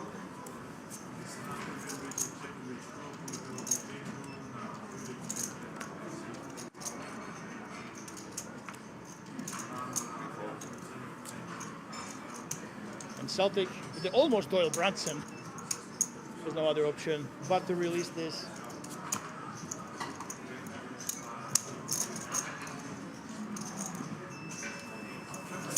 By the way, guys, this has been an incredible week. This main event has 2,461 entries. But remember, guys, in Rozvadov, there are a bunch of side events. If you look at Morten Fass, the last hope, he actually has 3 cashes. He cashed 3 times during this very festival, the Dutch Poker Masters 2026. 3 cashes already. Obviously, the 4th one will completely eclipse everything that happened earlier in the week, but we had a little fun here. 4 Dutch winners in the side events, 3 in a single day.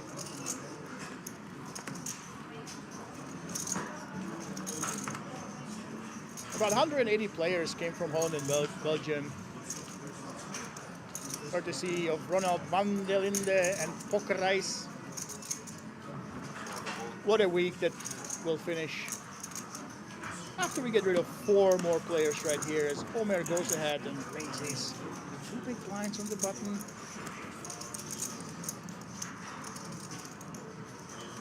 Morten here, who has 3 cashes already, is reaching for chips. There we go, just calling, playing it safe. Sort of sense. Don't have too much incentive to go all in against Omer, but on the other hand, the hand is strong enough. But this is bad news. We flopped a top pair, but Omer has a better one. One thing that's really good for Morten Fass is that a board like this one is super coordinated. It's very, very dangerous with all these possible flushes, straights, sets, that he should not be losing his stack, but obviously when you face just a c-bet, two bigs, you are not going anywhere.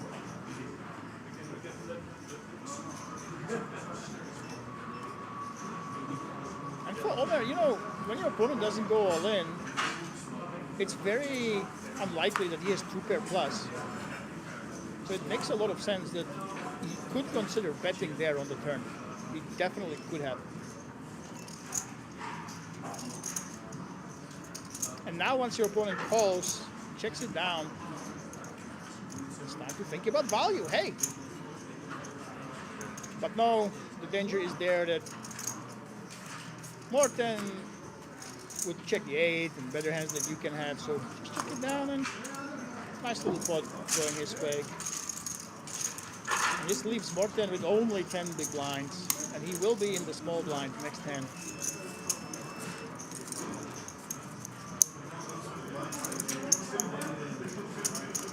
Fast is not grinder. Rick Mason is saying fast is not grinder. Hey, he has 3 cashes. He has 3 cashes already. This is his 4th one, Rick Mason, just during the Dutch Poker Masters week, all right? Maybe he's becoming a grinder, who knows?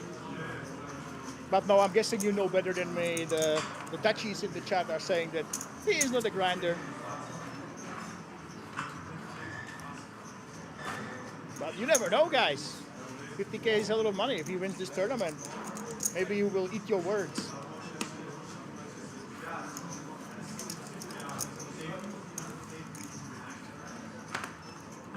And Celtic raises and Yamel, after being really aggressive previously, lets it just go with the Jack 7 offsuit.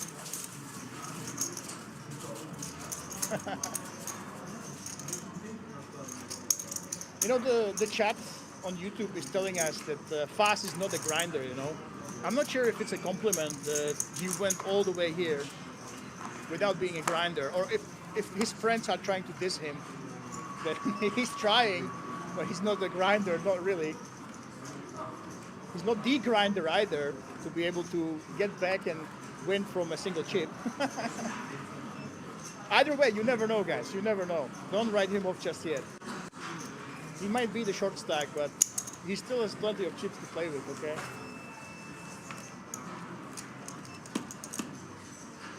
And here we go, chip leader, Raisin. Speaking of the devil, Morten with the freeze, just lets it go. Yamel, I do have a feeling from Yamel. He could be one of those unpredictable guys. But really with ace-5 offsuit, you just want to let it go in the small blind. You have a player behind you, you are up against the chip leader with a healthy stack. Using the time bank, but I don't see really why. Unless he really wants to go after it, he really thinks that, oh man, the chip leader is really out of line and he has some free chips to pick up. And remember, guys, this is live poker. You don't know what they are feeling. Maybe they feel something from their opponents. Maybe it's the way their hand move. Look at this, some dynamic.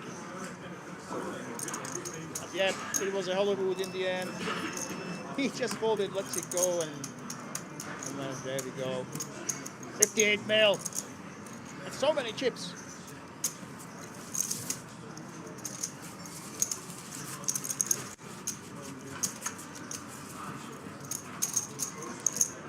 By the way, Omer before this, he had only 43K. In Handom of earnings, but I don't know if that's right. He might be playing with nicknames, and we don't know that he had his big wins. But what we do know that he has been playing since 2011. So an old school grinder, not the grinder as the chat is trying to insinuate, but yes, definitely a veteran of the game.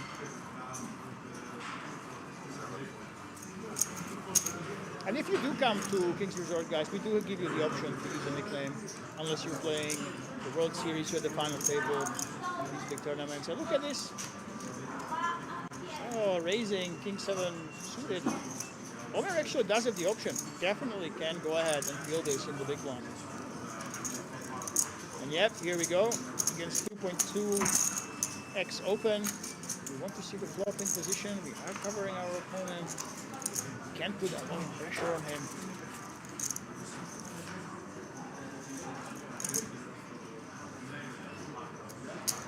Yep, very nice check, by the way.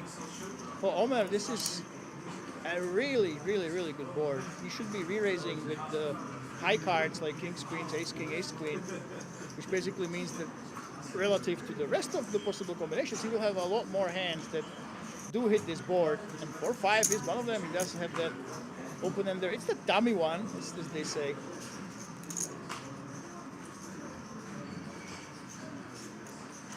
Look at this, we're taking those pictures. Remember, guys, make sure that you subscribe to King's Resort. Go follow all our socials to not miss a beat. Facebook, Instagram, we're there. And oh man, now hits the bottom pair. This will make him probably slow down.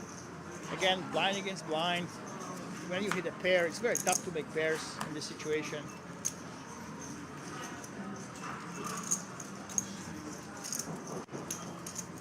Now we're checking it down. There we go, waving the white flag. Unfortunately for him, sometimes you hit a card that actually loses you money. This is one of those times. If the 4 didn't hit on the turn, with all likelihood, Omer should and would be continuing to bluff.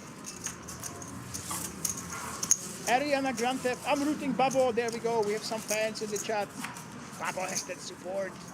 Anyone else, guys? Who do we want to see win? Let me know. We're watching Twitch, we're watching YouTube.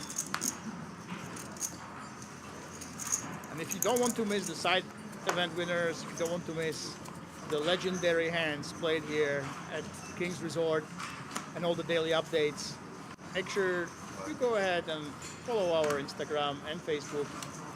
Subscribe on YouTube, on Twitch. Show us that support. We want to spread poker to the far ends. We had some amazing viewers here from Dubai. We had people watching from the US. We want to reach the international audience, and this miracle that's King's Resort, Rosvadov, we want to make it bigger and better every single year.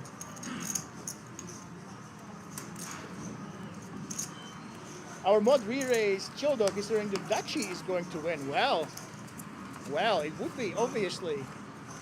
Let me tell you guys, this event is covered by Poker City, pokercity.nl. I have my friends there, Lars, shout out to Lars. They are covering this. So obviously, for the Dutch media, if a Dutch player wins, that would be the absolute dream for them, for the organizers as well. I guarantee you, if a Dutch guy wins the Dutch Poker Masters, there will be more Dutch people coming over here. So I understand for you guys it's important, but remember, he has a really tall wall to climb. And at the very peak of that wall, the big mountain, is this man, Omer Kaya, with 53 million chips, which is a problem for Celtic. You don't want to go to war with a big stack when you cover the others, like Morten Fast. It's 7.8 bigs.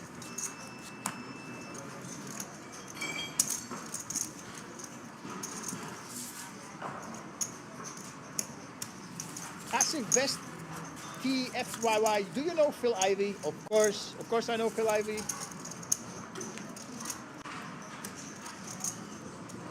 You know how I know Phil Ivey? Actually, the first time his legendary status, he got online. Back in the day, you could actually see on it was high stakes database and poker table ratings. You could see how the high stakes players are doing online. That time is long gone now. There are some shady sites that tell you the same, but I wouldn't use them. But yeah, that's how I know Phil Ivey.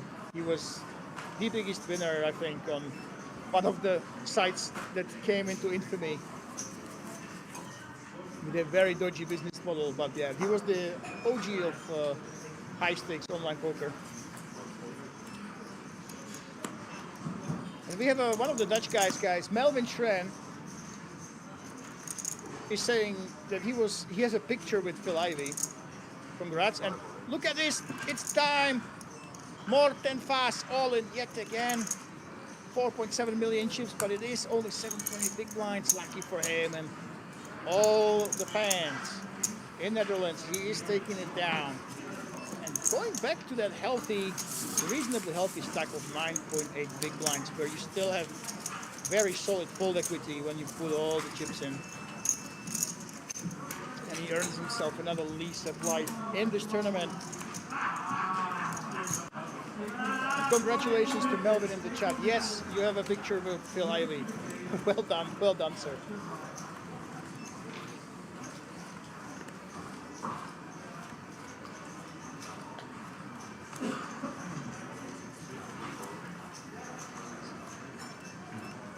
Celtic in the cutoff. Releasing. Oh, look at this. More than fast. Is this going to be back-to-back all-in from the Soul Dutch Hope?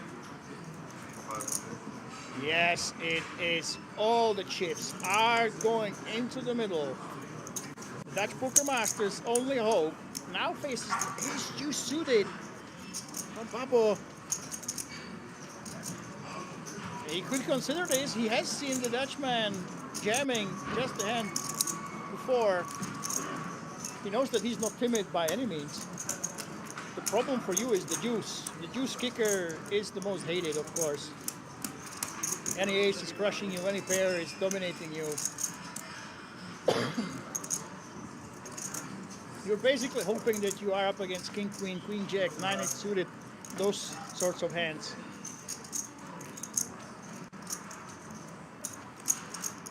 You see him go for it. Ah, that sigh. Looking at the blinds, looking at the payouts. He still has the ammunition, guys. 30 bigs, 40 bigs. Now 30 because one more time bank.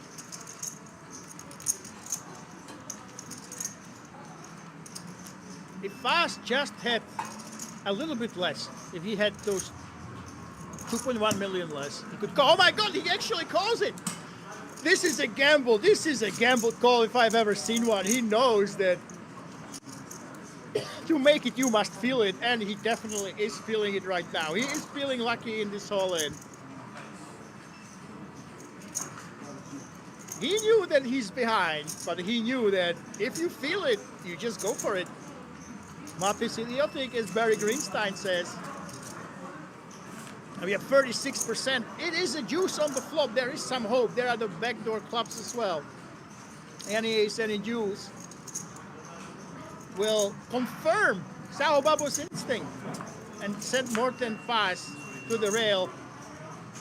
Oh my goodness, it's even more outs right now.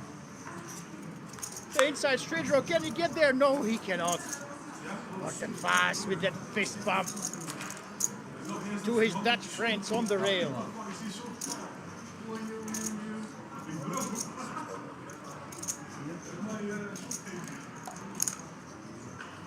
And a lot more is riding on this man than the others. You want your country to be represented deep in the tournament. You want to bring the Dutch Poker Masters home. It's a very prestigious event. It is covered by the Dutch media. Poker City are all over this. So he and the entire Dutch nation is now happy about this double up. Andreas says, yes, hold, vamos. His favorite hand. Let's go fast. The Dutch are going crazy in the chat, and for a good reason. Their hero just doubled up. And that was a gambling call. You know what? There was such a way to have fun and get into that. Derek might not be too happy about it in the YouTube chat. And look at Celtic, another suited ace. Will it bring more luck to Celtic? And to the man who ran into the Dutchies 8. This is the darling of the modern solvers. Morten Fast! Oi, oi, oi, oi, oi. Back to back, hands in a row, and he has a pair that dominates an ace X suited. This time he has 23 big blinds though. Do you really want to put them in? It's a lot of ammunition you can play with. And no, he only goes for the call. He plays it safe. Forza Fast in the chat we have. Let's see That flop will pay it off for him. Now it allows Omer Kaya to think, hey, maybe I can come along. It is 2.2 bigs, but I have so many big blinds in my stack that why the hell not? Let's come along with these boys. Let's break this party of two, make it a family pot, and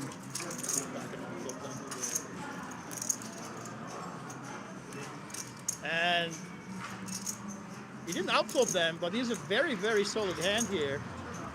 He had the top pair and a gut shot. Morten still ahead, but Celtic now with that mid pair, and he is the pre-flop raiser, remember. Now the solid play would be to check here. Yes, he checks, which allows Morten Pass now to put some money into the pot, try to protect his hand, get some value. He almost paid every single turn card besides a pair. Paired board, so yep, very nice bet.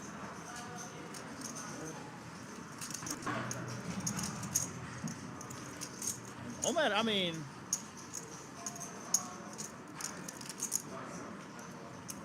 against Morten, you don't really have too much incentive to go crazy, right? But he does do it anyway. Very small race here with the 8-7, which obviously will push out Celtic. Wow, Morten, what do you do here? You can be completely crushed. Yeah, he lets it go. Wow! The chip leader putting in pressure at the exactly right time. Gets the best hand to fold. You don't want to mess with the chip leader, but that race, that was very, very interesting. He's doing really well against all the draws. You can put pressure on hands like this one. But wow, I'm a little bit surprised it worked right away. But really, you don't want to go to battle. When you were down, you were almost out, 2 all-ins, right? You don't want to go into battle with the chip leader. What the hell? We hate, oh my goodness, the chat hates it. What the hell happened? What is he doing? He didn't want to risk his stack, that's what he's doing. Respect, maybe too much respect from the chip leader for raising on that board.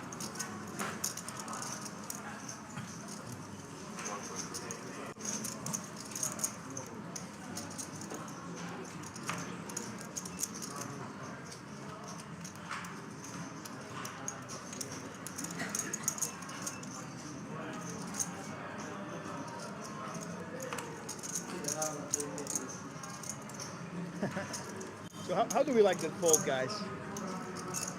A couple of guys in the chat are not fans.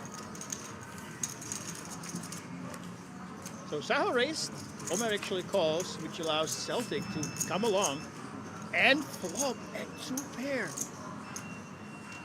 Wow. Before you suited, suddenly you flop at 2 pair. That's the dream for you. And Omer decides to play slow. He let the open raiser to have the initiative, but now it's time to put some money into the pot. We likely are going to see a small bet. 1.6 million, a little bit larger than I would expect. And really in Celtic's shoes, it's a question. You are afraid of flushes, you are afraid of some 2 pairs that Omer can have. On the other hand, you really want to protect your hand. There's so many rivers that you absolutely hate. Any ace, any 10, any diamond. That's why he's using the time bank right now. He really wants to make the right decision. Do I just call here, or do I raise and risk my stack against hands that can have me completely dominated? In his shoes, actually, raise folding might be one of the options.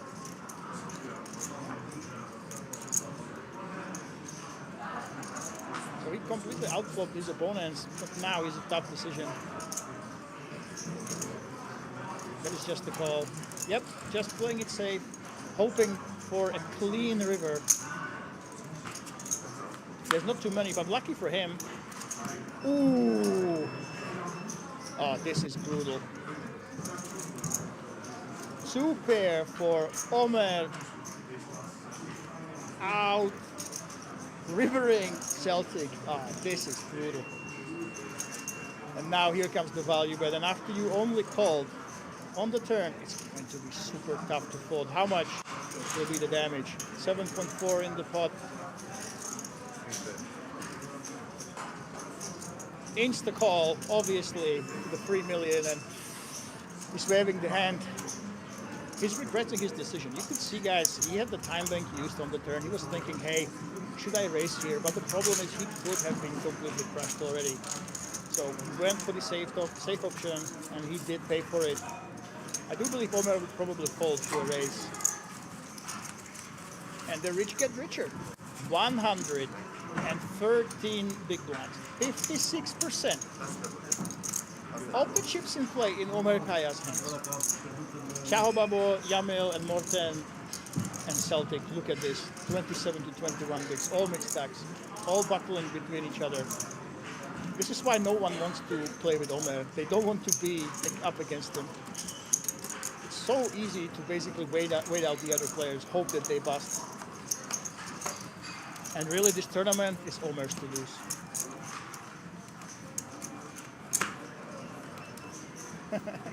Just keep on folding fast, get the number 2 spot. Yeah, that's what people want to do, basically. That's why you see these folds.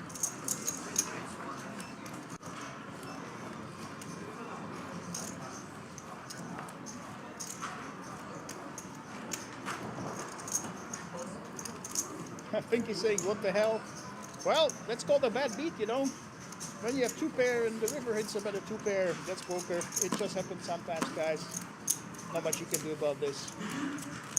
That's the game we chose to play.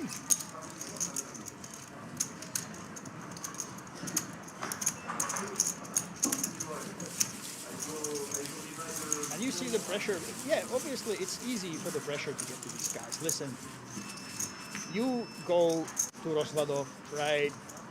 You hear that, hey, we can have some massive tuna with 50 people. I'm gonna go here with my friends, you know, drink a little, play some poker, blow off some steam. It's only 225 euros. I mean, it's nothing, right?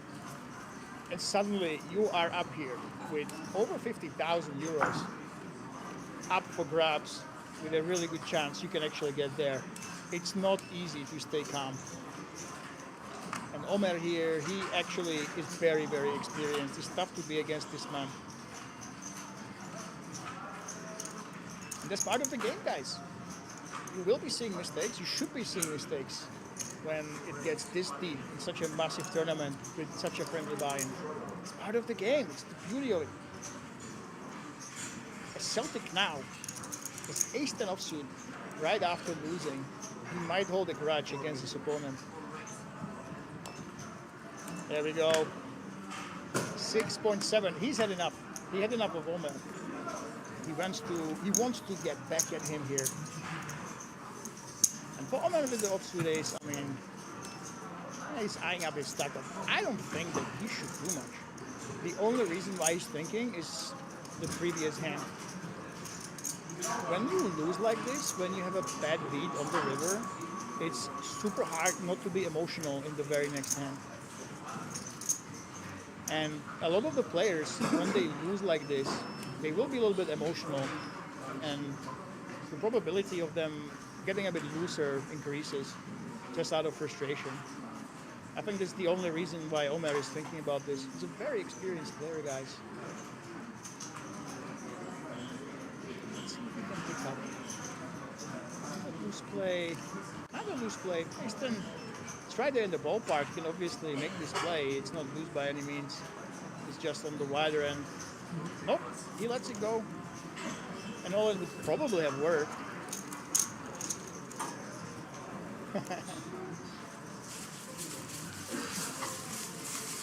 Andrea says, we need a Kasuf type at the table.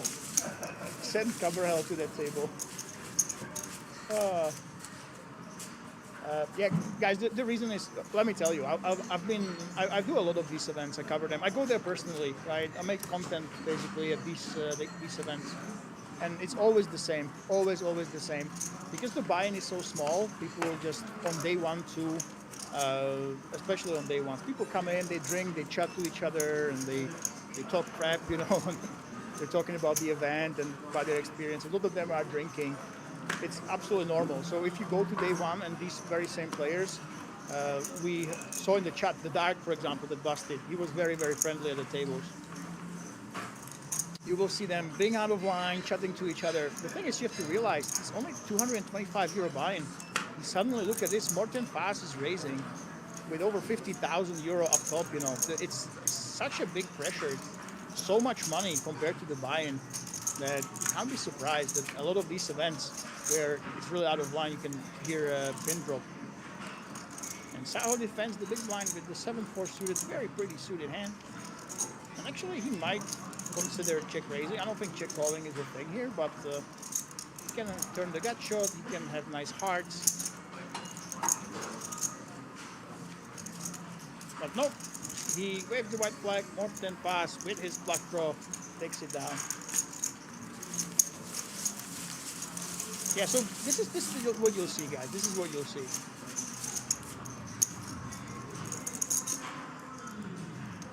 A lot of fun, people getting out of line, people drinking, people doing a little bit of responsible, of course, that they can afford, always gambling in these massive field events. But once it gets to the really, really, really deep phases, so many times it's the first time that they've been here, and mathematically, it's very unlikely that you will be in the final 5 of 2,400 entries. I mean, that's why the players have a lot to think about, because it's such an unfamiliar situation to them. And none of these guys is a poker earnings millionaire, okay? So don't be surprised that they take it very, very seriously. As Celtic open raises, the ace-7 suited, yeah, his stack size has dwindled a little bit. He was well over the 20 million that we started the day with. Now he's down. And oh man, let's see if he'll actually fight back. No, he will not. Actually, one thing, I have an unreleased Vilkasuf interview, guys. I filmed Vilkasuf. I have an interview with him, and I met him, talked to him, saw him in person, and I will release that interview at some point. I need to catch up on so much stuff, but you'll be surprised in person. It seems like he's really an aggressive guy, you know, when he goes to World Series, but really in person he's such a nice guy. And when you met him, I met him in Prague as well, here when in the King's Casino when the EPT was here, and he doesn't even use his time banks. You know, you see the hand history, he has 5 time banks still ready. He doesn't take as much time as you see everywhere else at the World Series. I think that when he gets to the big stage of the World Series, something just snaps, and the pressure a little bit gets to him. But yeah, very entertaining player. Not as crazy as people make him out to be. And look at this, Celtic in the big. 10-4 suited, definitely calling candidate.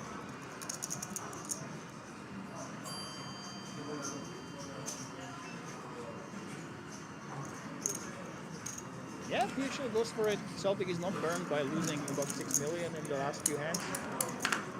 His game plan hasn't really changed. When it makes sense to call, he goes for it. And let's see if the 10-4 can outflop the ace-queen. Oh boy. Middle pair against the top pair. Not great news for Celtic. And now look at this. With a couple of strategic all-ins, he got himself into a position where he is one of the mixed stacks now, in a race with everybody else, basically. He's a big favorite to win this hand. Suddenly, it will move neck and neck between the 5th and 2nd position. Basically, all of them will have almost equal stacks. There we go. It's hard to make pairs in Hold'em, remember, especially against the late position open. So we go ahead with the call. And look at this Celtic. He turns a 2-pair yet again. Gamal has no reason to believe that he is beat. This card doesn't improve almost anything besides exactly the 10-4 suited. Only 2 combinations left of that, remember. And I think Celtic, after the last hand, he might actually go for it and just put the money in.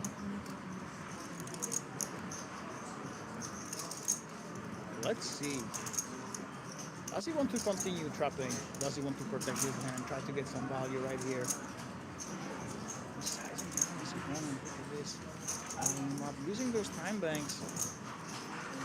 Again, it's not a straightforward decision. You kind of want to trap, right? You can be completely crushed against the better 2-pair, but on the other hand, don't want those higher cards to pair. You don't want to see that king, queen, or a jack.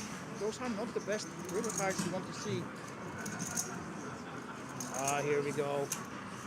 Not again, he says, I will protect my hand. I will protect my 2-pair. And in Celtic, choose probably is the right play. It was not guaranteed that Jamil would go all in on the river. Now, Jamil, now you have a spot. What can be bluffing like this? 8-9. Okay, 8-9 makes sense, but why would 8-9 choose the turn to go all in? 5-6. Okay, 5-6 suited. He somehow called it before the flop and called it on the flop. It's only 4 combinations. He uses all his time banks. So what is actually trying to bluff me? There's no way that an ace is playing it this way, right? Celtic would go all in with ace king before the flop, ace jack suited, probably would just call. So Jamil knows that this is either 2-pair, S-set, or nothing. Oh my god, he makes the call! He actually makes the call.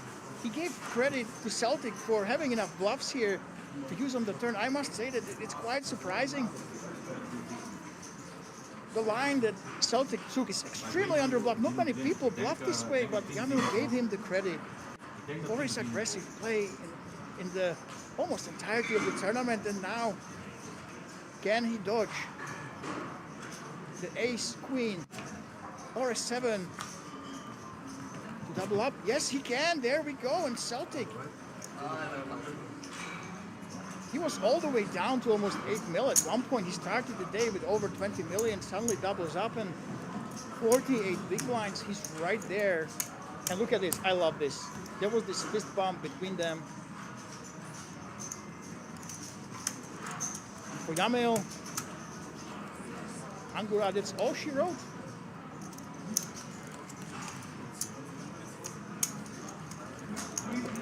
My microphone is too low. Okay, let me set it better.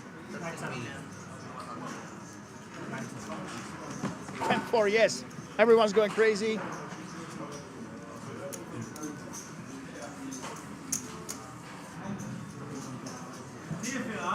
Yeah.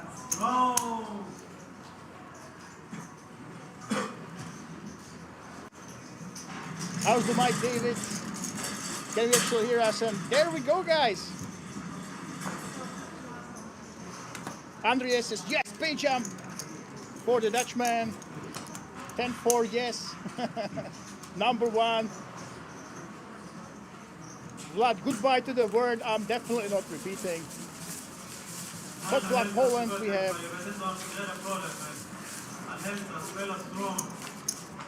Yeah, no, oh my god, we have some trash talking here by Bird.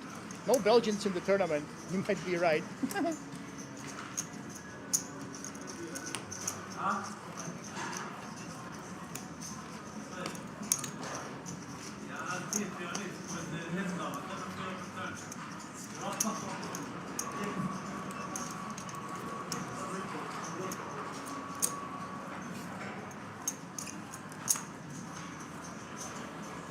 Oh, big stack now.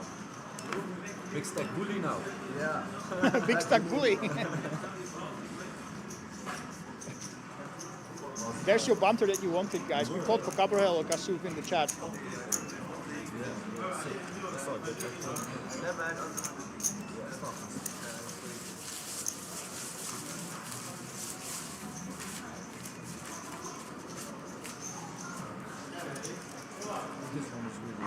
And of course, it's easy to be happy when you just ladder up, guys. Very, very easy.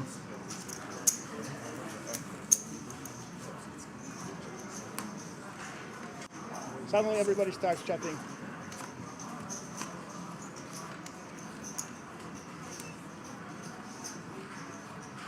And then there were 4. 18,650 guaranteed. We also have that ticket package. 4 separate tickets. Vlad Eliezer says, by the way, appreciate and enjoy your professional, energetic, and entertaining commentary. Guys, you don't know how much that means to me. I'm returning to Kings after a 6-month hiatus, actually.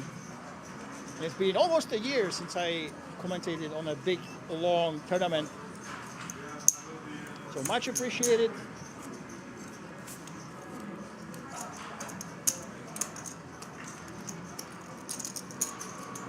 Omer is taking it down. You know, people always say, hey, it's not easy to commentate alone, but when I have such an amazing chat here, we even had big drama in the chat. We have people from the US with their chihuahuas, we have people watching from Dubai and all sorts of countries. You guys make it really easier. So I want to thank you, especially who have been active in the chat, for good or the worse, of course. Hopefully you can hear me. David's saying my microphone is too low. It should be fine. You can turn the volume up.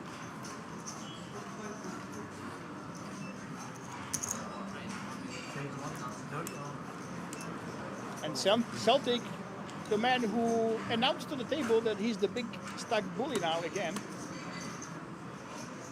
Open raises the ace 4 suited and for not fast 10-7 suited. Really should be folded. We haven't seen any field plays from him. We have seen quite a few at the table right now. And Omer, look at this against 2.2x still. Definitely should and can find the call here.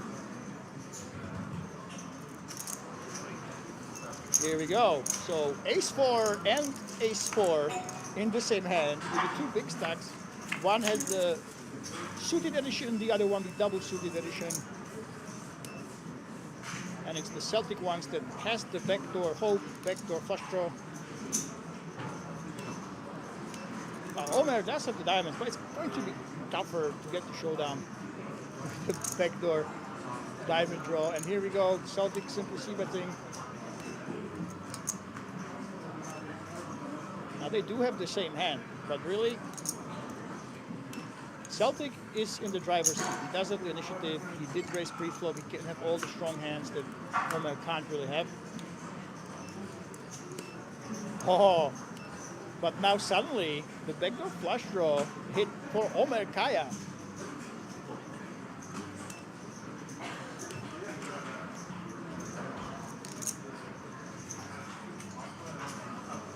So one of the backdoor flush draws go there. I did tell you that it will be harder to get the showdown, but obviously will slow down Celtic. And now the question everybody will be asking, will Omer turn his hand into a bluff?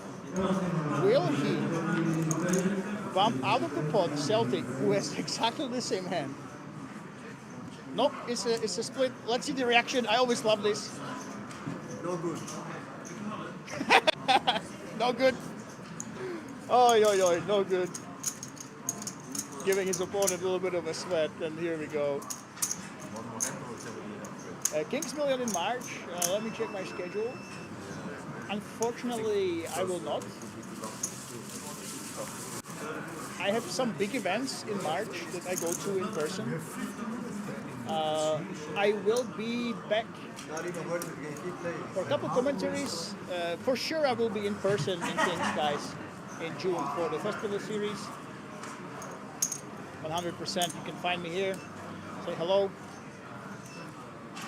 Not just for commentary, but basically 24/7 on the floor, making videos.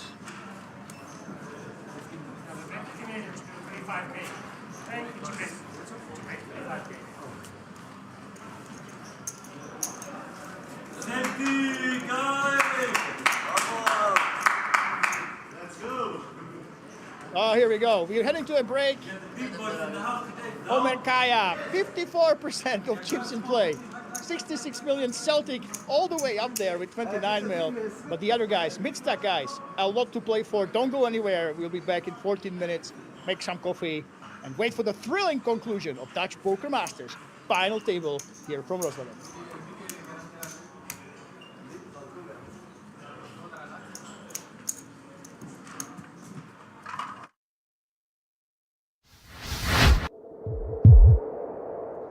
Apollo in the cutoff with the 7-3 diamonds in the middle now.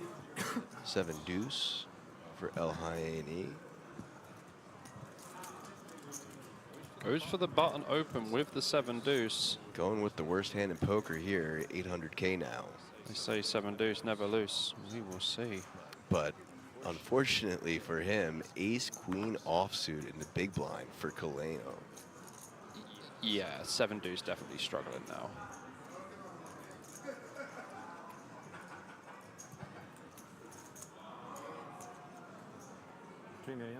3 million is the sizing announced.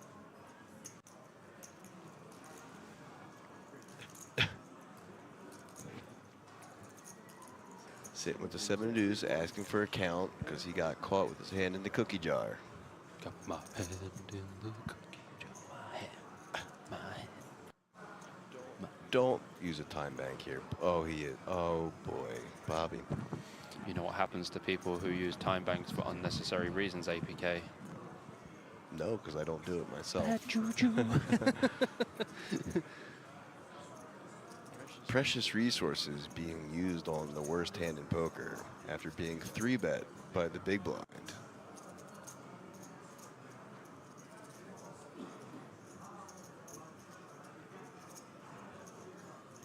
At least 45 seconds of my life. I'll never get back. Second time bank in the middle for the 7 deuce.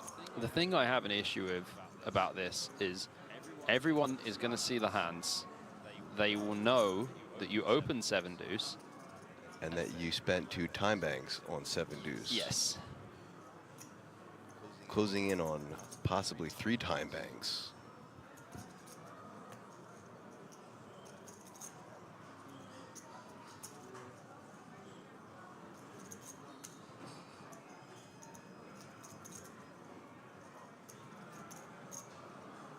Third time bank used. APK I hate it. looks very confused in the booth, and I don't blame him. I'm sitting here going, okay.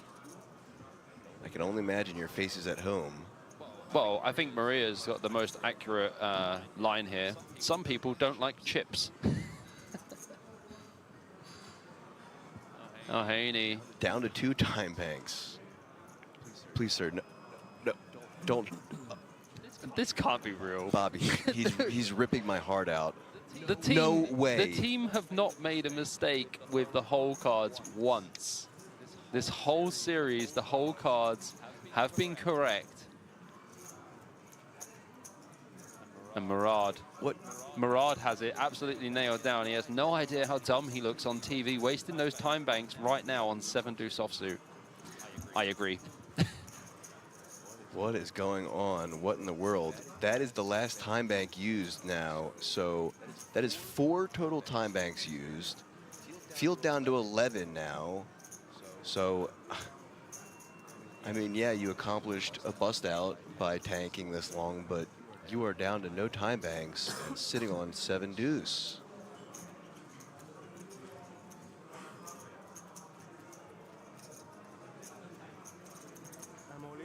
What All on in earth is happening? Announced. I mean, it's a massive jam. And he a call. calls. Kaleno calls. That's a massive They're going to see jam. the 7 What is deuce. happening? I cannot No believe this. way. What is happening? There's 11 players left now. What is going There's on? 11 players left in this tournament. This is the mini main. You must be absolutely kidding me. This guy's a 11 players madman. left in the tournament. El Haini deciding to make history. Bobby, this guy's a and madman. Making a name for himself. I have genuinely 26 no million idea. pot. Queen high. Oh, well, And literally. he is drawing down to 1%. He needs to go run a 7, run a deuce. That's literally all he can fade have. the diamonds. This is ridiculous. I can't believe he just used 4 time banks and tank jam 7 deuce off. To be left with 1.55 million It's 30 in big behind. blinds effective. 3 on Three's the no turn, good. that's That'll it. seal it It's up. done. Kaleno is now sitting on a massive 26 million.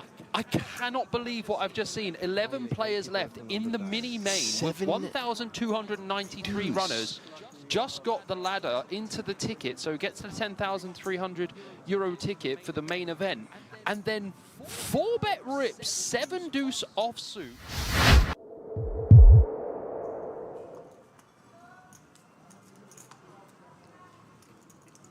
Creeping up on that 100th hand, Bobby. Hand number 95. Mm-hmm. You want to make any? UTGCO 9-6 offsuit. You want to make any? How many hands total? Guesses? Over and under? I'll put the line at 167. Ooh, you know, 169 was right in my brain. Oh, so you're on overs then. Yeah. Okay. Pocket sixes for Naeem. And Wang with the ace-8 of spades in the big blind. Wow. It's about 27 bigs. Could see a jam here from Wang. Probably just going to call. He seems like a cool He's cat, a cool cat, yeah. and he's going to play it that way. So they'll go heads up to this flop. Proves the structure is very good. That it's not just a jam fest. Wow. I mean, that's a pretty good flop for Wang, flopping the absolute nizzles. And Naeem's going to think this is not a bad flop at all. Going to bet small or check. Yeah, he's like, I got the spade 2 here. Check, check though. 10 of hearts turn. Oh, it'd be really brutal if it just comes like 6 of diamonds or 6 of hearts in the river. Wang should probably check again here. Yeah, And good does. check, good check. Like I said, he's a cool cat. I think Naeem can start betting now. Probably bet like 1.2, something like Oh that. boy, he's going to walk into it. So 1.1. Again, even as Wang here, I don't really see the value in raising. I feel like opponent's going to bet fold way too much. Keep it cool, Wang. I think we just need to call. Ooh, like that. Throws the stack of time banks in the middle, some posturing and acting. What animal? Got the nizzies, and he's going to act. Let's see if he can make a non-believer out of Naeem. Oh, he's going to make it 4 million. It's going to be way too big.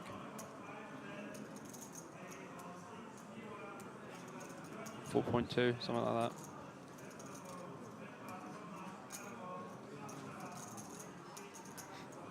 Yeah, that's 3.7 is the sizing. it's very large. There's not really that many bluffs. When it's like king 3 deuce 10, Wang's going to have lots of flushes, some 2 pairs, even some sets of deuces and 3s from the big blind that we would just call. Maybe he's going off seeing Naeem do that loosey-goosey call earlier and hoping that he'll do it again. Yeah, monotone board this time though. Yeah, much different boards, but maybe just going with that thought process, seeing if he can get him to get pot Yeah, committed. But I feel like Naeem's, you know, he's made his mistakes. Oh my. Did he just jam? Or is he just cool? Oh my. So makes the call. This is Wang is loving life. In Oh my god, it came 6. I And literally said diamond. 6 of diamonds or 6 of hearts. I can't remember what I said first, but it doesn't even matter. Oh my goodness me. Look, Naeem's going to think, oh my god, I've absolutely got him on the river. Oh my gosh. Wang just having a look. I have the nuts. Do I have the nuts? Do I have the nuts? Yes, I have the nuts. You got the nuts, buddy. That is a wild river. It just comes the offsuit 6. Wang's going to jam and Naeem's going to snap. This is what I was saying. Maybe he was hoping to get that loosey-goosey call, and he got it from Naeem. I can't believe that. Hits the nut card on the river to get value here. Literally licking his lips. Licking his lips. And the thing is, You can't script that, folks. bro, that's insane. Because the thing is, when someone's literally licking their lips, it means they normally have the nuts. That expression doesn't come from nowhere. Just thinking, how can I get all of it here? He's going all in. How can I get all of it? I think if you jam, you can definitely represent a hand like ace-queen with like ace of spades or something. I was just going to say that. I think, yeah. So, He's not just going to flick the chip in, I guess. 12 million. And a Yeah, snap call. Snap. And paid off. Naeem is going to be Absolutely crippled now. gutted. Wow. So Wang now up to 40.5 million at Naeem. That is one of the sickest rivers we've had here so far at the World Series of Poker Europe at King's Absolutely Casino in Rosvedal. sick river. But you know what? Naeem should have folded turn, and I think he knows it as well. Kas Freak says the boy loves to tank. Can we stop tanking with those stupid cards? Holla that, my friend. Holla that.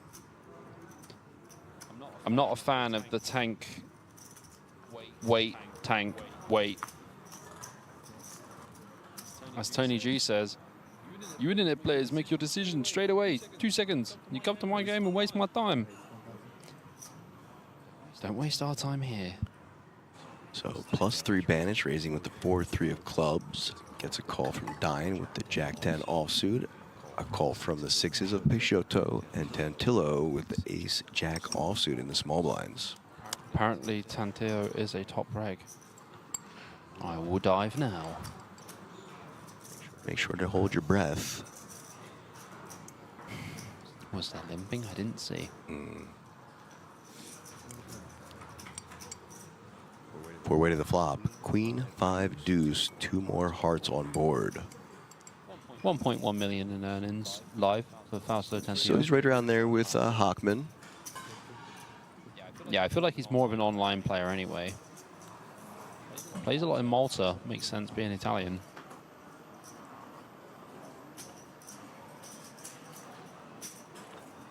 Six is going to take a stab at it. 2.5K. Banish. Open ender. Makes the call. Well, 6s take a stab at it, and if they ping a 6, they're in deep trouble. That's right. Banich will have the nizzles.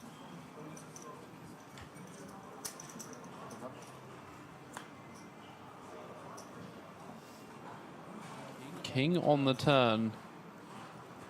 Pretty inconsequential to both of these hands. Certainly could slow action down a little bit, though. Yeah, it's not really a turn that we would bet multi-way, but heads up, we don't mind taking a little stab. Banish going for it. 3.5K. I mean, if this river comes 6, oh dear. Oh dear! Oh dear! Bobby, you've done it again. We could see the end of Peixoto here. Bobby, you've done it again. That was absolutely brutalica. Oh my goodness me. Only 2 6s left in the deck. Banich Ivan makes the nuts with the 4-3 suited. And Peixoto, who has about 190% VPIP, has drilled a set on the river. And there's no chance that he will think Banich. No. Oh, look, he's all in! Snap call, surely. Snap call, not snap call. What you gonna do with your set of 6s? All in. Yes, he has less chips. Puts him in. Says straight. Yep. What you gonna do? Wow. Buena noche to Peixoto there. Wow, indeed. And he says, look, what are you supposed to do there? Call is bet, and they have more ships than me.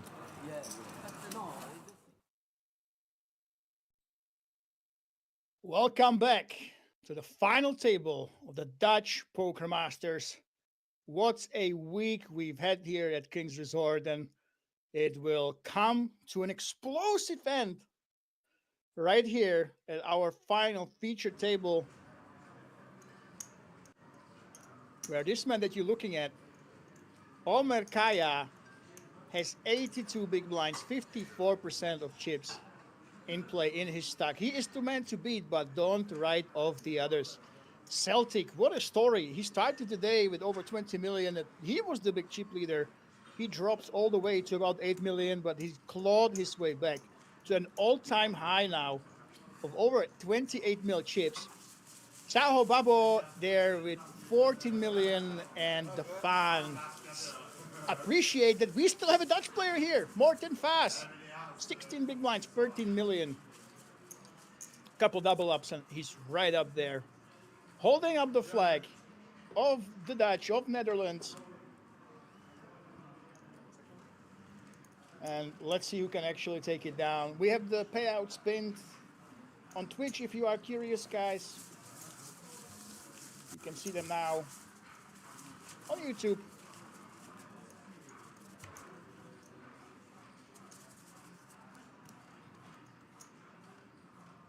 And we are playing for over 53,004 tickets. If you don't know what the tickets are for, it's the Kings Million European Championship. A brand new event that is replacing the World Series of Poker Europe that is moving to Prague, that has a main event with 5 million euro guaranteed. This is insane, from just over 1K buy-in. And you get that ticket and tickets for 3 more tournaments. All these players already, you will see them here in Rozvadov from 16th September to 7th of October. And the question was,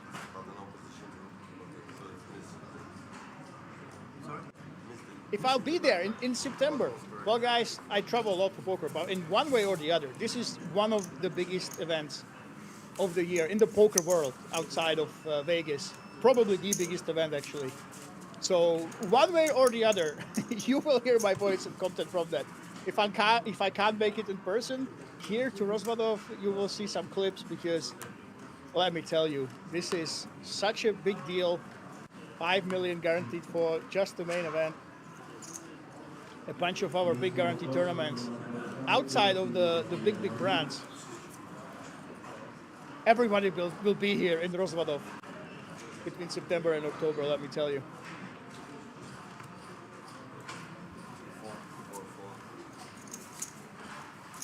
And hope you are ready. Hope you will buckle up. 4 remaining. And the question everybody is asking, as Morten takes down a very important pot, is, will the 3 players that are here, will they just ignore the big chip leader? Will they let him run away with it and try to bust each other out? Or is the title more important to them than the pay jumps? Speak of the devil, the jacks of Omer Kaya. He already made a huge fold with jacks earlier today. And now he has a monster in the second hand after the break.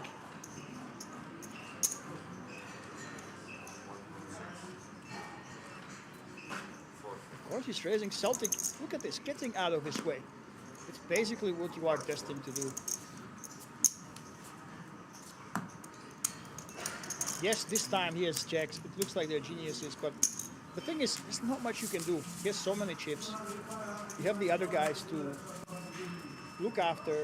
The pay jumps are getting really big. 18,650 euro for fourth, plus the 4 ticket package. Second place gets 33,000 euros. That's a lot of money, especially when you consider how much they entered the tournament with. 225 euros only, guys. 2,461 entries. Every single pay jump just increases your return on investment so much for the entire year, basically, that every pay jump will matter to these guys. None of them are poker millionaires. None of them made tens of millions in live earnings, so every pay jump will matter as the chip leader is scooping another pot. It's basically destiny, right? When you have such a big stack here with an inexperienced player, you basically want to stay out of his way, you don't want to go crazy, and you are trying to just edge out and chip at the other stacks. There we go. 8 you suited.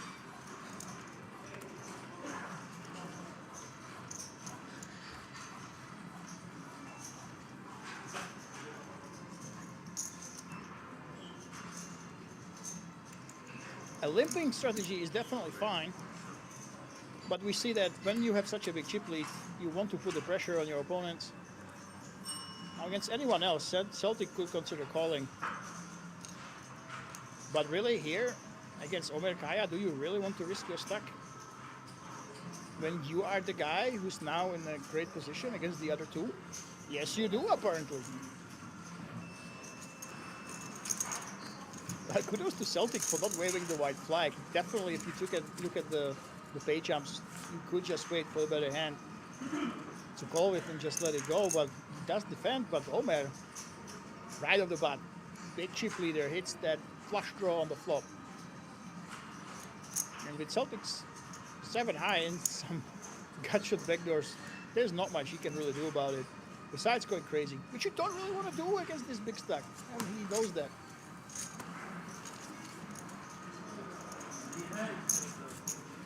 Miroslav Navratil, really nice commentary. Will we hear more from you in the future? Yes, you will. Here at Kings, but you know what, guys? You should just watch every single. That's the thing, especially if you are Czech. You should be watching every single Kings stream, okay? Just in the background, you want to support the poker-centric venues, okay? Definitely want to do that. But right now, on the 26th, next week, we have another big event. I should be commenting here again, so I should be back for that one. We'll see how this one goes, but yes, I will be returning. And if you want to see me, you know, I'm basically everywhere. I do a lot of events all around the world. So you can check out my socials if you want. But Omer Kaya, there you go. Raise it easy. Ace check. And Morten, really, that's the same problem, right? You definitely have a very easy call, but you're not happy about defending against Omer.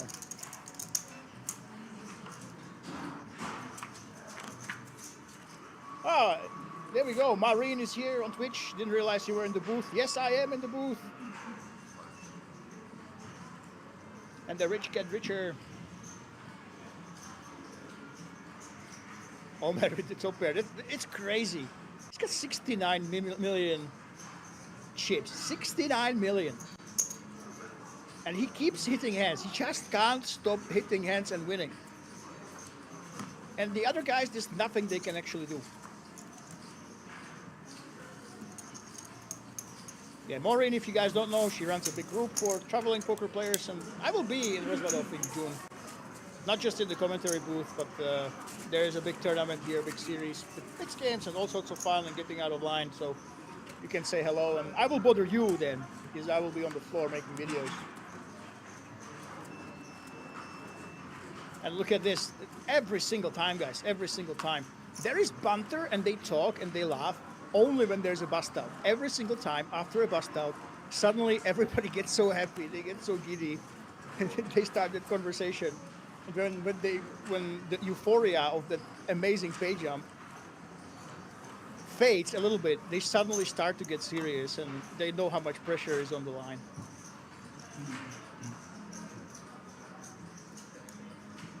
Morten fast in the small blind. Queen 7, you don't want to be folding 13 big blinds. You should be, in theory, going all in here.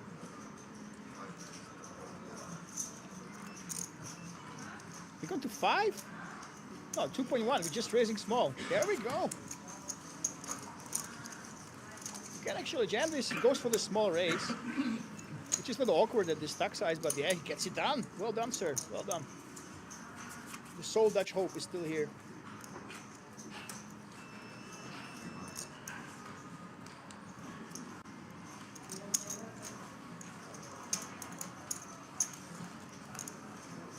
And it's such a big deal, the Kings Million European Championship. I mean, oh my goodness, 5 million guaranteed. It's such a big festival, right? But they never had such a huge guarantee. These tickets that the final table is they get, they will help a lot, but still, we will need a lot of people in Rozvadov for that one. So if you are watching this, make your plans already, guys. Make your plans. Clear them out.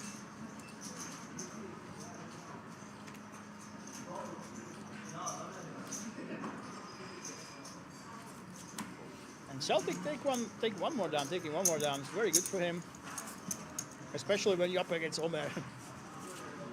Every little victory is great for you. Really, right now, when you have such a big chip leader and the other guys, it's all about trying to get away with it. Trying to not be at that mid-stack range, try to cover them. Hopefully 2x their stack, so you don't have to play too timid against them. And then you try to stay out of the chip leader's way.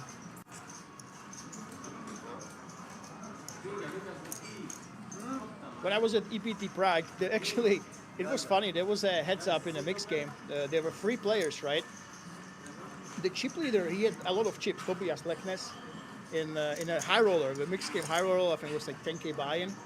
And near the end, he had so many chips that the other players just gave up. They gave up on trying to win.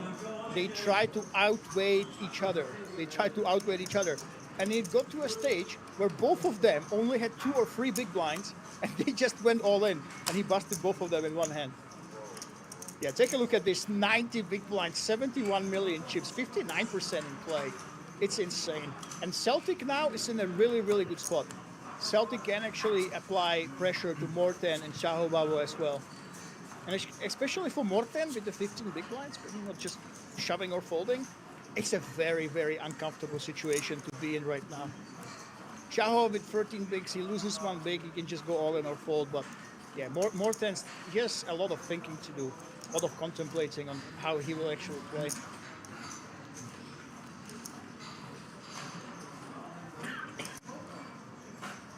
But you know what? I have commented here at Kings at a 5-hour plus heads up. It happened before. Yeah, of course, it's funeral vibe. Hey Vlad, listen Vlad. I know maybe you're a millionaire, but imagine you came to Rozvadov, to Czech Republic, to drink the cheap beer, gamble responsibly, €225 buy-in, okay, with your buddies, right? There was actually 180 players came from Netherlands only. You come to have a little fun, you know, maybe you lose a little money. It's like instead of taking a trip somewhere, you know, camping, instead of going into a cinema a few times, you play some poker. So you have that mindset of just having a good time, and suddenly you find yourself playing for 50,000 plus euros. You already know that you're coming back here in September for that big event that you have 4 tickets for. You know you are on stream, so whatever you do, everybody will see. Listen, these players that get here, the likelihood that they are professionals, that they think about poker 16 hours per day, that they know what to do, is very low. So they have to think a lot. It's a lot on their mind. It's very tough to get experience of being in top 5, top 4 of 2,000 plus fields. So of course, there's not as much banter, you know. The reason why Wilka Suf and Martin Cabrahel, they are calm as cucumbers, besides being a little bit of psychopaths, is because they have so much experience, both of them, you know, of talking non-stop and using that to actually try to outplay the other players.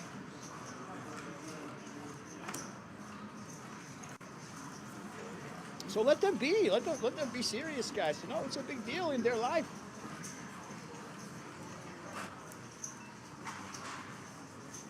A chance like this, really, when you play these small buy-ins at King's Resort, it only comes once, maybe twice per year, you know, if you are not a professional. There we go, blind against blind. Celtic decided to just complete.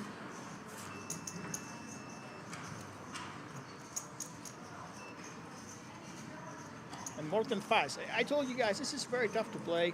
He actually could have gone all in pre-flop easily, but he has another player to worry about that could ladder up. So it was only 3 people here.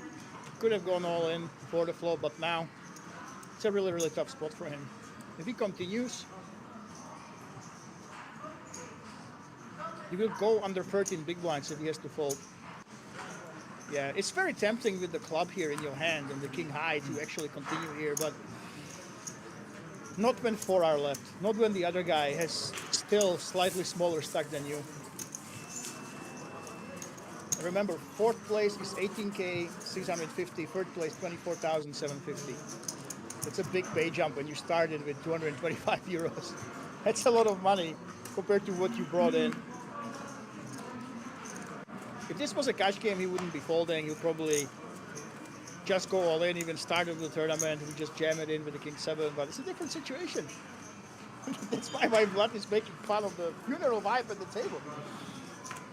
They're not sad, you know. Once in a lifetime for some. Huge field, yeah, I mean, guys, this is the thing. You have to travel, you have to get the hotel. So it's not easy to play these tournaments. Oh, look at this, Shaho Babo, all in. He just ripped it in. He didn't even think about it. And Celtic has the ace-jack suited, and suddenly we can find ourselves with 3 remaining only. This small pair, I mean, yeah, against the open of Celtic, suddenly he could loosen up his range because the chips he has are just enough to not care about losing one all-in, so the pair definitely makes sense. I'm not sure if ICM is taking it into account this approval. Let's see, ace or jack on the flop. Can it actually fall and take out Shao? No. Clean flop so far. A lot of backdoor draws here, however. Any queen, 9, and many other cards, and can improve his hand, and jack is one of them. Oh my goodness. Saho Babo, he put on a show, the man in the king's hoodie, but now he is up against it, against Celtic. The massive chip leader at the start of the day. Can he finish the job? Yes, he can. VR freeway. We still don't know how he injured his hand, but his heart will be injured now as well after that decimating third card. That jack that squashed his hopes of being the Dutch Poker Masters champion. Oh my goodness. And I think Netherlands has to be kind of happy, right? For Rosvadov, it is a small field. We have several tourneys with 3,000 plus players. Yes, and guys, let me tell you, September, woohoo, that's going to be crazy. 5K players we need, right?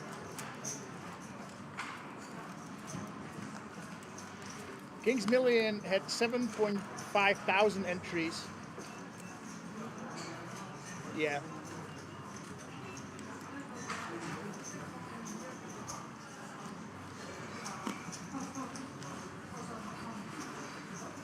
Vlad is saying, I understand it. I understand perfectly. I've been in the same spot a few months back. Yeah. Yeah, guys, so seriously. Oh, look at this. Morten Faas. All in with ace free on the button. 13 bigs is just about the level where you want to go all in. And just like this, we could be heads up. The chip leader with 6s is well ahead of the sole Dutch hope. Back-to-back hands, suddenly 2 players can be gone and we can be in a heads-up match, but let's not get ahead of ourselves. Can we hit that ace? Can we hit the running freeze? No backdoor flush draws here. Morten, the sole Dutch hope. Everyone in the Netherlands is cheering for an ace on the turn. Can it actually fall here? No, but we have extra equity. We have the ace or a jack on the river. Can the Dutch flag fly high with one of those outs on the river? Yes, it can! It's the nut straight. And just like this, the free-handed play continues. What a roller coaster. Oh my goodness. You guys from Netherlands sent the energy. Morten Faas' way against all odds, against the unstoppable chip leader. He doubles up. Look at that nod. This man is happy, but he knows he has a job to do. Look at that determined face. Some of you in the chat have predicted that this is going to the Dutchies. And you know what? He was all but out of this tournament, but look at this. He barely even celebrated. He's got that. It's like he's hyping himself up. This man is serious. If I was the other 2 players, I'd be actually worried. Oh my goodness, what a run out.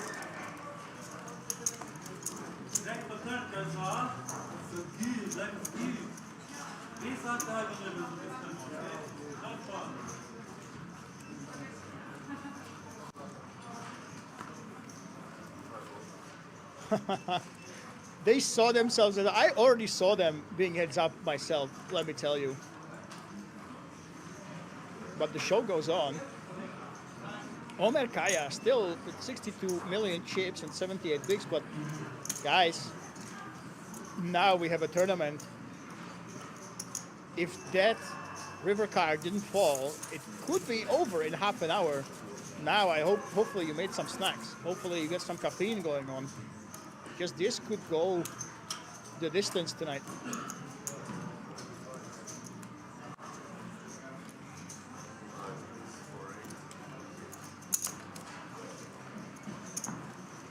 What a river card that was.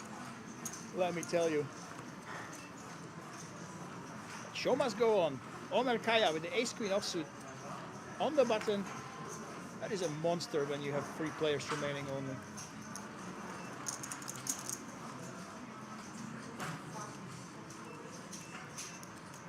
Open raising to 2 bigs. Let's not forget though, more than fast, yes, he did double up. He does still have technically the short stack, but 25 big blinds. That's a lot of chips, a lot of damage you can make to both of your opponents.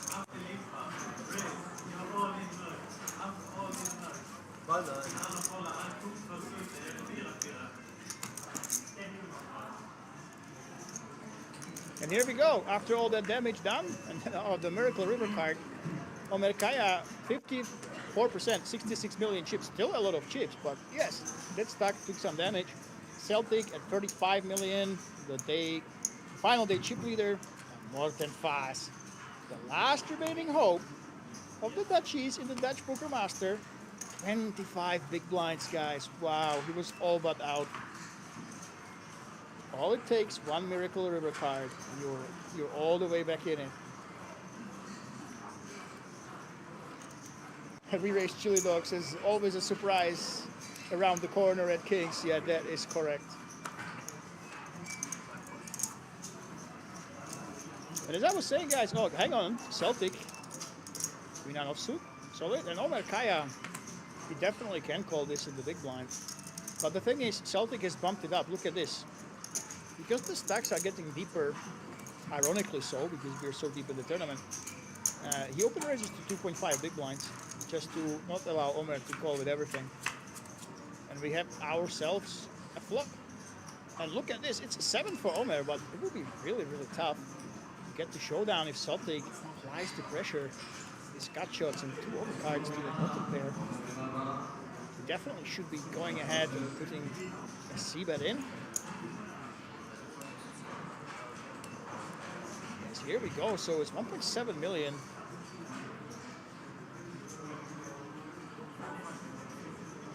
Of course, as Omer you are calling, you have that insurance in terms of the backdoor flush draw.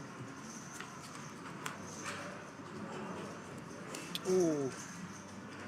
This is an action-killing card. For Celtic, it's really, really tough to keep betting a card like this one, because if you have a jack, you probably should be just checking back on the flop, right? Unless you have ace-jack, maybe ace-jack and jack-10, maybe those bet on the flop, but one of the other jacks might consider just checking back. But look at this Celtic, he's undeterred. He keeps putting money into the pot. Now it's 4.2 million.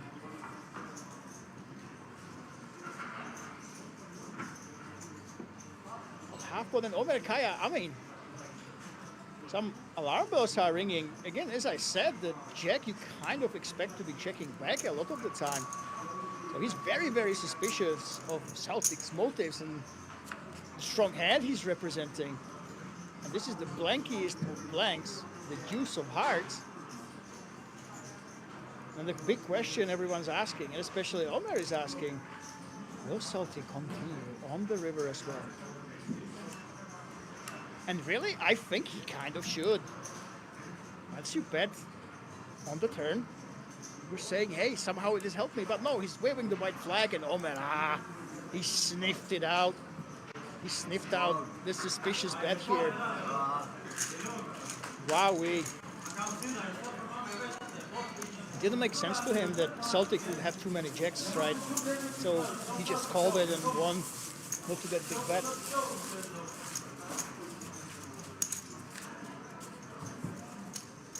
The chips, by the way, guys, the bot on Twitch is helping us. The white ones are 100k, pink 500k, yellow 1 million chips.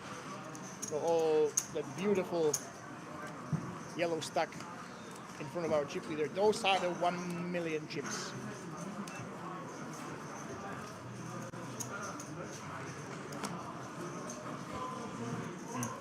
Sick run out. I mean, Vlad, listen. I've done my fair share of commentary, okay? I've literally been selling random things on the street. I can get really out of line if we want. But this is my first stream getting back here to the King's Resort booth, you know? We don't want to get banned on day one, all right? I understand that you want to see some crazy action and crazy trash talk. But you know, you just have to enjoy this high-level poker and some crazy runouts right now.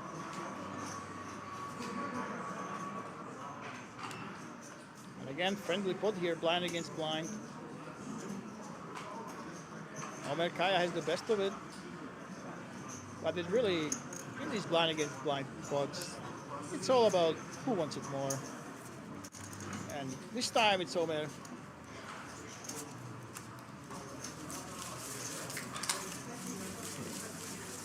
Who has climbed back to 75 million chips. And we're sort of getting back to the situation where it's him and then everybody else.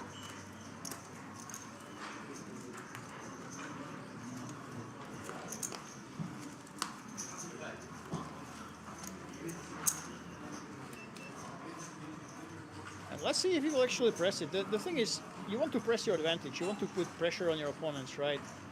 And 7-6 offsuit definitely is a hand you can go ahead and raise because the other two guys should be fighting each other for the ladder up. But he lets them have it, which allows Celtic. Look at this Queen 5 suited, very, very nice hand. Not against the raise, but when it's you who's in the small blind, definitely love it. You raise and you take it down against Morten Pass.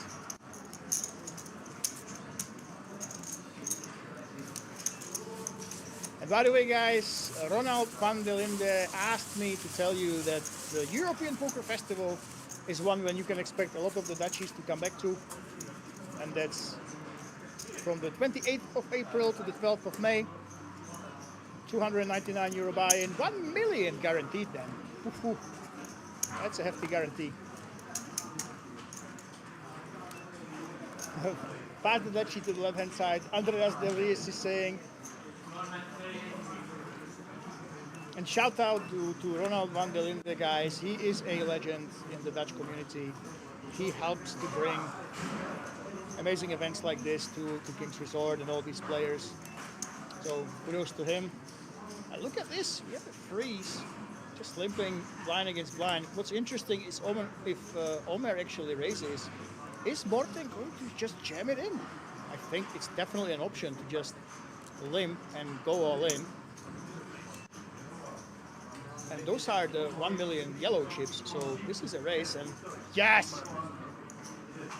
He does it, expert play. Oh my goodness, I love to see it. Morten Faas. Whew. Solver approved, I would say.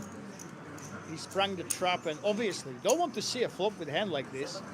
You are doing okay against anything but a pair, and you can fold up such great hands like the King 8 of diamonds. And now Omer, he has to think about what is he going to do here. Morten Faas, what a ballsy play. We haven't seen almost no limp shoving. He's using the time bank. Obviously, as you can see with the equities, it's definitely a correct call. The question is he giving Morten credit for doing this with ace-king, doing this with aces some of the time at least?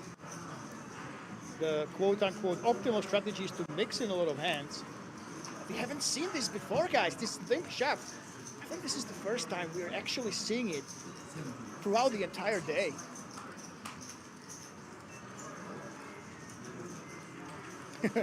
The chat is saying, Andres De Rios is saying one time, yes, he got the fold. Morten Faas, yes, there we go. Aggressive play. Gets rewarded. And suddenly, the second and third place are all but tied. Celtic against Morten, they are almost head-to-head for that second place. What a play there. I mean, you don't really have to go crazy against the big chip leader, but it's a really nice play, blind against blind. Check calling, you don't really want to do that. You don't have enough odds to set mine. So if you don't shove yourself at that awkward stack size, just limping and going all in. Very expert play that paid off for this man, Morten Faas. And look at this, he limp jab juices. And now with Queen 4 suited, he's just giving up. I mean, I guess you don't want to go nuts after you just pulled a successful bluff. There's two types of players. One type, when they bluff somebody, they keep bluffing. And other guys, when they bluff someone, they just a little bit shut down. They take a break afterwards. And another friendly. A limp pot, this time no shoves. And finally, we actually have hands. Omer Kaya, he has been leading at these boards before. And look at this sneaky check back from Celtic. We know that Omer likes to fight for these blind against blind pots, reaching for that 1 mil chip and the big one.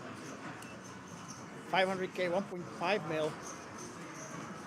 Obviously, Celtic, he was pot controlling, but now the question is, will he just call? Or will he actually spring the trap and try to raise with this strong draw?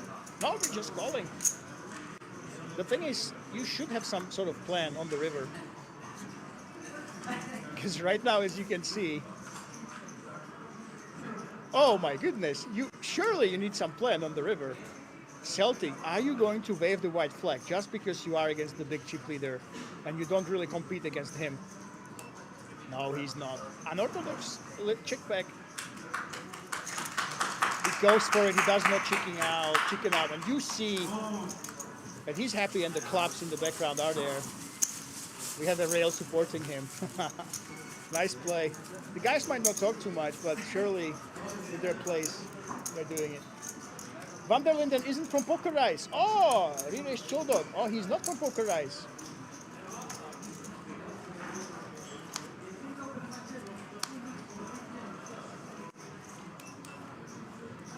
I got some bad intel from my Dutch informants. Oh my goodness. Wait, isn't he from Poker Ice? Yes, he is from Poker Ice. I can't even read. We're so deep in the tournament. Yes. Re-race Chili Dog. He is Mr. Poker Ice, as they call him. Mr. Poker Ice himself. I don't know what Poker Ice is. Maybe you guys, Dutch guys, can tell me. But Van der Linden, he is the Mr. Poker Ice, yes. The German stream actually has the Dutch Poker Masters powered by Poker Ice. Andreas de Ries. I mean, you said hold one time. But you didn't even need to hold with that all-in, by the way.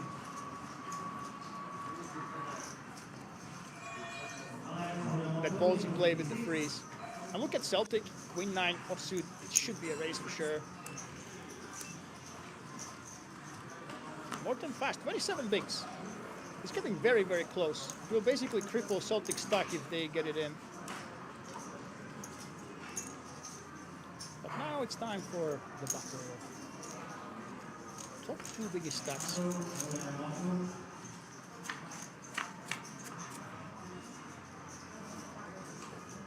Oh boy, we've seen this so many times today. The middle pair on both sides. One kicker is actually better.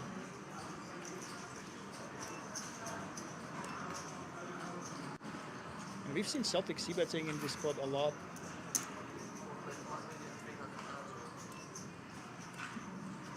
So 1.3. Remember guys, it's very tough to make pairs in Hold'em, so Omer is not going anywhere. And unless something really crazy happens, this should basically get checked down, and either that split pot that you see is a decent probability, or the pot being dragged Celtic's way.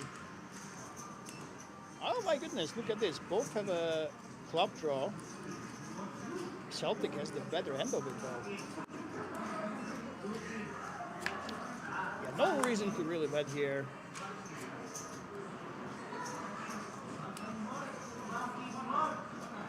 I mean, for Omer, maybe he can go for block bet. They have 7.8 mil. Yeah, he's reaching for some of those chips. That's 2.5 million, I think, and he will get snapped here by Queen 9 and get the bad news. He could have even gone a little bit smaller, I think, but he went for that pin value. And you can't really blame him, you know, he's got to the chip lead somehow. And you don't get there by being timid, you know. He can definitely afford to make pin plays like this. The other guys, well, not so much with this stack size. Poker Journey, so Mr. Poker Ice Van der Linden.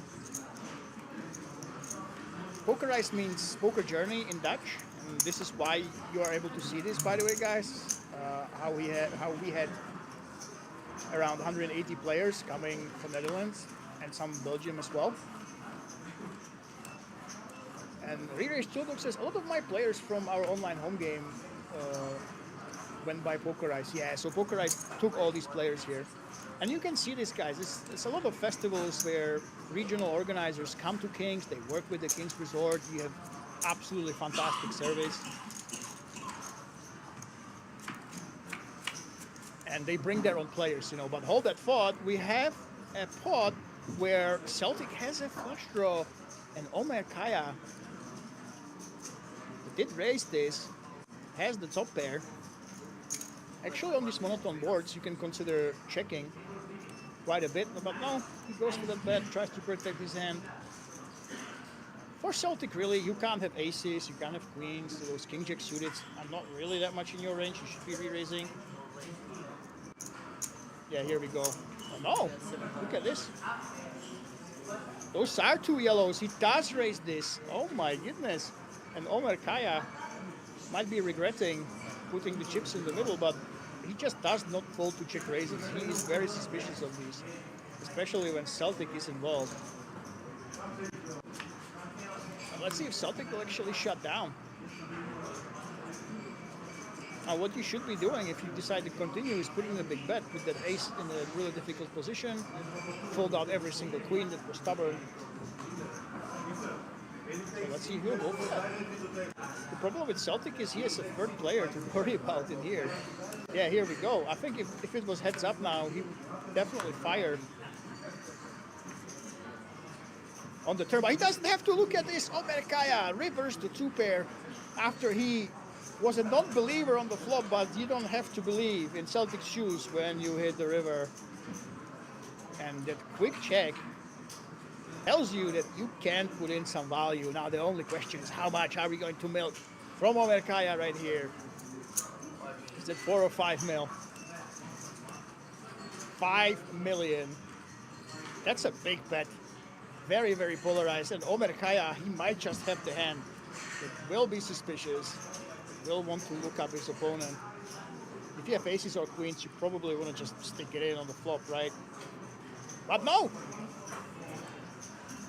He doesn't level himself. Celtic taking it down.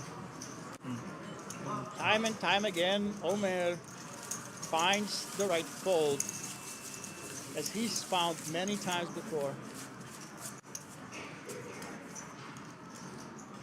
You definitely could make an argument for just folding on the flop there, by the way, these monotone boards, if you don't have a plan for future streets, but he went with it and just was unlucky. And a really, really nice fold there.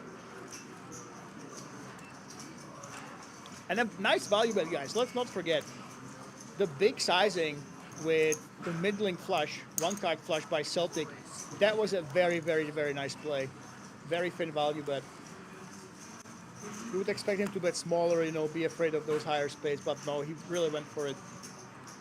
And we have to appreciate that. And now he's putting on the pressure. Suddenly he's up to 50 big blinds. And look at this, wow. More than fast. That's too much respect, honestly.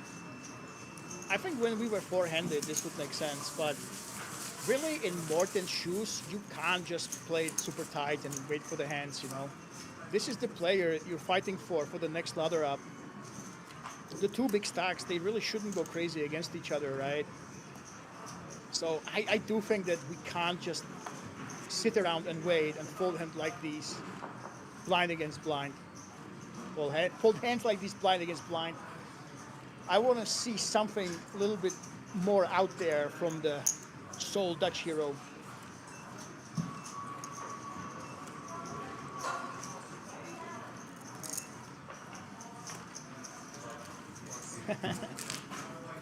He really is. This is such an uncomfortable spot, you know. Like when there was one chip leader,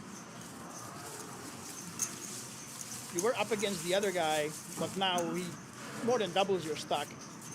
You kind of have to go to war with him.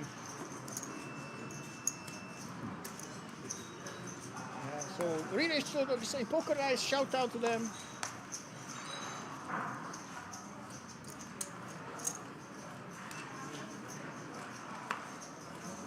Shout out to all the Dutchies that came here to my gorgeous country, the lovely Rozvadov.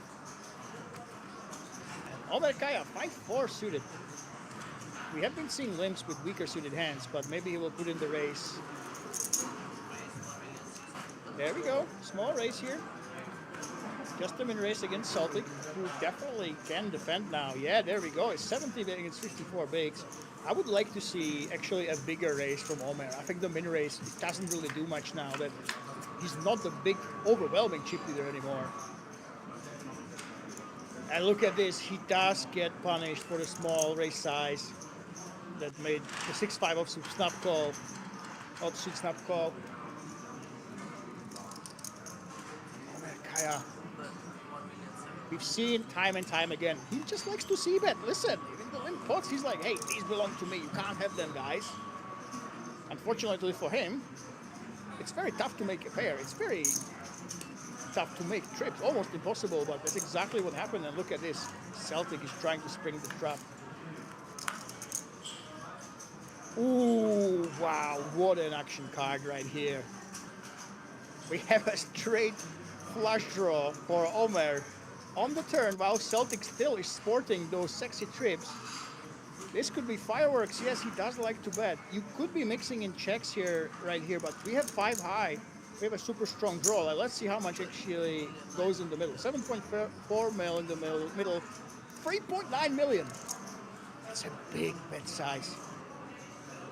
In Celtic's shoes, you don't really feel like you have to protect against much. There was no flush draw on the flop. It was a paired draw. It's very few draws right there, right? So I can see this going both ways. He can raise, he can also call to try to keep the bluffs in. That's exactly what he's thinking about. Listen, I don't really protect against much. Do I let him bluff? Do I just keep it quote-unquote safe? And raise my opponent right here. Now, Omer Kaya, we haven't seen too many crazy river bluffs by him, which is more of a reason to actually raise. But yeah, look at this. We're sizing out the call only. And Celtic wants to spring the trap. The thing is, it can actually really backfire because we have a monster draw in Omer Kaya's hands, which does not get there.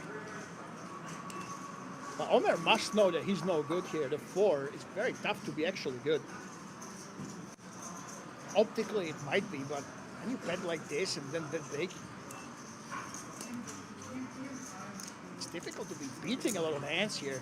So let's see how much Celtic actually bets. 5-7 got there. That's the thing. Omer actually blocks that. He has the 5 in his hand. What can he get value out of? Well, in Celtic's shoes, Omer can have everything. He can have overpairs, he can have all the 8x, so you probably want to size it pretty big. We're looking at, is it 5 mil? 5.3 million. 1.1 size bet, yeah, so he is expecting snap calls from overpairs, easy calls from 8x.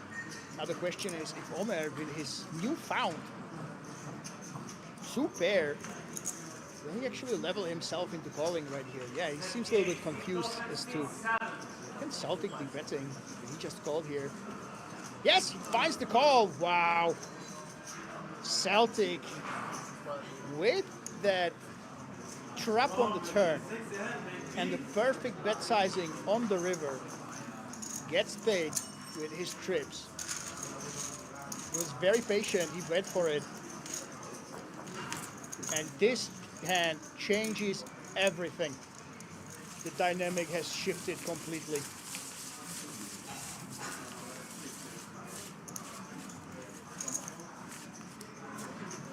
Are dates confirmed for 5 million guaranteed event?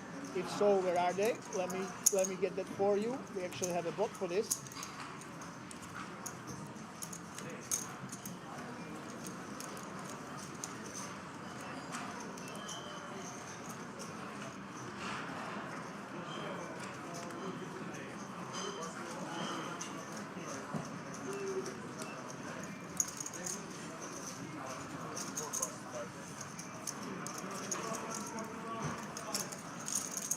So we don't have it full, but you can see the main event there. That is confirmed, basically. 5 million guaranteed. Right now, obviously something could change. But remember, guys, the top 10 got the 4 ticket packages already, so that's all but locked in.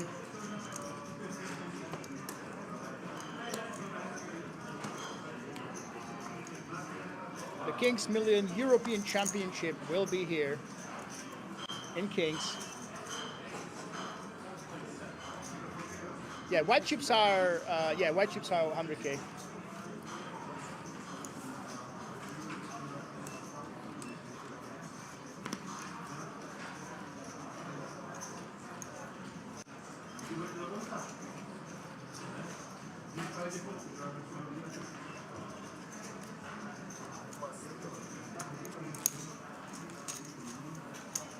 And this does change everything. So 56 big blinds for Omer Kaya.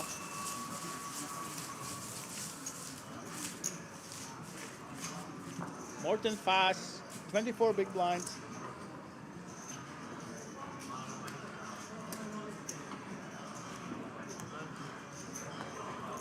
MJ,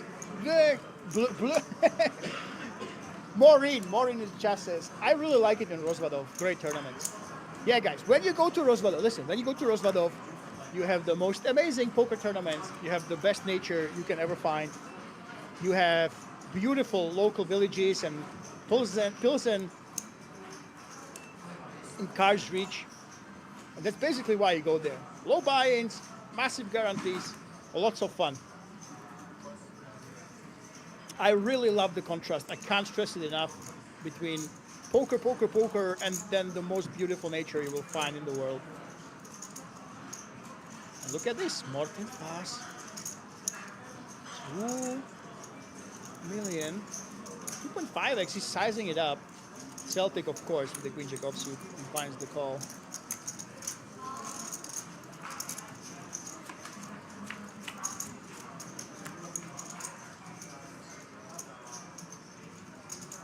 And here we go, nobody has anything. Backdoor gacho draw. And that most of the time will favor the open raiser. So Morten Faas will likely take this pot down with a simple c-bet. 1 big blind. It will probably do the job. Here we go. Thank you, Nightbot. So all the info about the Kings Million European Poker Championship Super Main Event can be found in the chat right now. And you can use the command that was just used by our bot to get all the info. There is a good restaurant 1 kilometer from casino as well. Nice girls. I will not comment on this. There are some things that Rozvadov is famous for in Czech Republic that I will never mention.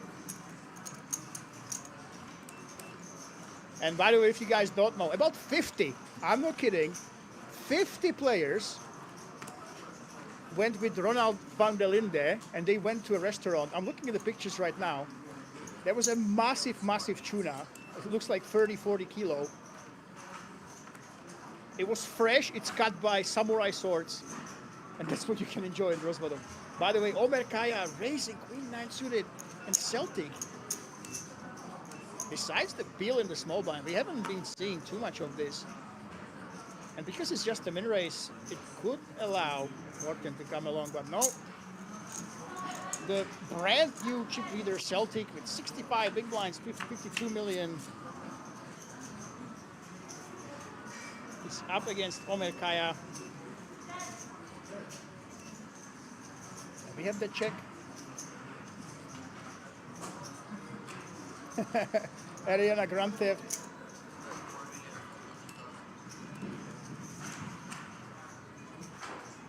He's asking if somebody punched the dealer again. Come on. Oh my goodness, look at this. Omer c-bet. Celtic is actually reaching for the chips with his gutter.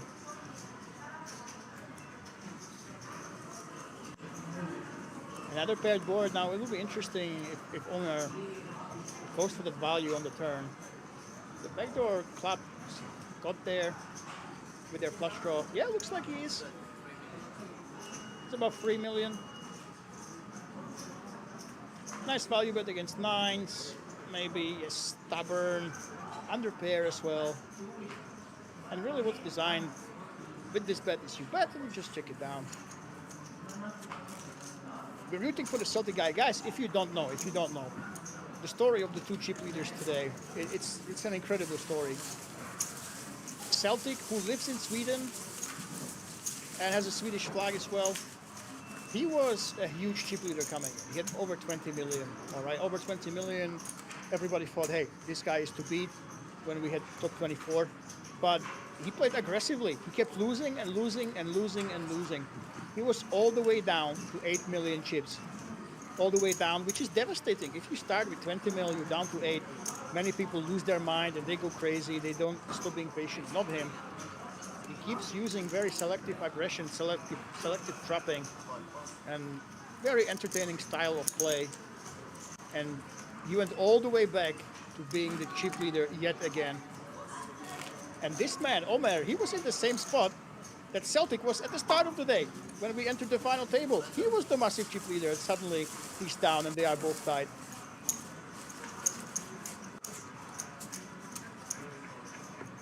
So these two are the main story of today, but don't forget, we still have a third player in here.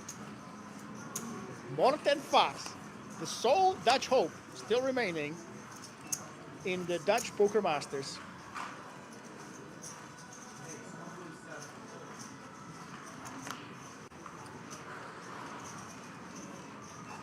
And look at this, he wakes up with the fours. Look at the stack. Morten is actually, I do this, you know what, I'm such a donkey when I play live tournaments because I'm used to playing online so much. I spread my stack like this. I put all the different denominations. Just like he does. I don't leave it in one stack, just so I know, oh, I'm gonna put one big blind in. These are my yellows, there you go. These are my pinks, these are my whites.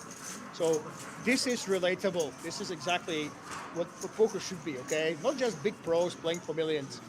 I want some relatable players from small buy-ins making it big in a tournament like this one. Let me know in the chat, guys. Do you have beautiful stacks or do you do what Morten has done? You spread them like this, like I do.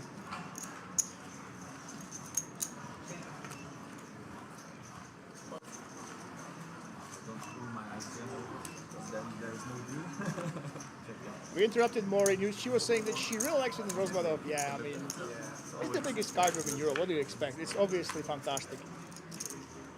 This is actually a small field for Rosbadov, guys, believe it or not.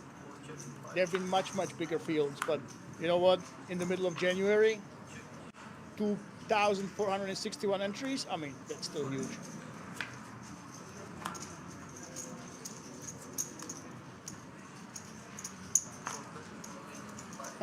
I'm loving it. Here's the Dutch chat right here. Guys, remember, if you have some info, oh, you can go ahead, use the Dutch. We don't mind. But if you have some juicy info on the players, if you make fun of them, we want to hear that, all right? Now, I am an expert at talking to myself, all right, but... Oh, and we're heading to a break, guys, so let's see. The brand new chip leader, yet again, is Celtic with 53 big blinds, 52 million. Omer Kaya must be a little bit sad of dropping all the way to 47. Morten Vaz, hanging in there, hanging in there. He was all the way in the short stack ever since we started this final table with 21 big blinds and 21 million. And we'll see you after the break for the thrilling conclusion of the Dutch Poker Masters. May 11th. We don't want to have a look at the numbers. This is especially, you have to play 10%. Yeah, no problem. Yeah. Okay. So we're always going to play for 10%. How many do you we can make that as much as we want. You can hear them discussing. By the way, if you're still here, looks like they're discussing a deal. Oi, oi, oi. All players agree for you. Tricky numbers for you.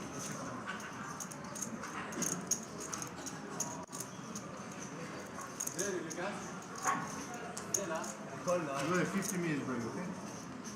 50 minutes break?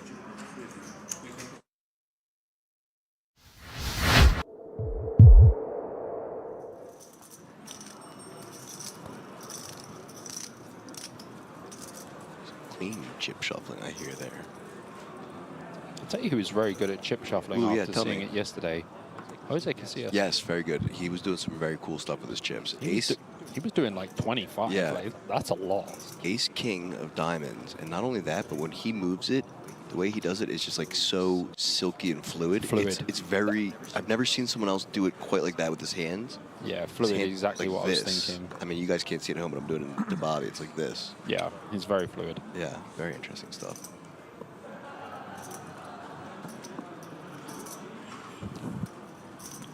Kayate in the hijack.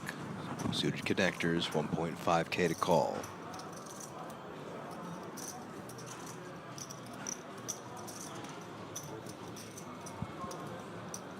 Makes the call. Zubov with the 10 jack of hearts in the cutoff. Will also be coming along, it looks like, and does. Advantage out the way, as well as Diane and Ace 3 offsuit in the big blind, just gonna let it go. So a three-way we go to this flop. Ace King versus 6-5 versus Jack 10. All players with suits. Here's your flop. Ooh, 10 Jack. Out flopping the rest. Jack, 6, Queen, Rainbow. Yeah, Zubov's definitely not going to want to see a two-pair here with him pinging the 10. Stantillo will make the nuts. Certainly not. Kayate's got a little piece of it with the 6 as well. Bottom pair and backdoor flush draw. Look at this, though. All three players with backdoor flush draws. Uh-oh. We should get an action turn card. Unless it's like the deuce of clubs. Yes. Bet is 4K. Zubov just gonna let it go. The best hand so far. Kayate makes the call. Heads up. Ooh, 6 of diamonds on the turn. Tantillo turns the flush draw. Kayate pinging trips. And you know what? Zubov folding his jack, being like, I am too good at this game. The foresight.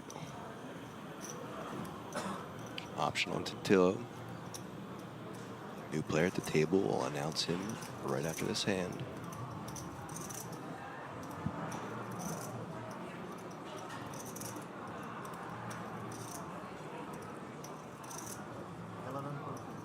$11.2 into 14.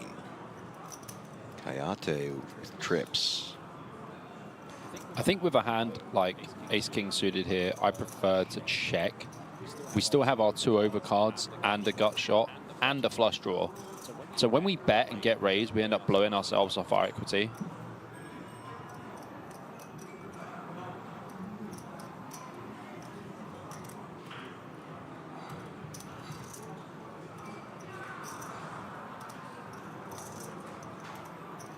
Gonna have a think and a couple blinks.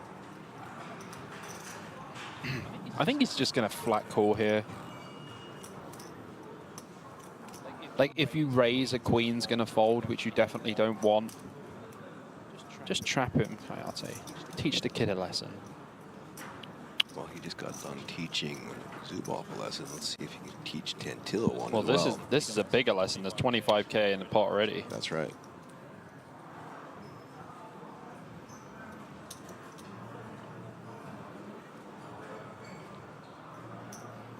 Does just call.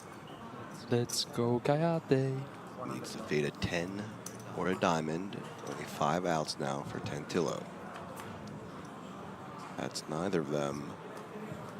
The wrong red. The wrong red indeed. Right number, wrong suit. So if you see what Tantillo has done here, this sizing was almost perfect. He sized up the stack to pot ratio, almost won, 37.4K behind, 36.4K in the middle. I believe Tantillo will be all in on this river. He is all in. And he's going to get called off. And does. Up over a starting stack now for Kayate, 111K for him. Well played, sir, with just the call on that turn, setting up the river jam and call for him. That was the most boss thing I've seen from Kayate so far. No. The Zubov. Hustle Media, you can tell me how I did there, I buddy. used to play Rainbow Six Vegas. That was it. That one was just for you and because it's late at night. And our last hand. What better way to close the stream than some impressions? There you go.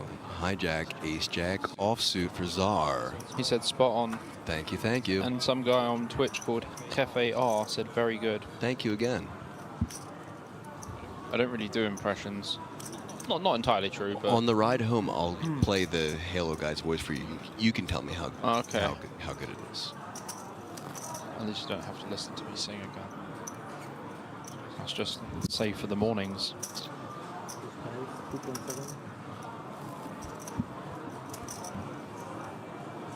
I was saving that just for our friend earlier, and you know, I told him he had to stick around to the end of stream. Oh, the so- Balkan fella. Yeah, Balkan. So you guys at home, all 761 of you on YouTube and 200 on Twitch. God, a little treat there.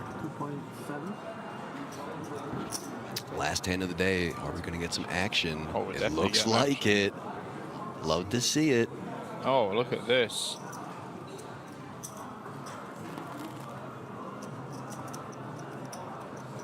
By the way, I actually think this guy's nickname is Whiskey. I think that's what we were calling him before. I can't remember.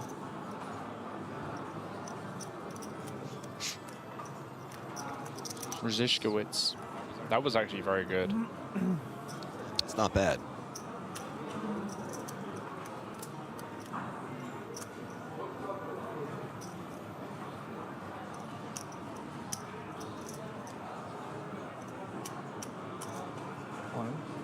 Wow. All in. Finds the rip. Last hand of the day.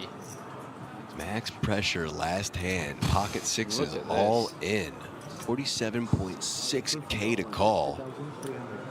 I mean, one of the sixes are missing because Oz has it. Mm-hmm. Kaya's got fives.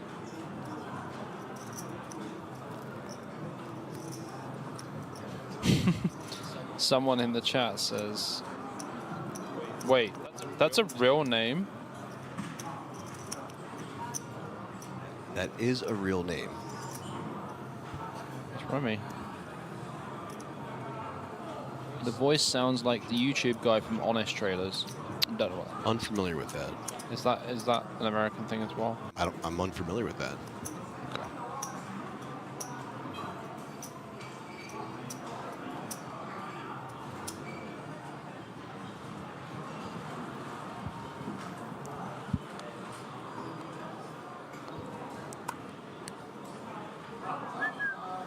Benito. 40. 50,000. Aaron. Last hand of that Fold. money, yeah? Let it go, Kaya. Let it go. Not gonna sing that song, but let it go.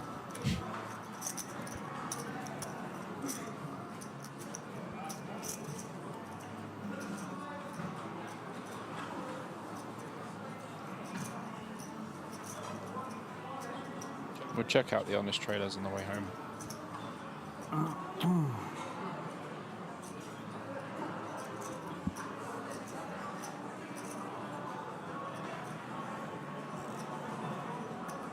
My brother. My brother. Please no. Not the last hand. Where's Martin? I need him to say his catchphrase. Nope. Nope. We made a promise on the ride-in. We were not going to say... Not like that! You broke your promise, Bobby. Yeah, but that was for yesterday. It's gone midnight. Oh, man. Please, Kaya. Promise you, no one was ready for that at home. Your name means the rock. Don't be one here. No, a rock is... Oh, no! Aaron. He's actually got more outs, you know. Rzishkowitz has got sixes, but there's only 1 6 left in the deck. Oh, Bobby.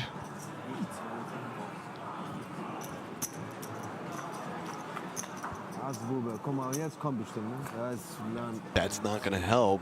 10 Queen Jack. Kaya does have the only Straight on five. board? Maybe a straight on board to He's got the only finish? 5 of hearts as well. Oh my god, he's got a flush draw. Hart or nine.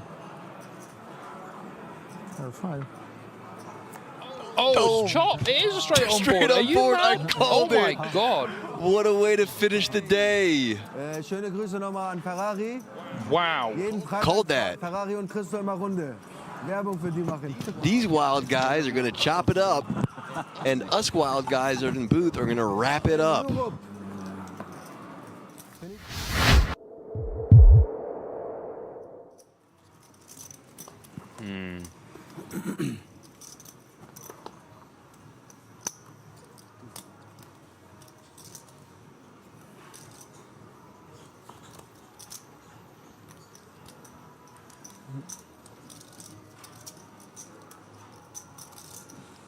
Ace Queen of clubs for Kata. +1. Going to open things up to 3.5K. Maitika with the 8s in the cutoff.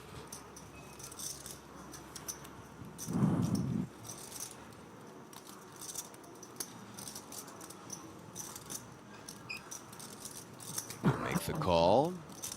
Max on the button. 7 deuce offsuit. Pitching him in the middle. 9-7 of diamonds in the small blind. 2.7K to call.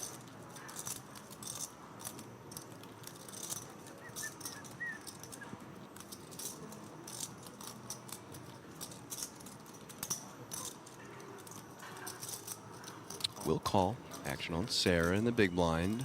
King of 4 offsuit for her.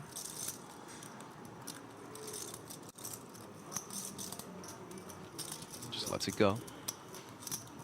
Three-way action.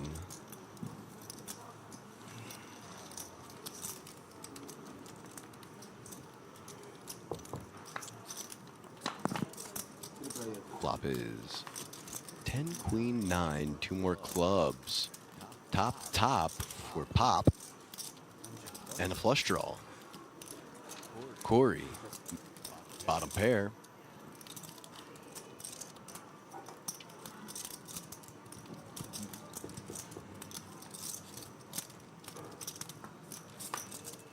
Nine on the turn. Corey making trips. Kata with that unbelievable flop. Now goes down to 21% equity. And Maitika, his 8s are still not looking great. Still top with flush draw versus trips now. I think the problem is here for Kata is like, he probably doesn't know that Corey's calling quite light from the small. Where he shouldn't really be calling. Like, okay, so like 9-7 suited doesn't call from the small in general versus +1. It's just a fold. 9-8 suited, some calling, some 3-betting. So he's not going to expect Corey to have too much 9x. He's very fortunate that Corey just calls, to be honest with you.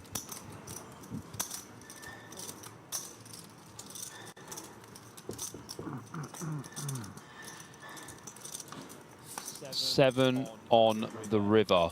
Boat for Corey. Yeah, Corey just boats up, just goes runner, just like that. Poor Kata. Flops top pair, not flush draw. An unfortunate run out indeed for Pop.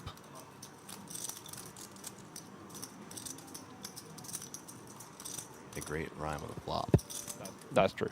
Top for Pop on the flop. I respect it.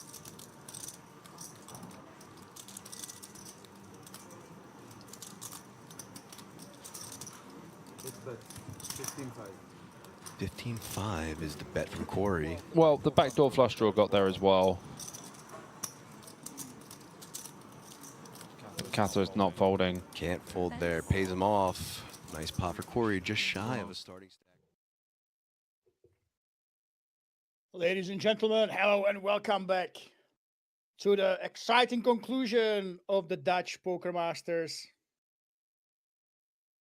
Final table all this amazing week, came all the way down to this.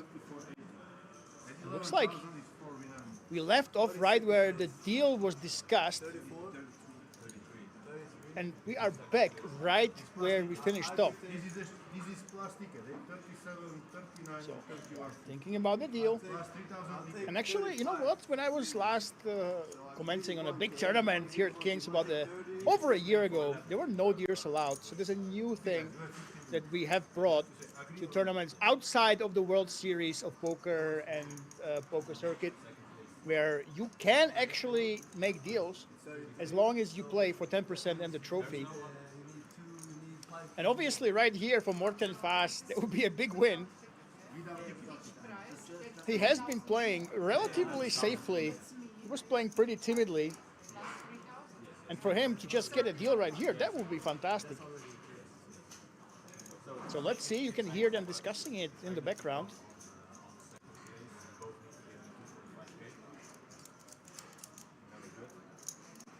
And we still play for 11. We got the 3K ticket as well. You give 2.5K and you go blocking.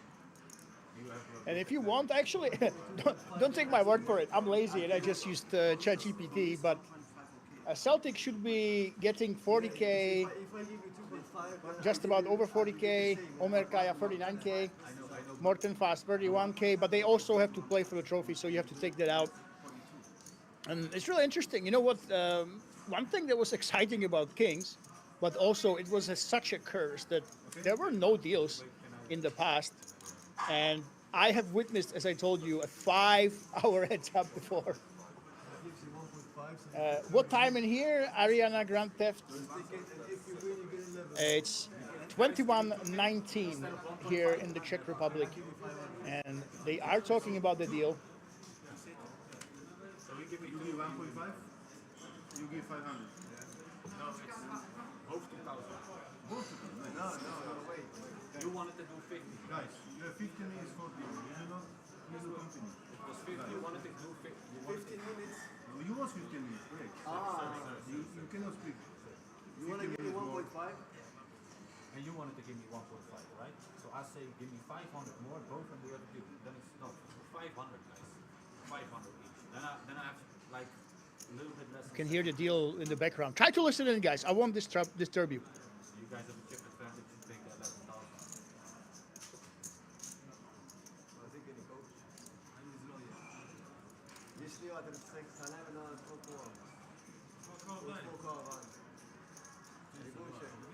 It looks like the bot has spoiled it already, guys. Only one. So we have the spoilers here. And oh my goodness, Okay, the last one. we do have indeed a deal. Wow. Omer Kaya gets 33,000 euro 750. You want or no? 1.5 you give 1,000. Celtic gets 34,950. 1.5 you, 1.5 you. But, and this is almost shocking. This is almost shocking. What are these negotiating skills? 10 seconds. Morten Fast walks away No, 10 seconds. with 31,950. Okay, congratulations. We will continue. And the deal is made. Okay, now we have Wow. I would love to be a fly on that wall. 25 minutes Can left. I see the exact numbers now, please? You have 31,500 plus ticket. Okay, we will continue with blinds. 50. Oh my goodness. This is oh my, is he a wizard? How did he do this, guys? Wow, such negotiating skills. How much you got now? I'm running the ChatGPT right now, trying to figure out what the ICM was supposed to be. But oh my goodness, such a steal for Morten Fast, if that really is the deal that happened.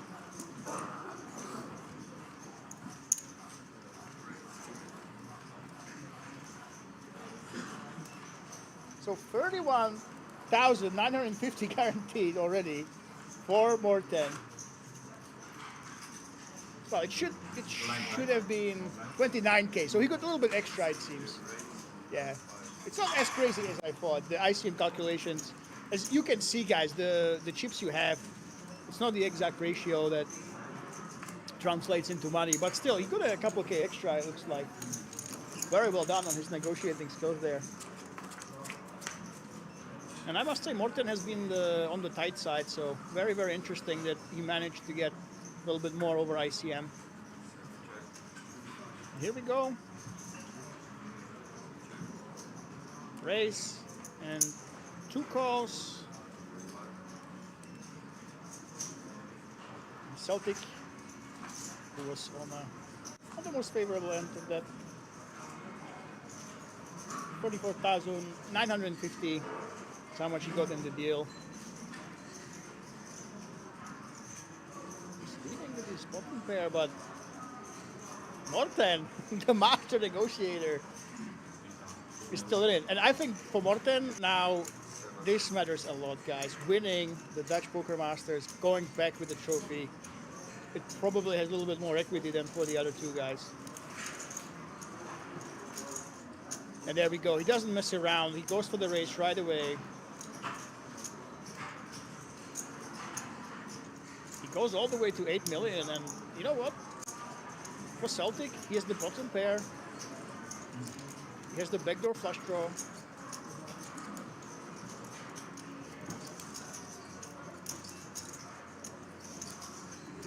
And he knows that Morten doesn't have the 10s ever. It's quite unlikely that he would just call with 5s. He can definitely raise them before the flop. Yes, here we go.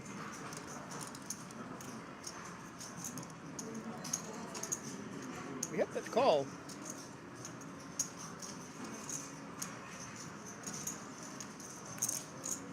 Or do we? He is thinking about it. Yeah, he doesn't think like this when he just lets go. You could tell that when he's posturing Celtic so far, he put the money into the middle. And oh my goodness. He has the bottom pair, but now a nut flush draw to go ahead with it. And Morten suddenly can't be too happy about his hand. And this is a big problem for him. If he only checks, with so much in the middle, what is he gonna do against an all-in?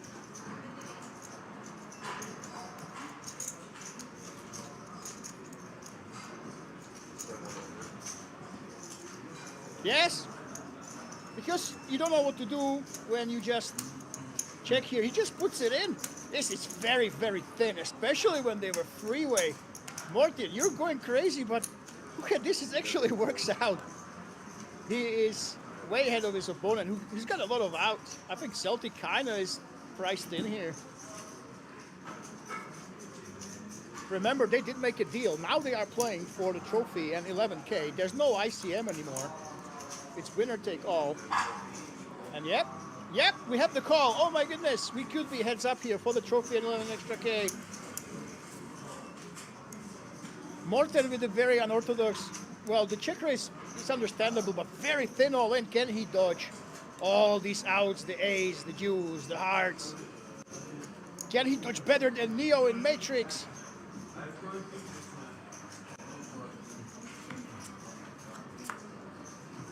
It's a 5. Wow, genius play. He definitely looks like a genius. What a jam on the turn.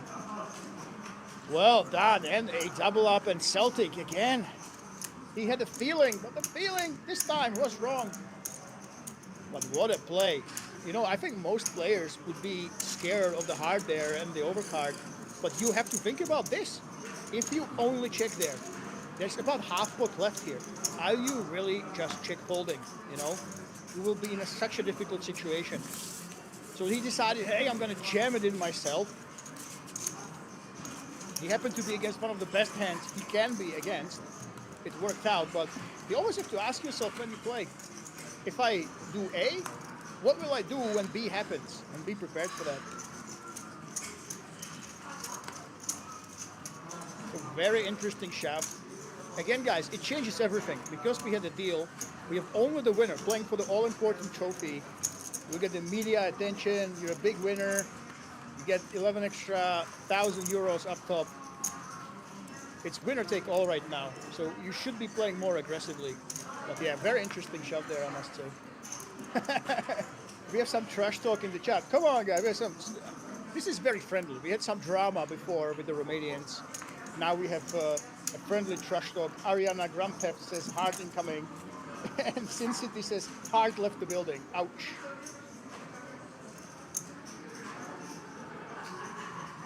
And look at this. Omer against Celtic. The two big chip leaders throughout the tournament, on today at least. Celtic against Omer. Omer again takes the lead right now with 42 mil. Celtic with 28. And actually, hang on. Who is leading? How many chips does Morten have? 47 for Omer.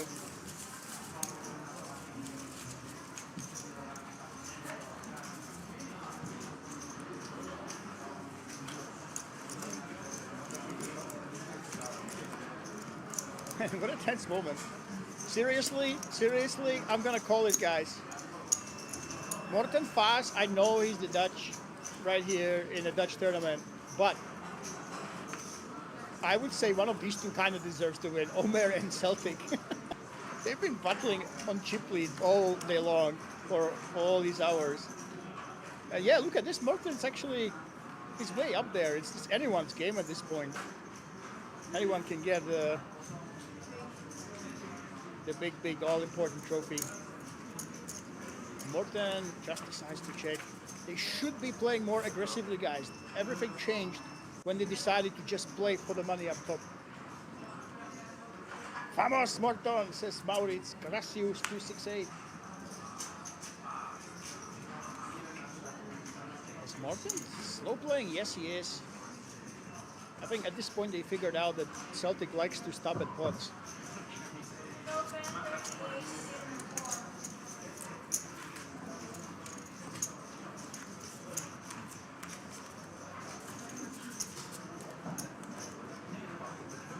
Checks, but let's embed. And yes, it's true. Oh my goodness, by an absolute hair, Morten Faas, for the first time in this tournament, during Dutch Poker Masters, we have a Dutch chip leader. Omer Kaya is second, Celtic third. The two huge chip leaders throughout the day. Suddenly, the never-ending Morten Faas. He was a short stack from 9th play all the way. He was short stack all day long. Somehow, some way, this Dutchman is in the chip lead of the Dutch Poker Masters. Guys, if he actually wins this, this will be huge, let me tell you. I have friends in Poker City.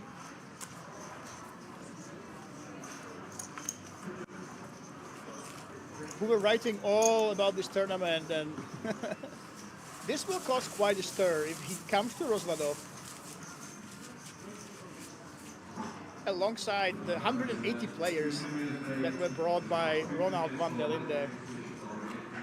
Mr. Pokerize in column. He actually wins the thing. That would be quite the story. We already 4 winners, by the way. If you guys don't know, 4 side events were won by the Dutch. 3 of them in the very same day.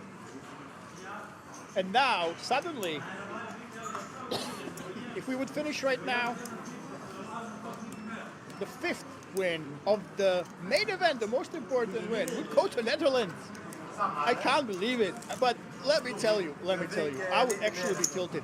Because Omer and Celtic, these guys have been at chip league battling in and out. They went down, they went up, they were up there, they went into battle. And seriously, if Morten Faas climbs in from the short stack and every single other at the final table, and he steals the win away from them, that would be almost unfair and quite a story.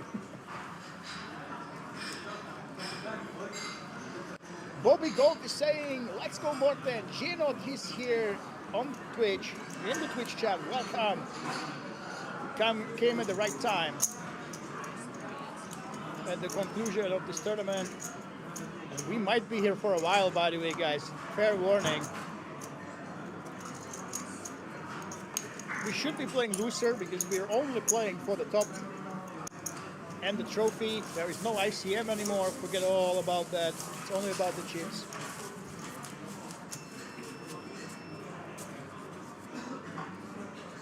Yeah, Sin City lead did change. I think lead is back, right? Is lead back in Omar's corner? I think so. Every single chip will change the chip lead basically. Smart boy, Baz, good player, you know. He did play it smart. He did play reasonably tight. He didn't do anything crazy. He was always on the short stack, not making any big mistakes. And suddenly he finds himself in one of the two chip leaders. I think actually he lost the chip lead. It's very, very close. Celtic, bam, takes it up.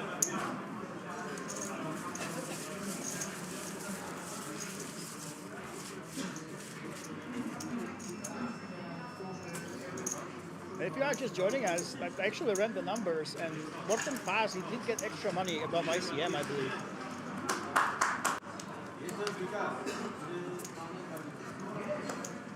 Almost 2k euro. If ChatGPT is right, got 2k euro extra in the negotiations. So already he will feel like a winner. But obviously the trophy is very important for him. And Jack 9 suited. Very strong opening hand. Don't have to worry about ICM. We just want to win. Need to knock out our two opponents by any means necessary. The Jack 9 suited, that is well ahead of the 10-7 double suited, or off suited some say. It's a very good start. Now both players have some nice backdoors, but Morten Faas, the sole Dutch hope, has much better one. But don't put it past Celtic, sometimes he would raise, but no, he lets it go. Mountains, I believe, regains the chip lead again.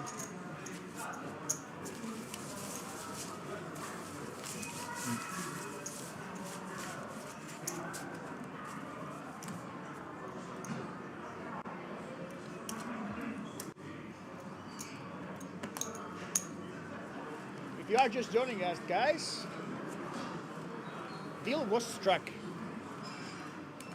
We are playing for the trophy, for the fame. And you know what?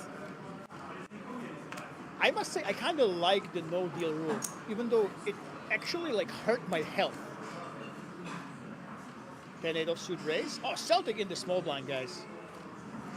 6-5 suited, he should be playing. We just go with that call, and Morten pass. Now the chip leader with some margin just decides to play it safe. He could do something crazy and squeeze here, but he just wants to see the flop.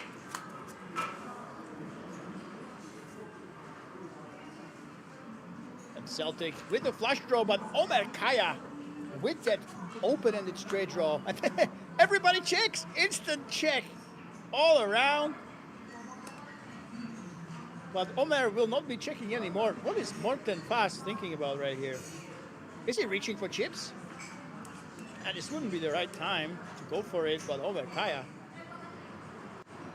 This is the perfect time for go for it. I was kind of surprised by the instant check on the flop. His hand will be disguised. His opponents for sure should expect 10-8 to be betting right there. King 10 probably as well, so it will be very difficult to put him on strong hands. Save it a 9. So in Celtic's shoes, it's very easy to be a non-believer. The problem with Celtic is he's got Morten behind him. He's not alone. But yeah, here we go. Just calling 3.5 million bet. It wasn't huge or anything. Omer is trying to milk a queen, trying to milk a jack here. It's a blank. In Celtic, it just feels terrible when you have a flush draw on the flop. You just check call the turn and you give up. I mean, it doesn't feel great, but that's probably what you'll have to do here. But remember, guys, Omer Kaya instantly checked on the flop. This is very deceptive. It's very tough to expect him to have a very strong hand when he open on the button and instantly checks back. Would he do that with a 9? Would he really do that with 10-8 or King 10? Just don't expect him to. Let's see if Celtic will do something with the situation, with the suspicion. Look at that. He's doing chip tricks with the time banks.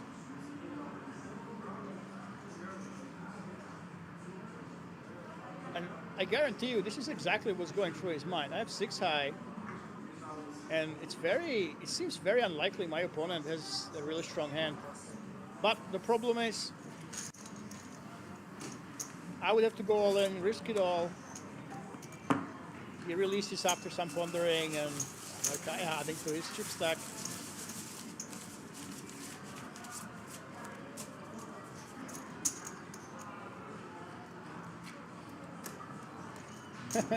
Re-race child, what did I miss? I have no idea. The rest is for me.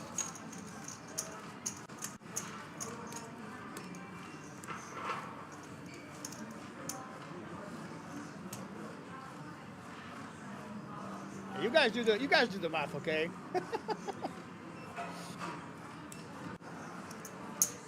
No, of course. If there's anything extra that they didn't include in the deal, the rest is for me, guys. Obviously, for the commentator, right? For sitting here.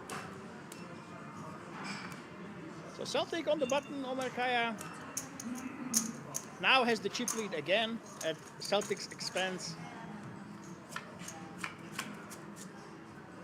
Oh, Richard, there we go. That's better.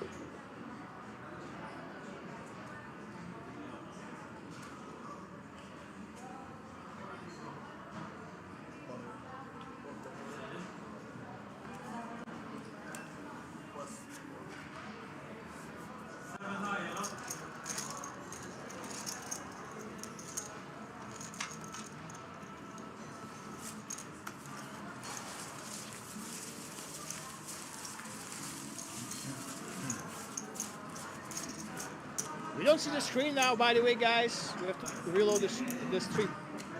From my end, by the way.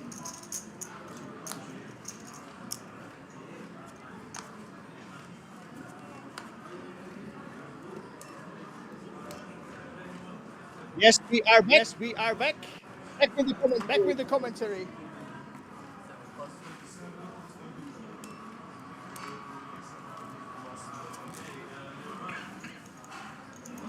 Couldn't hear my beautiful voice. Hopefully I didn't miss anything important.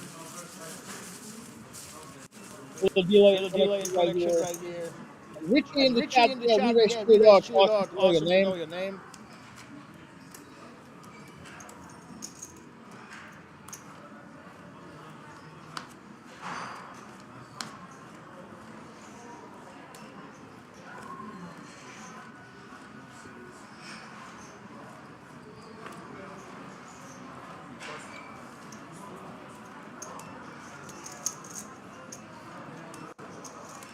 Okay, now Echo should be gone now, guys. Echo is fixed. Thank you very much for mentioning it. Richie fixing it. Echo is off. And here we go. Morten against Celtic. 10-6 against Czech 6.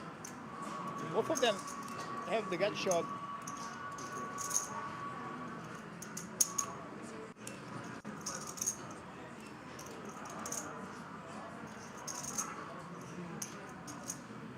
But it's Mortens that actually goes for it. But you know what? Celtic, especially with the backdoor diamond draw, he's not going anywhere. And this is trouble for Morten. He does not have the backup plan. He does have the better hand, as you can see right now, but there's no way of knowing and no way of getting to showdown in his eyes, most likely.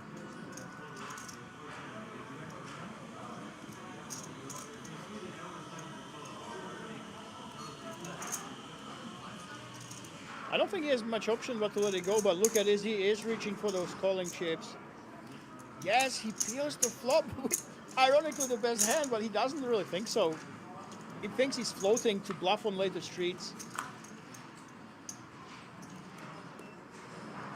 And there we go. The backup plan for Celtic has actually hit the turn, but oh, what is going on here? He checks when he hits the diamond draw, and he lets the initiative back to Morten fast. Are we going for a check raise here in Celtic's shoes? Of course, when you Morten, I mean, just call here. You're going for that bet. Are we going to see a re-raise right here? Yep, all in. Oh my God, he just jams it in. Beautiful play by Celtic. Oh my goodness, tricky, tricky, tricky play. Wow. 99% of players, me included, would not do this. They would simply bet their diamond draw. But he went for the ultimate bluff by checking and putting everything in the middle. What a play right here that paid off. And Celtic, he's back on the horse right away. What a play here, chat.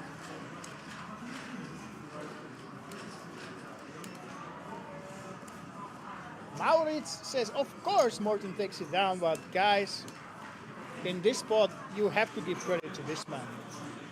I think Morten, after you call the flop, and you kind of can, right? Against a tricky opponent, you can do it for sure. You have to give credit to Celtic. That was beautiful play. I don't think Morten did too much wrong. But Celtic, with this unorthodox play, got the absolute maximum value right there. And Omer Kaya calls him with the queen check. And now, suddenly, these two guys are at the top.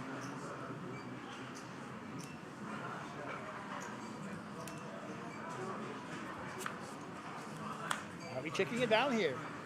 Jack on the river. Omer's amusement. And it's value time.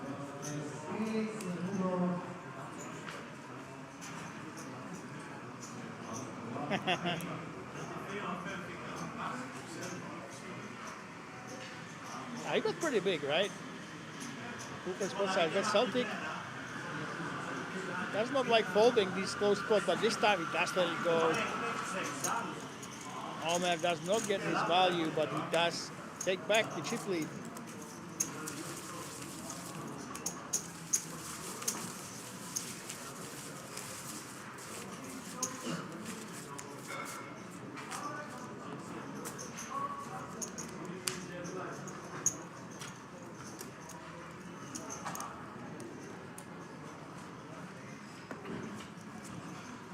And again, it's anyone's game. That's the thing.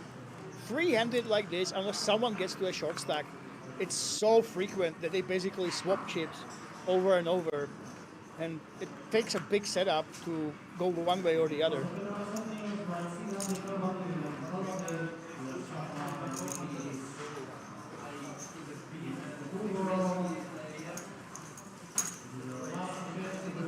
And Omer is going for it.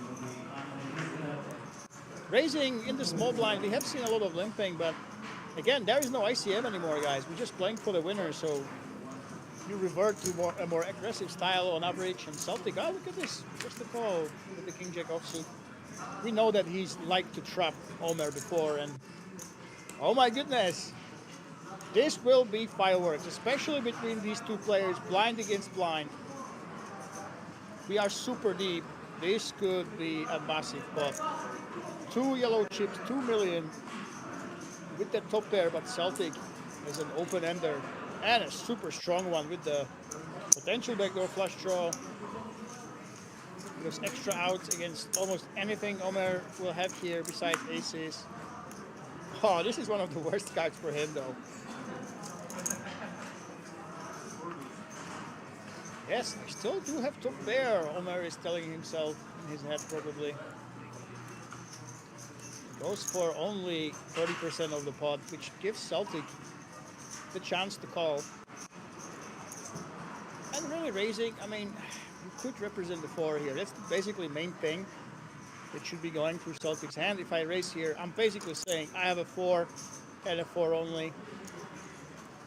But against such a small bet size, I mean, just calling is fine. And then when the spade falls, for example, on the river, you can start bluffing his hand against the check. He can even decide to do it if it doesn't fall. And he will try to hit, but uh-oh, no! It is more or less a blank. Besides Jack 9, that did get there, by the way, that Celtic can have. And interestingly enough, it looks like Omer is going for the block bet. No, that's a lot of chips he's putting in his hand.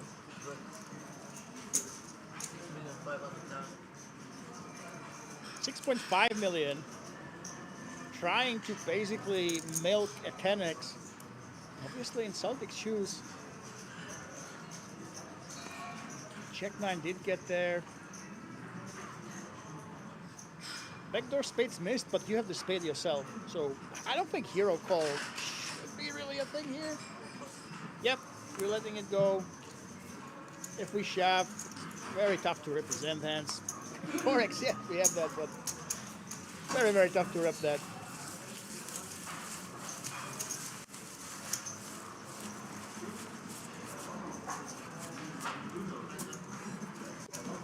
And again, this is anyone's game.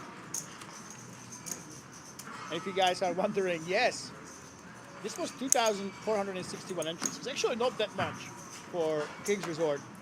You get much bigger tournaments, but to come here from 225 euro buy-in, in this final free, I'm not surprised that the deal was made. It's such a massive return on investment for all these players that they did want to play it safe. Such a big deal to make it. But taking down the trophy, taking down the extra cash, I mean, that matters a lot as well.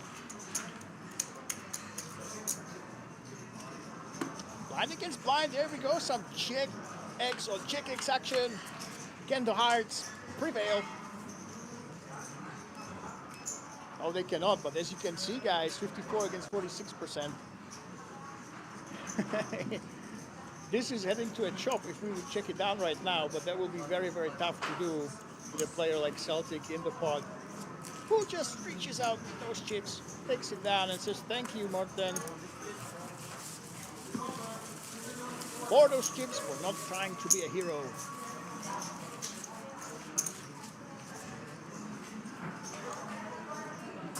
Who will take down the trophy? What a story this has been. At times, two overwhelming chip leaders against the Dutch underdog, who was on short stack for most of the final table, now finds himself right here in the top three with a solid chance of taking it down. And now he finds Queen 6 offsuit in the small blind. Definitely strong enough to enter the pot with. Question is, will he just throw in the limp? Will he try to raise?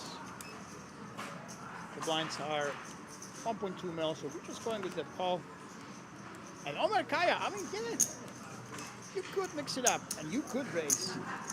But that is not really his style here, is it? King 4 against Queen 6. We had so many blind and against blind battles like this where the flop doesn't really hit anybody and it really becomes anyone's game. We know both of these players like to mix it up. More so Omer Kaya though. He does love to stub at these. I would expect absolutely a stub here from him. Yes, there we go. He likes to go after these uncontested pots. He bets over half pot. Morten fast when you play it this way. It's very tough to continue, but yes, he does. Oh my god, we're going with a check call with Queen 6. This is quite questionable.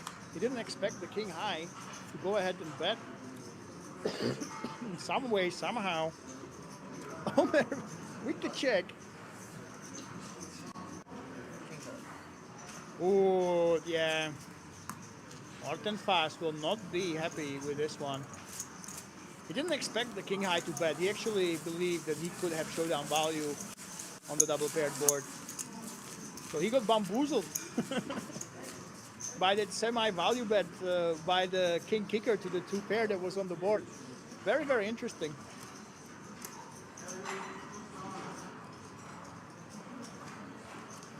Maybe the King shouldn't be betting, guys. What do you think in the chat? Let me know. Morten Fast, yet again.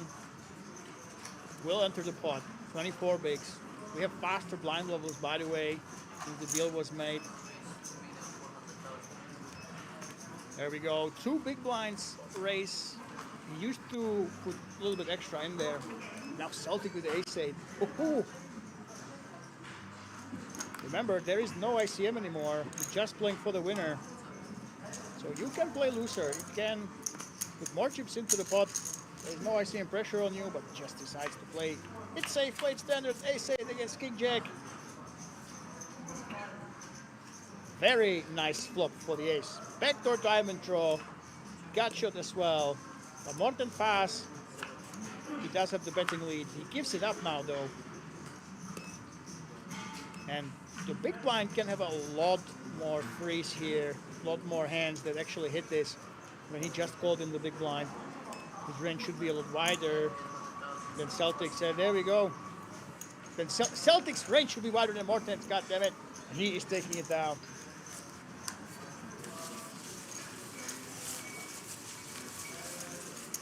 Of course he can bet with king, because when Morten had the ace, he would have raised pre-flop. Yep, absolutely. If he didn't decide to trap. That's a very good point, actually. And that's very interesting. If you don't think that Morten Faas is check jamming with a bunch of aces, as he definitely can, blind against blind. If you just think he's raising and not really limping them, that's a very good point, actually. If this, as the nerds say, game tree is limited like that, as Richard says, the king actually becomes a value bet there. You don't expect your opponent to be capable of having those aces. Celtic again. It's very interesting that we are seeing smaller pots. The pressure is still on. A lot of the times when you see a deal like this, people just let loose, but no, every single pot is very deliberate.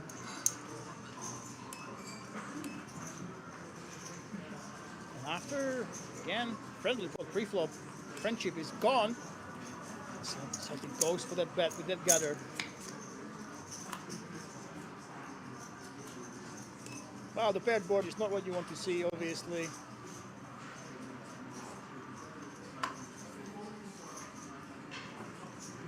Well, I wouldn't put it past him to keep bluffing. No, he doesn't. He waves the white flag here.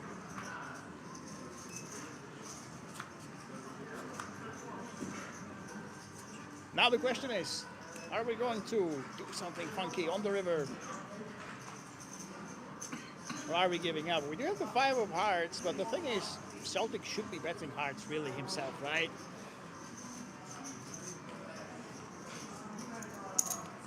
And Morten, nice little value bet.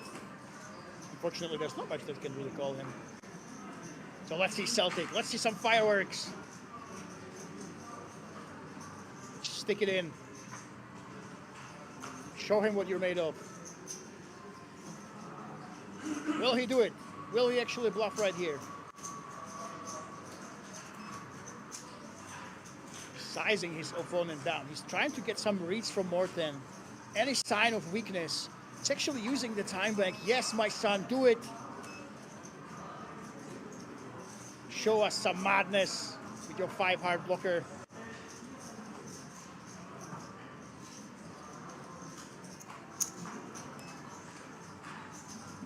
He calls. What just happened? Oh my goodness, what a hero call here. Oi, oi, oi, Morten bet really big. I actually thought he's considering just ripping it in, just re-raising. But he actually called with the queen high, wow. What a hero. I mean, it didn't work out. What a bet, by the way. What a genius bet. Basically, this used to be one of my staples.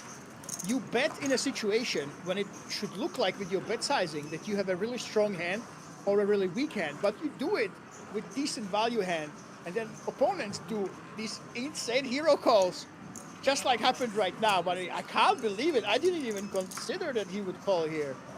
That was a lot of chips going this man's way, and very ballsy bet sizing with the check, let me tell you. Wow. It completely fooled Celtic.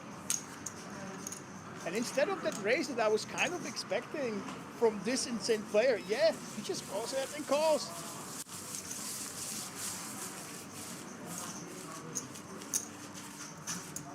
Wow. As we said that, you know, the game is slowing down a little bit. We have an insane hand like this.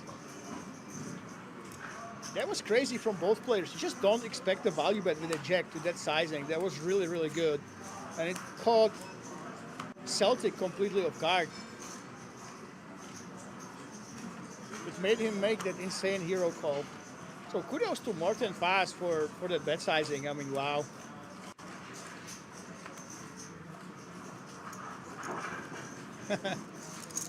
But you know, as Wayne Gretzky says, you miss 100% shots you don't take.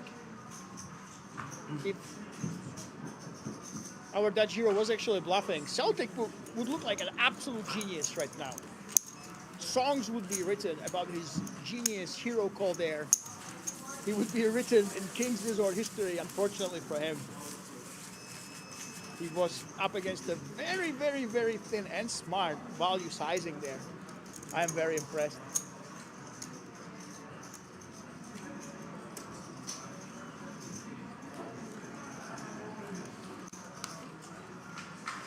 And even though these players are quiet, we are witnessing some fireworks. They really are playing for the trophy, for the title. They want to be the Dutch Poker Master champion.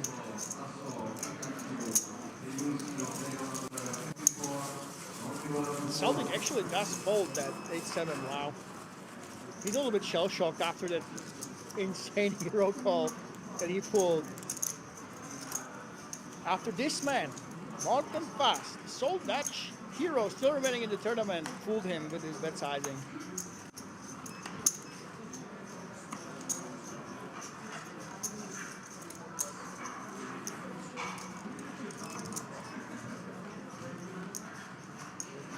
Now blind against blind with Morten.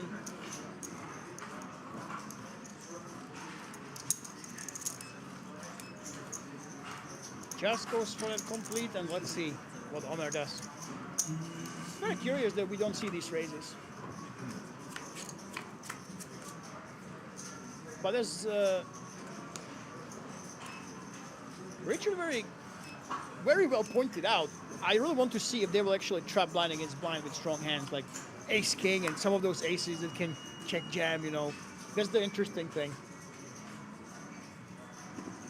Looks like Omer, oh my goodness, Omer did hit the second pair, but Morten Fast, he has a gutter. It is blind against blind. It's go time. Yep, here we go.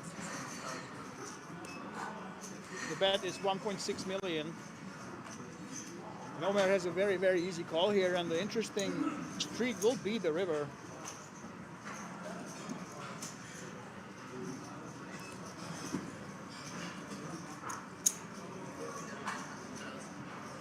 Hey, was there more chips? Yes, it was.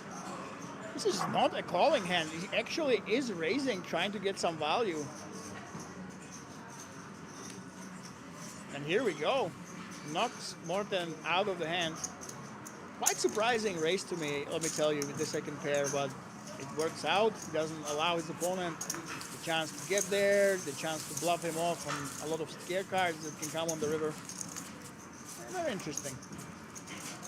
And let's take a look, guys. So much back and forth. Actually teleported and pushed Omer Kaya right back into the top where he started at the final table. He's got 50% of the chips in play in his chip stack, 60 million. Celtic, the day start chip leader, 31 million. Morten Fast, the forever short stack. We actually had the chip lead for a few hands. He's down to 25 big blinds. But guys, it's anyone's game. One double up and suddenly we have a different chip leader between all these three players. And this is anyone's game, and we could be here for a while here during the Dutch Poker Masters. So don't go anywhere, guys. Get some snacks, but also it could be done in a single hand. You never know. Free-handed is just so fickle. One setup between these three players and it's all over. Or we could literally be here for a few hours.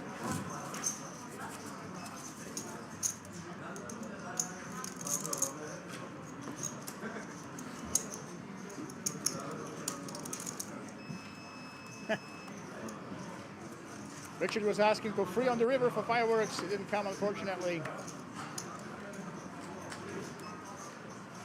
And look at this man. He has been winning tournaments. At least his first recorded entry on Hindenburg is from 2011, so obviously a lot of experience for him. He's back in the lead with his, I must say, he plays just so solid. You don't see anything crazy from him. You don't see insane bluffs. He just plays a solid game, nothing too unorthodox.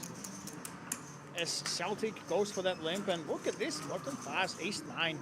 Ace-9 really is a powerhouse blind against blind. You would expect the big blind to raise it almost every time. But because he didn't, he has a really, really strong hand here. And he's checking back. What is Morten doing? He's playing so sneakily, so trappy right now. But now it's time to value bet. There we go. 2 yellow chips, there's 2 million. Celtic, I mean, you did just check with the king high. It's very tough to make pairs blind against blind. He did make an insane hero call just a couple of hands back. I mean, I think just because of that, just because he was burned by that hero call, it was simple, let it go, and here you go. Morten just caught up to Celtic completely. But remember, guys, right now it's winner takes all. There are no ladder ups. It's all about that top prize. It's all about going up, winning it. So they don't have to look after each other. They want to knock out the chip leader, okay? You don't have to take it easy. By the way, Paula Khan says, yay, Celtic, let's go. Sin City V7413, let's go, Morten. We have some fans in here, and the Morten fans, they should be happy right now. We have ace king offsuit, an absolute monster when you are free-handed. And he is in the small blind. Let's see if he'll actually limp. Yes, I told you guys, he is capable of limping. We were not sure if he will actually trap even a strong hand like this. First time we're seeing this from him, but yes, he does that. Obviously, the problem is when you don't hit, you let the opponent get there. But you know what? When you limp so many hands, you don't just want to limp the strong ones. You want to mix in. You don't just limp the weak ones. You want to mix in some strong ones. That's what I'm trying to say here. Just so your opponent can't just put pressure on you blindly. Nomer Kaya, look at this, he's just checking. He didn't go for it. It seems like he sniffed out, well, Morten, he was trapping blind against blind, but Nomer Kaya, he just gave up. He had a really good draw on the turn. He didn't do anything with it, and Morten here, scooping the pot. Very small one for ace king, but still. Especially on the turn. Could have been pushed off of the hand, probably.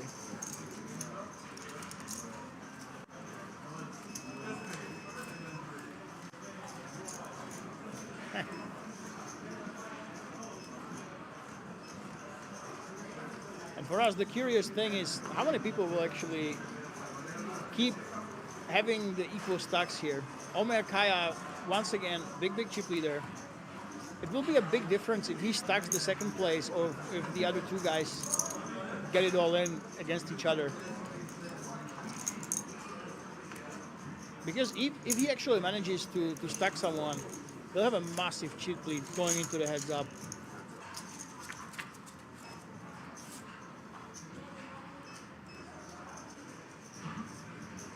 There we go. He did decide to raise this time. With Queen 8 of Diamonds, we have seen him c-betting most of the time. You're supposed to actually check a lot in the situation, but it's just not his style. He likes to go ahead and bet right away. It's half pot. Any 9, any 10 gives you a gutter. Queen or 8 you're trying to hit. Of course, any diamond you will continue on. You will keep pressuring your opponent. But for Celtic, making pairs is hard. Blind against blind and in hold'em in general.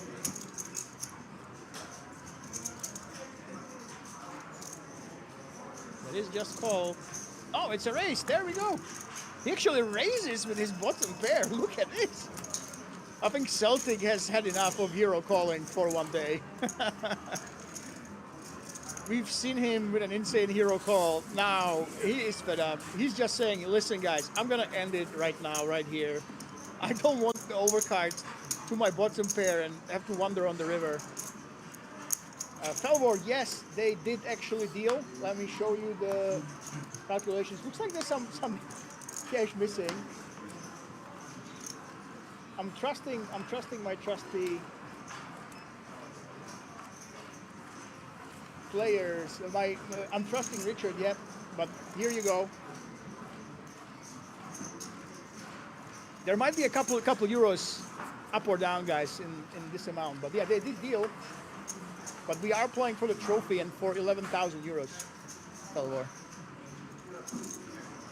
And from the play so far, with these hero calls and trying to attack every pot, you know that they are going for it, guys.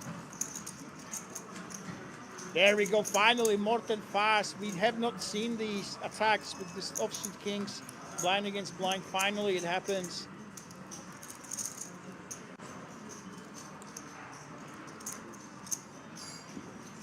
Goes for it with the offsuit king. The beauty of raising the offsuit king here is that if you get re-raised, he doesn't really care. It's just king 7 offsuit.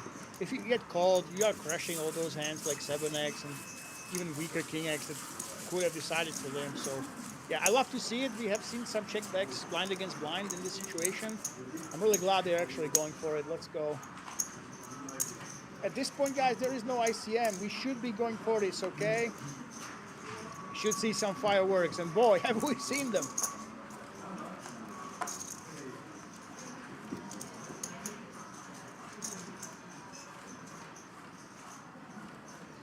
Celtic this time with king 10 offsuit. Crazy daisy. Actually, he puts in 3 chips, so 2.5 million. Just below 2.5 bigs. And Morten fast, look at this, 28 bigs effective. Now his question is, should I be calling or should I be re-raising? Now if they didn't make the deal, I would say you can just call here, see what's up. But since they did make the deal, it's winner take all. You want to go for everything. You want to go for it all. You are up against the big chip leader as well. Your ideal scenario, if you're flipping, you don't mind too much, I don't think, against Celtic.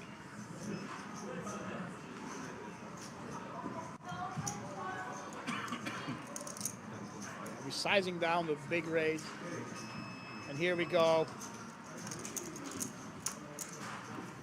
That's what we want to see. 10.5 million is the raise. And that should get rid of Celtic.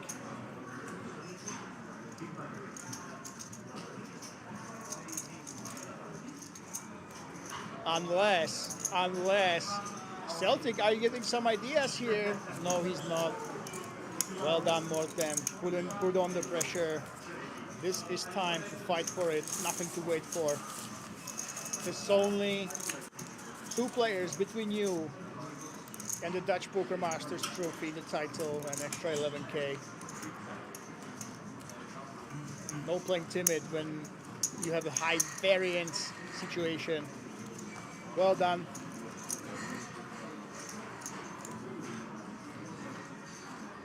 Yeah, MG11 married. Yes, the deal is made. They waited about, I think, 15 minutes. This man you're looking at, Morten, he got a really good deal. My unofficial calculations, you definitely shouldn't trust, actually show that he got 2K extra over ICM. And now he's raising with ace queen. That's an absolute monster. Free-handed. Celtic with the queen jack offsuit, he should just be calling, really. There's not much incentive to do anything else. Unfortunately for him, Morten does have the ace queen that dominates him.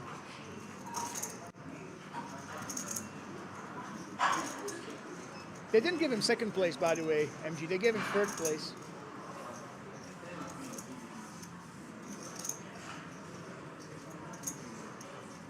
And oh my goodness, it is a nut straight on the flop and pair plus open-ended straight draw for Celtic. This will be trouble. No getting away from this on the flop here. What a flop for Morten. Yep, we have that call. How much value can this Dutchman, who was the short stack, almost all final table, extract right now from Celtic, who was the overwhelming chip leader at the start of the day? You can go really big, and Celtic probably will have to continue here. 11 million in the middle.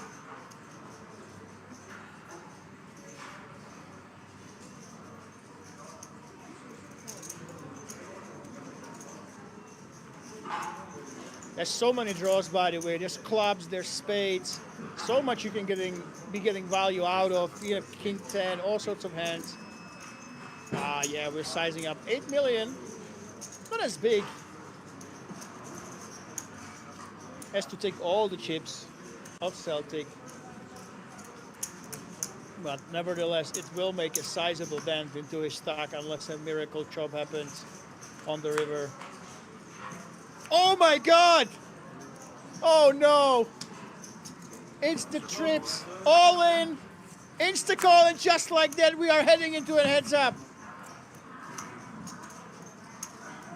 Celtic hit his trips, and just like that, for the overwhelming chip leader at the start of the day, it is over. Look at that respect between the opponents. He went for it all. Good game, he says. Unbelievable river. Not like this. And this is it, guys. We are heads up. The once overwhelming chip leader at the start of the day, a chip leader at other parts of the day again, is eliminated after an insane cooler on the river. And this is it. The Dutch Poker Masters will head to Netherlands, or they will go to Turkey. It looks like no break. We're just going for it, guys. What a hand right there. What a cooler. Jack or 9 for fireworks if Celtic calls. Yes, Richard called it. It was fireworks indeed.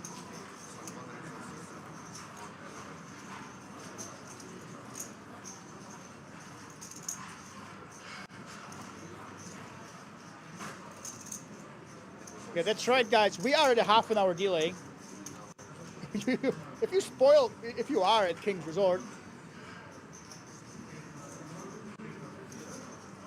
I'm going to destroy you, okay? Now it's anyone's game. This is unbelievable. What a story. What a story of Morten Faas. From being the last one all day long, straight into the heads up after that massive hand. Wow.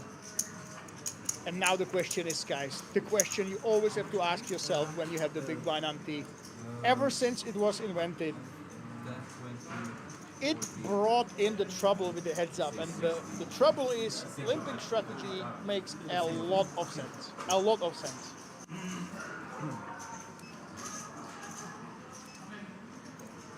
There's so much in the pot that people can limp, and yes, what we were afraid of has come to fruition. We're starting with the limp. Let's see if Morten Faas tries to punish it. No, he simply goes for that knuckle with the Queen 9 offsuit. A very strong hand heads up, by the way.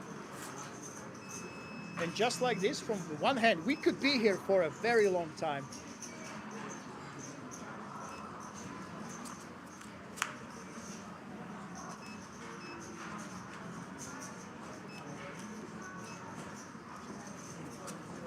And then Kaya with that limp.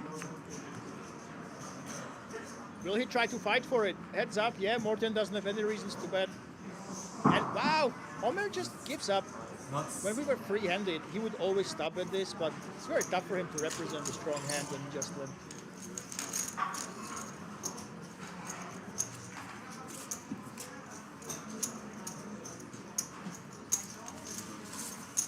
Yeah, guys, let me tell you, yeah, I think I ran the ChatGPT. You have that 11K up top.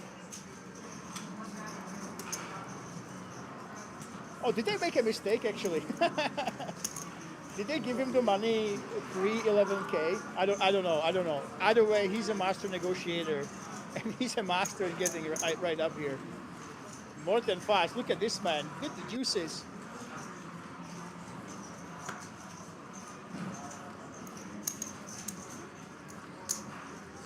Are we gonna see that limp? Yes, limping strategy. Omer Kaya, 6'9", the best position. Everybody knows that, even though he's out of position.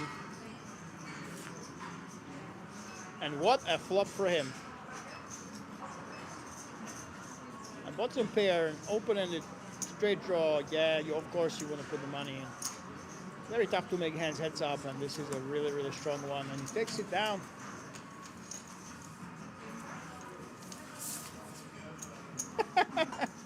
I can't repeat it on stream. Richard is taking a break, guys. So, who do we want to win? Do we have any Dutch people in one of the chats? Twitch, YouTube, who is from Netherlands here? Who wants your hero to take it down? Who is here to support Omer Kaya?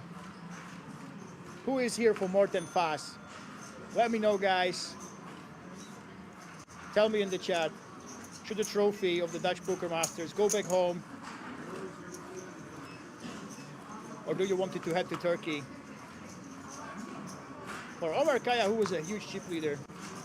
Morten Faas letting it go. Look at this, we go with the big sizing actually. BBT, very interesting.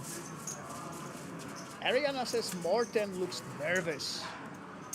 Well, of course, guys, between us, yes, the money is big, obviously. You started with 225 euros.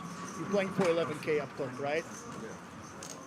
But for Faas, I believe this has a much more weight. For him, it's a much bigger deal if he takes the trophy. I know PokerCity.nl has been covering this tournament every single flight. Imagine what happens if a Dutch player actually wins. He will go back home an absolute hero. I don't think we even had the Dutch player at the final table last time here. So this is a really big deal, and him winning would be a very, very big deal. So Cincy TV wants Faas to win. But it's Omer who actually is ahead. Look at this. With the Jack 10, with the open ender and the backdoor flush draw. He's ahead of equity against the better made hand right now. But he's just going for the passive check call.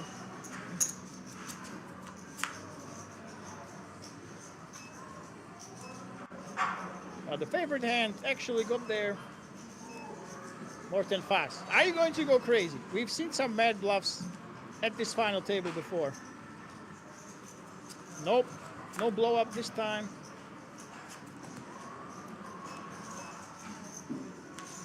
Omer gets the check mark. And the straight. Oh, look at that trap. Morten. See, that's the thing. If it was free-handed, maybe button against big blind, you could turn into a bluff. But get a heads up pot. You don't really have too much incentive to go crazy here with the ace high. Check it down. See what happens. See how your opponent plays as well.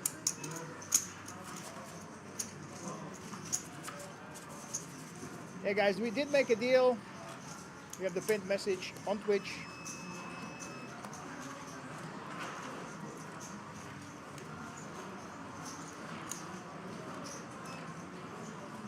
I'm putting it in YouTube chat as well so you can see. Oh my goodness, it's aces. Look at this. Aces on the button. Are we going to limp or are we going with that raise? It looks like we're raisey daisy. 2.2 bigs. And Morten Faas. 6-5 suited is right on the cusp. You definitely can defend it. Heads up. Yep, there we go. We're gonna peel the flop and this could be a disaster for Morten.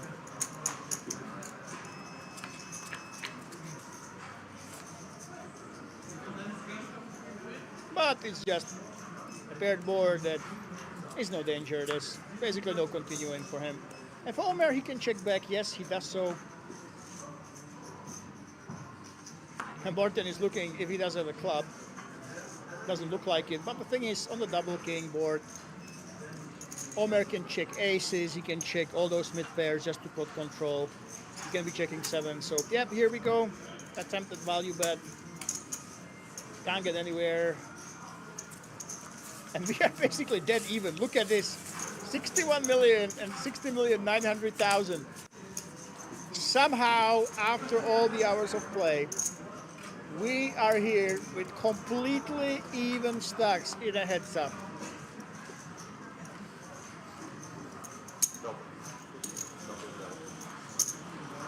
And this could be a very, very long night, guys. A very long night, because neither of these players wants to lose. 38 bigs with Olympic strategy. I've been at final tables where this took literal 2-3 hours until they got to only 4 or 5 big blinds, where they simply had to get it in. Morten goes for the raise. Let's see what Omer does. H6 offsuit. There's no folding that, of course. Oh, he's raising A6. Nice. Love to see it. Free bet to 8 million. This will force Morten out of the hand, very likely. But yeah, I love the aggression. Suddenly the chip lead is back to Omer Kaya's hand. Bad news for you guys in Netherlands. Time for work. Good luck, Morten. Sincity. Thank you so much for joining us, guys. It's been absolutely wonderful. Good luck at work. We still have a lot of work to do, and so does this man in this heads up. Omer Kaya does have the chip lead right now.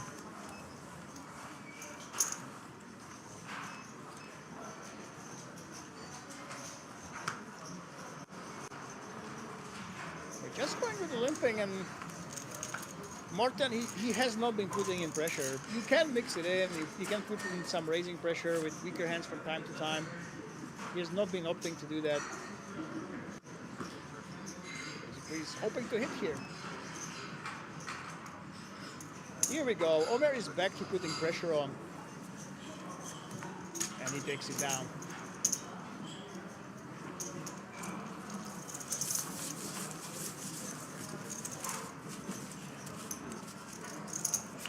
We need to see some aggression, honestly, from Morten. Morten, come on, my man. Don't let this man who's been playing for a very long time, playing poker for a very long time, don't let him just run you over. Put up a fight. Give us some fireworks. King 8 offsuit. For sure. Should be a raising hand. Let's see if he bumps it up here.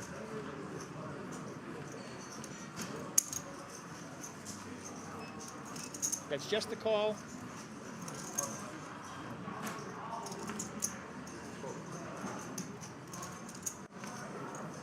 Another guy as well with a really strong hand. Queen 8 suited. That's a powerhouse. Blind against, not blind against blind. In heads up, pots. Only decides to see the flop. When neither of the players hits, they might try to stubborn it, but really Morten doesn't have too much incentive to go for it. He does have the king high. He wants to simply get to showdown, it seems. The question is if Omer will try to do something about that with his queen high here. We have seen him give up before. Oh my goodness, look at this. A straight on the board. Who wants it more, guys? Who wants it more? Nobody does. We have that smile. We just let the cards decide, it seems. And I think this was definitely a missed opportunity. Morten or Omer, when you have a split pot like this, especially when it gets checked to you, Morten should have gone for it. Throw in that big bet. Try to get your opponent off the split. Don't be afraid. This is heads up for the trophy. For extra 11K. When should you attack the pots if not now? But guys, remember, we've been here for a long time. It's been a long, long week. You can't fault the players for actually be getting tired. And Ben Joseph, yes, we had the deal. We are playing for the trophy and 11K right now.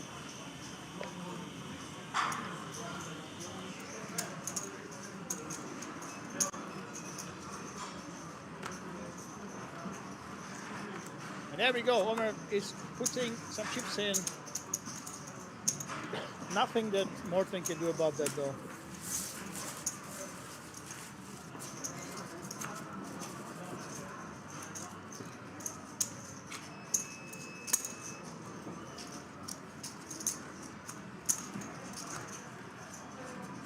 And when this guy entered the final table, he was a big chip leader. He went down, but suddenly he regained the chip lead, and it doesn't seem like he wants to let it go. We need Morten to get a little bit angry, you know. I know it's late in the day, Morten, but you should go after it. There you go. Put in those raises, put in those bluffs. Don't let Omer just run you over, but unfortunately for Morten, I say this, and immediately he wakes up with a monster for heads up. Ace-Jack offsuit is a really, really strong hand here. Yeah, we're cutting up those raising chips. 9 million. That is bad news for Morten, who has been limping most of his hands so far. When he does decide to raise, it's a decent hand, but he faces a free bet right off the bat.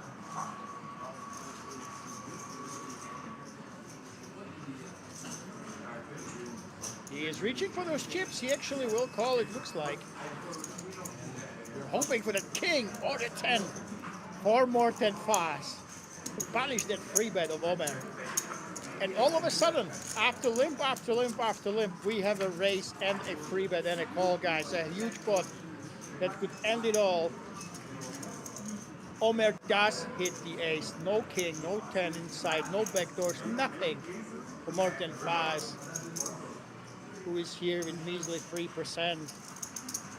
And all the power in Omer Kaya's hands now. And it's about to be most of the chips as well.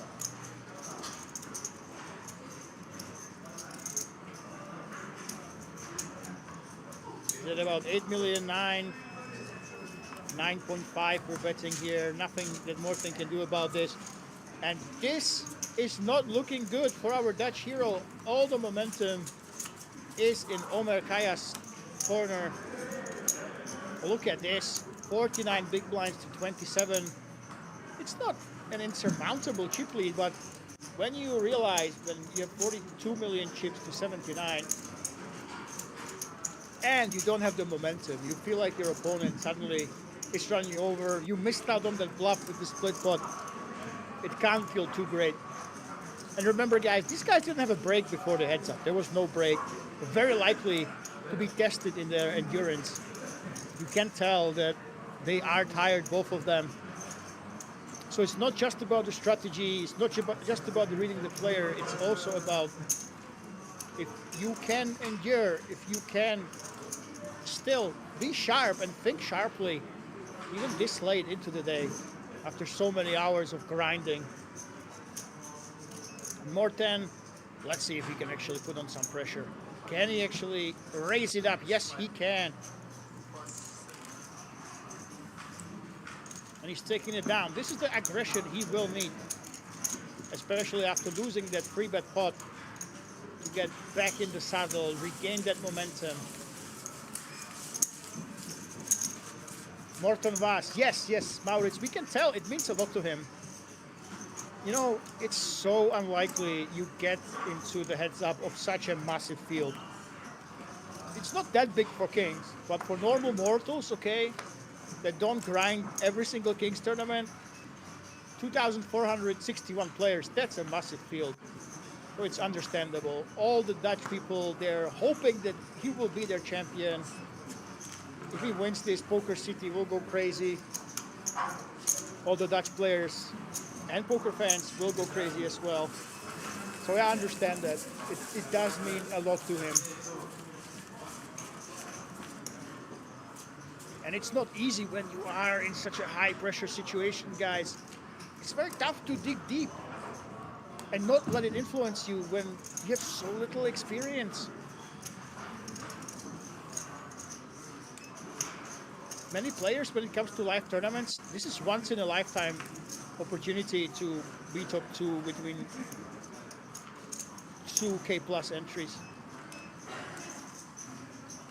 And Morten ace-king offsuit.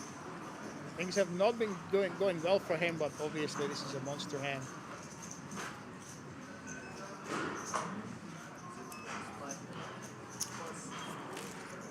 $5 million is the raise, and he does take it down. Every little helps here in this final heads up.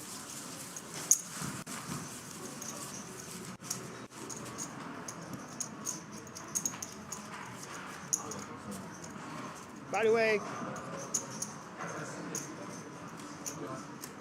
big shout out to Ronald van der Linde for bringing this series here to Rosvadov. He actually asked me to remind you guys that on the 28th of April is the European Poker Festival. Buying €299, 1 million guaranteed. And you can expect a lot of the players we've seen today to come back and experience that again.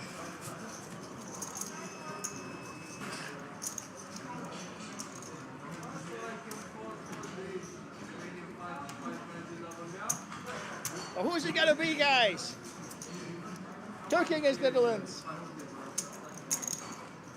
Bob is coming for the EPSC to Kings. Oh, that's fantastic.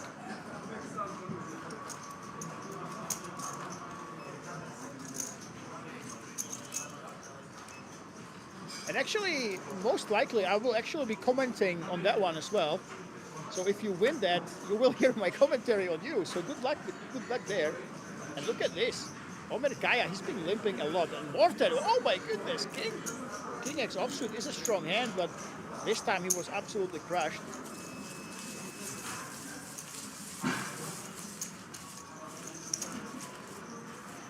Yeah, it's really fantastic to see Bob to go ahead and play the tournament.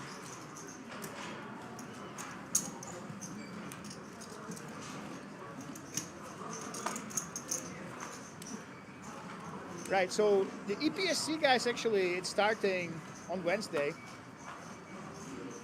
And you will have a €250 buy-in with a 300K guarantee.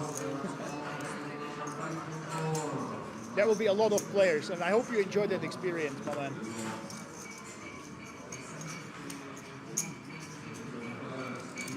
Morten fight, there we go, no limping with the 6-5.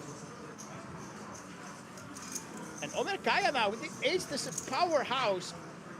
Heads up, and he knows it. Easily can go all in with this. We've seen Morten call a free bet before. He will get the bad news shortly as Omer is counting up, sizing up the chips, and yeah, there we go. That is a big free bet. 11 million, and Morten fast.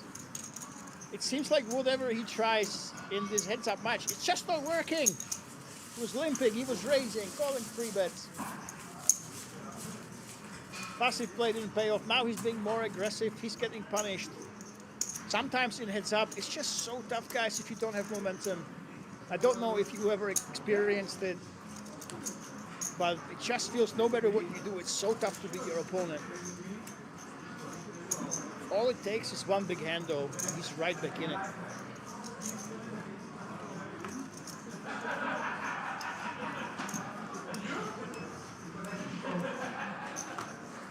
And look at this, Omer Kaya mixing it up, actually, with King Jack off, which is a super strong hand, heads up, just decides to complete here.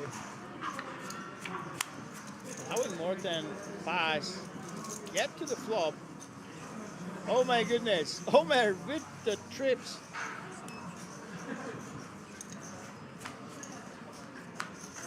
He's actually trapping against Morten. Now will Morten take the bait? No, it doesn't seem like it. Oh, Omer, this is a super strong hand. It's tough to keep trapping right here. You want to put some money into the pot, but unfortunately for him, Morten doesn't have anything to call with. There we go, we will release it.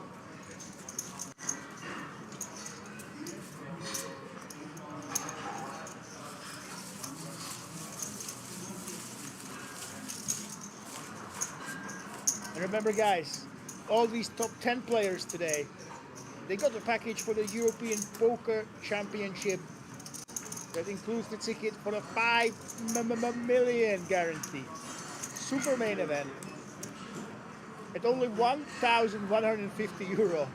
This would be insane.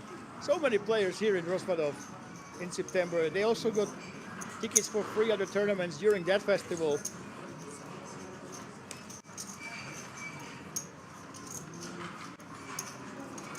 There we go, Morten Fast goes with the call. Omer Kaya. 8-7 of clubs. But if you are planning to go to one event this year at King's Resort, this event you see on the felt, you've been seeing all day long, is probably the one you want to go to. And it's quads. Look at this, Omer Kaya. He has been crushing this heads up. And now he is here with the quads and he's checking into his opponent who is not taking the bait so far. Now he's hoping for an ace with his quads. I mean, this man, he has been the huge chip leader at the start of the final table. Suddenly, he was down in the dumps. Oh my God, he gets the call. With the check high. Oi, oi, oi, oi, oi. A hero call against the quads and Omer Kaya does get paid. What a trap right there. Playing off the frustration of his opponent.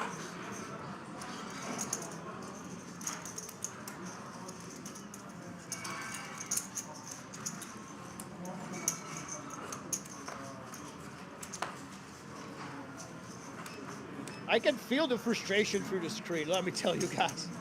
I can feel it. But there's still the hope dies last. We are hoping for the 5th winner of one of the events during the Dutch Poker Masters. We already had 4 Dutch winners here in Rosvadov. 3 on Friday in the very same day. 1 ladies event winner the day before. It looks like finally something goes Morten Fast's way.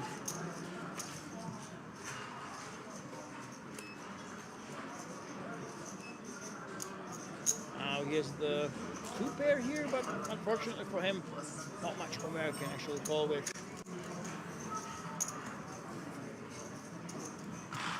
And now we need a big shift of momentum. Right here in Rosvadov. We need some spark into the Dutch hopes.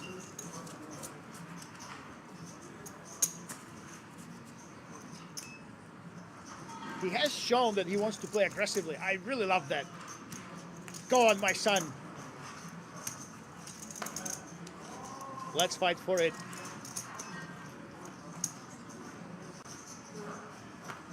Morten with a check 10 offsuit on the button. 16 big blinds. Just going with that call, but oh my God. Omer Kaya has him completely dominated with the 10s. And of course, he is going for that race. And for Morten, it's very tough to just let go. You want to see that flop with a hand like this one.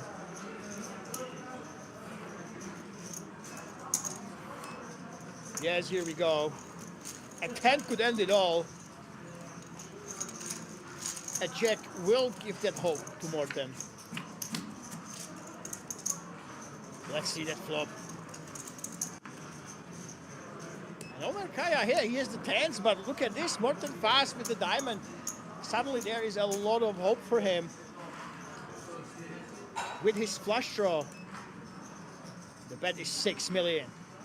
Can Morten use his 1-card flush draw? Try to get Omer away from this hand. It is just a call. I'm playing it safe. Can we get that diamond? Can we get back at our opponent? This might be a big hand, ladies and gentlemen. If you are just joining us, you have come right to the finale, as this is an open-ended straight draw and a flush draw to go with it. 39%, absolute monster. And there's just below a pot-sized bet left. Oh my God! Omer shoves with the 10s. Because Morten just limp called, he is going all in. But he has an absolute monster here. Absolute monster draw. Is he actually going to pay it off? And hope to hit the river. Oh my God, this escalated rather quickly. We went from nothing to 100 real fast. That's a lot of potential outs you can have. Only worry is that you might be crushed with a higher flush draw. If you're not, you are calling here. Morten fast, the one chip leader, is contemplating of calling with a draw. With 2 cards and a hope and no made hand here in the final heads up of the Dutch Poker Masters. Yes, he makes the call. There we go. This could be it, ladies and gentlemen. Can the Dutchman bring it back? Or is this it? And Omer Kaya, the overwhelming final table chip leader, will be going home with the trophy and extra 11K. So many outs on the river. We almost can't even fit them on the screen. And the Dutchman is hoping for any ace, 9, jack, diamond. So many cards that can actually bring him right back into this heads-up match. Will he double up here, or is this it? And Omer Kaya is our new champion. And what does the river say? It's a complete blank, and it's all over.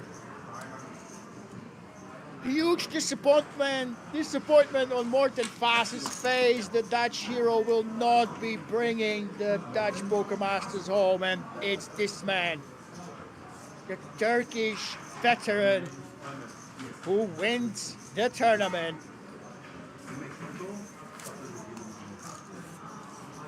And what a brutal end for this man. The chat was telling me that it really meant a lot to him, but it's all over. And you are looking at the new Dutch Poker Masters main event. Champion here from King's Resort.